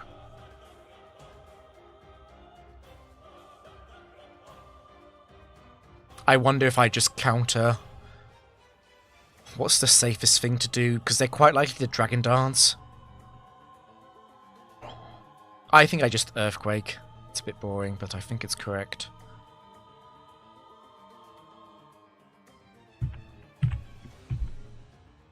Oh, it's 1. Okay. Well, could 3 do that much damage? There's no way, right? It has to be modest damage. 3 was so likely to use Dragon Dance as well. Okay, do I want to risk the crit on Heracross? Problem with Heracross is that if I Endure on a Hydro Pump miss, I'm in big trouble. 94. I can't really go Espeon here. Oh, the special defense drop on Snorlax actually really sucked, didn't it? It really, really sucked. Oh, 3 is Slackberry anyway, yeah. Item Claws.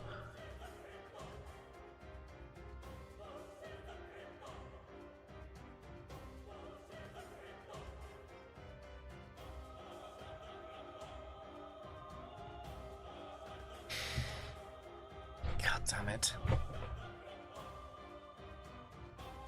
The world record is my own early on in the stream. Like, it's... There's no one else on a big level 50 streak at the moment.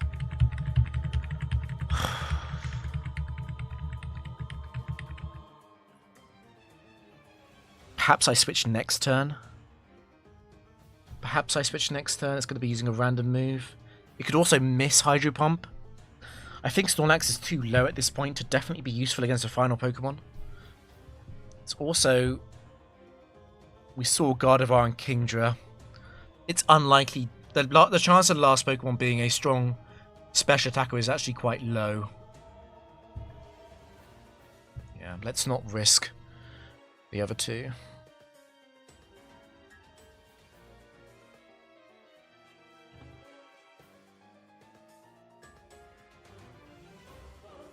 Okay, so we probably healed out of range of Icy Wind kill, unfortunately.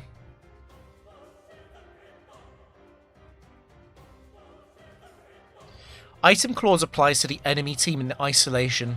So because Gardevoir was Slackberry, Kingdra can't be Slackberry. But pretend there's a Kingdra set with leftovers. That is possible, even though my Snorlax has leftovers.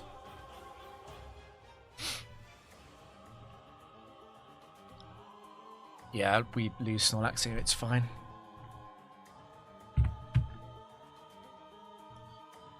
Smart Kingdra. Do we want to go Heracross first? Probably not. Heracross is the higher variance Pokemon that has hit Mega Horns sometimes. I don't want to risk giving Kingdra a chance to crit me as I can't mind. As long as you've ever thought about moving this streak. Probably the Credilli 2 situation, which was 29 minutes.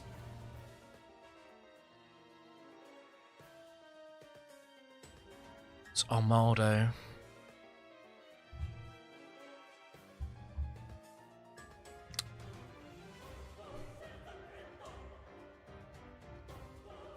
There's no great way to outplay Armaldo free, right? The problem with going on Charm is, as I said before, Swords Dance has 10 more PP than Charm does. So Armaldo won the... I think... Well, I guess Armaldo won. Getting an Omni boost would be bad, right? You could make a claim like that.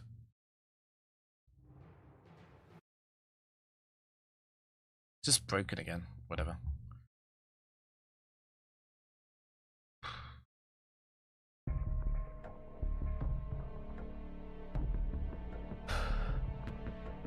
I could Charm.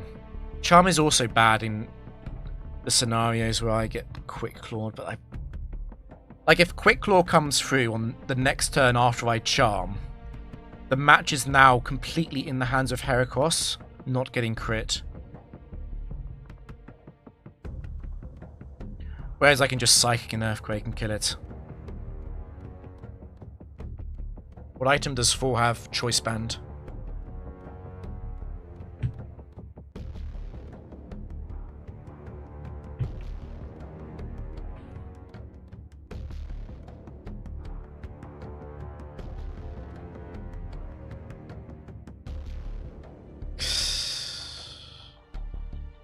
I am not playing around the crit.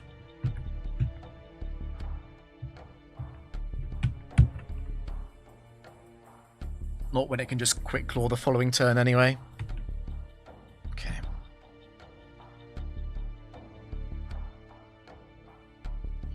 If it gets Quick Claw after Charm, Quick Claw into Sword Dance, it won't. It will Quick Claw into a kill move on Espeon.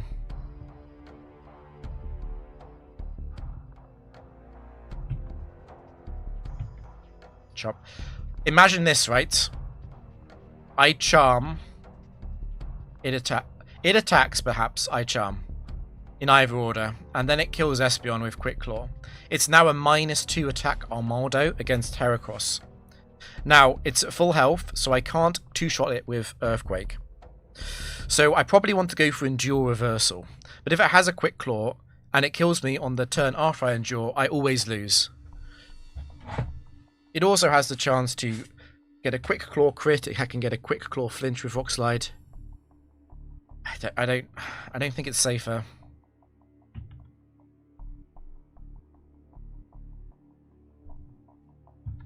I'm hoping to improve the overlay soon. I just keep procrastinating it. Water type, high risk. Right, that's surely Lapras is showing up at the end of the stream then.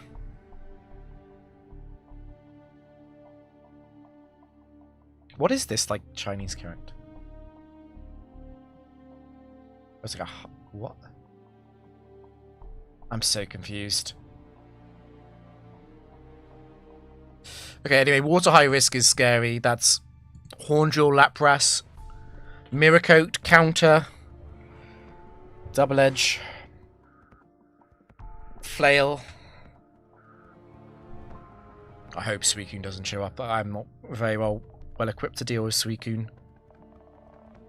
What was just... It was a Debond Guard. We can't take those.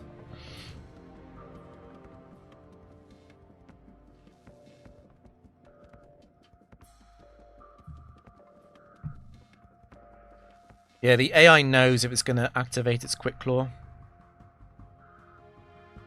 Water Absorb Lapras was on the match 242, yeah, so it can be Lapras back again.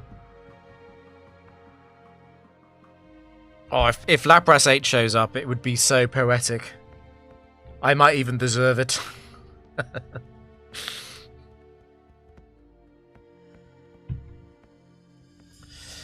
Okay, Blastoise, it's very likely to be Blastoise 2, 3, or 4, since Mirror Coat and Counter are high-risk moves. I can kind of go for a mid-ground play by using Calm Mind. I do get quite badly punished by a Hydro Pump crit from Blastoise 2. If I go for Psychic into a Mirror Coat, I'll just feel so stupid. I could also go Snorlax. Unfortunately, Snorlax doesn't actually do that well into Blastoise. I take slightly too much damage, and I can't avoid giving it Torrent. After 2 Earthquakes, it will be in Torrent range, guaranteed. I think if I wanted to fight Blastoise with Snorlax, I would want to do it after a Baton Pass from Calm Mind anyway.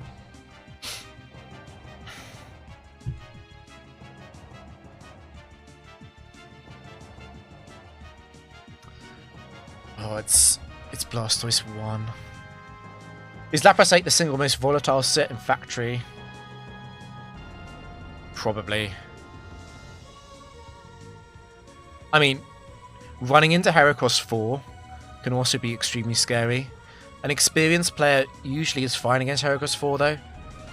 There's also like Aero 2, Choice Band Aerodactyl, that's pretty damn scary. And if that locks into a certain move and you don't have a good switching for it, you might be dead. Do I want to intentionally give this Torrent? I'm just so scared of Hydro Pump critting. I think I want to give this Torrent on purpose. I do live. I'm at +1. So I cancel out the Surf Torrent boost, but I still get hit by the effectively rain boosted Hydro Pump. Espeon going low is not too bad. Priority moves are quite rare in Gen 3.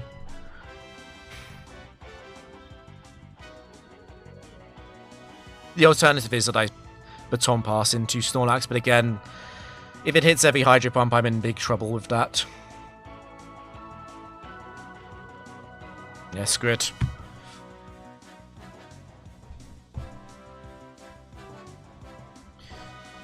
Just not getting punished. Just not getting punished.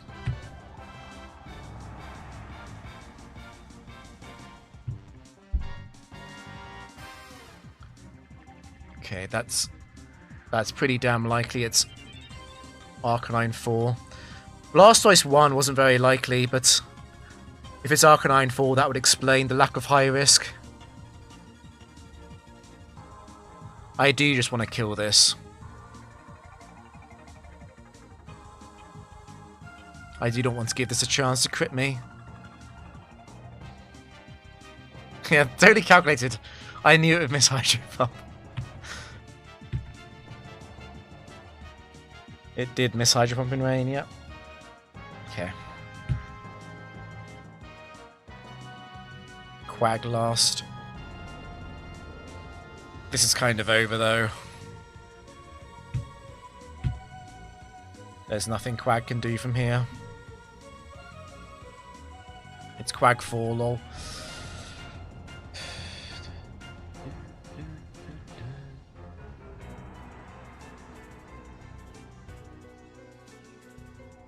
Yeah, Thunder and then in later generations Hurricane.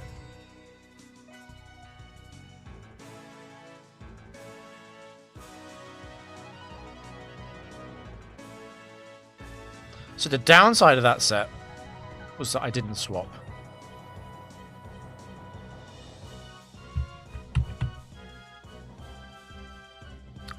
So I'm guaranteed to reach 99 swaps on the next session. Do I go for a swap just so I get 100? Doesn't feel very smart. Espeon held it down. Espeon did do a good job. I was impressed actually. Except for the part where Espeon didn't kill Fearow, which gave me a massive scare.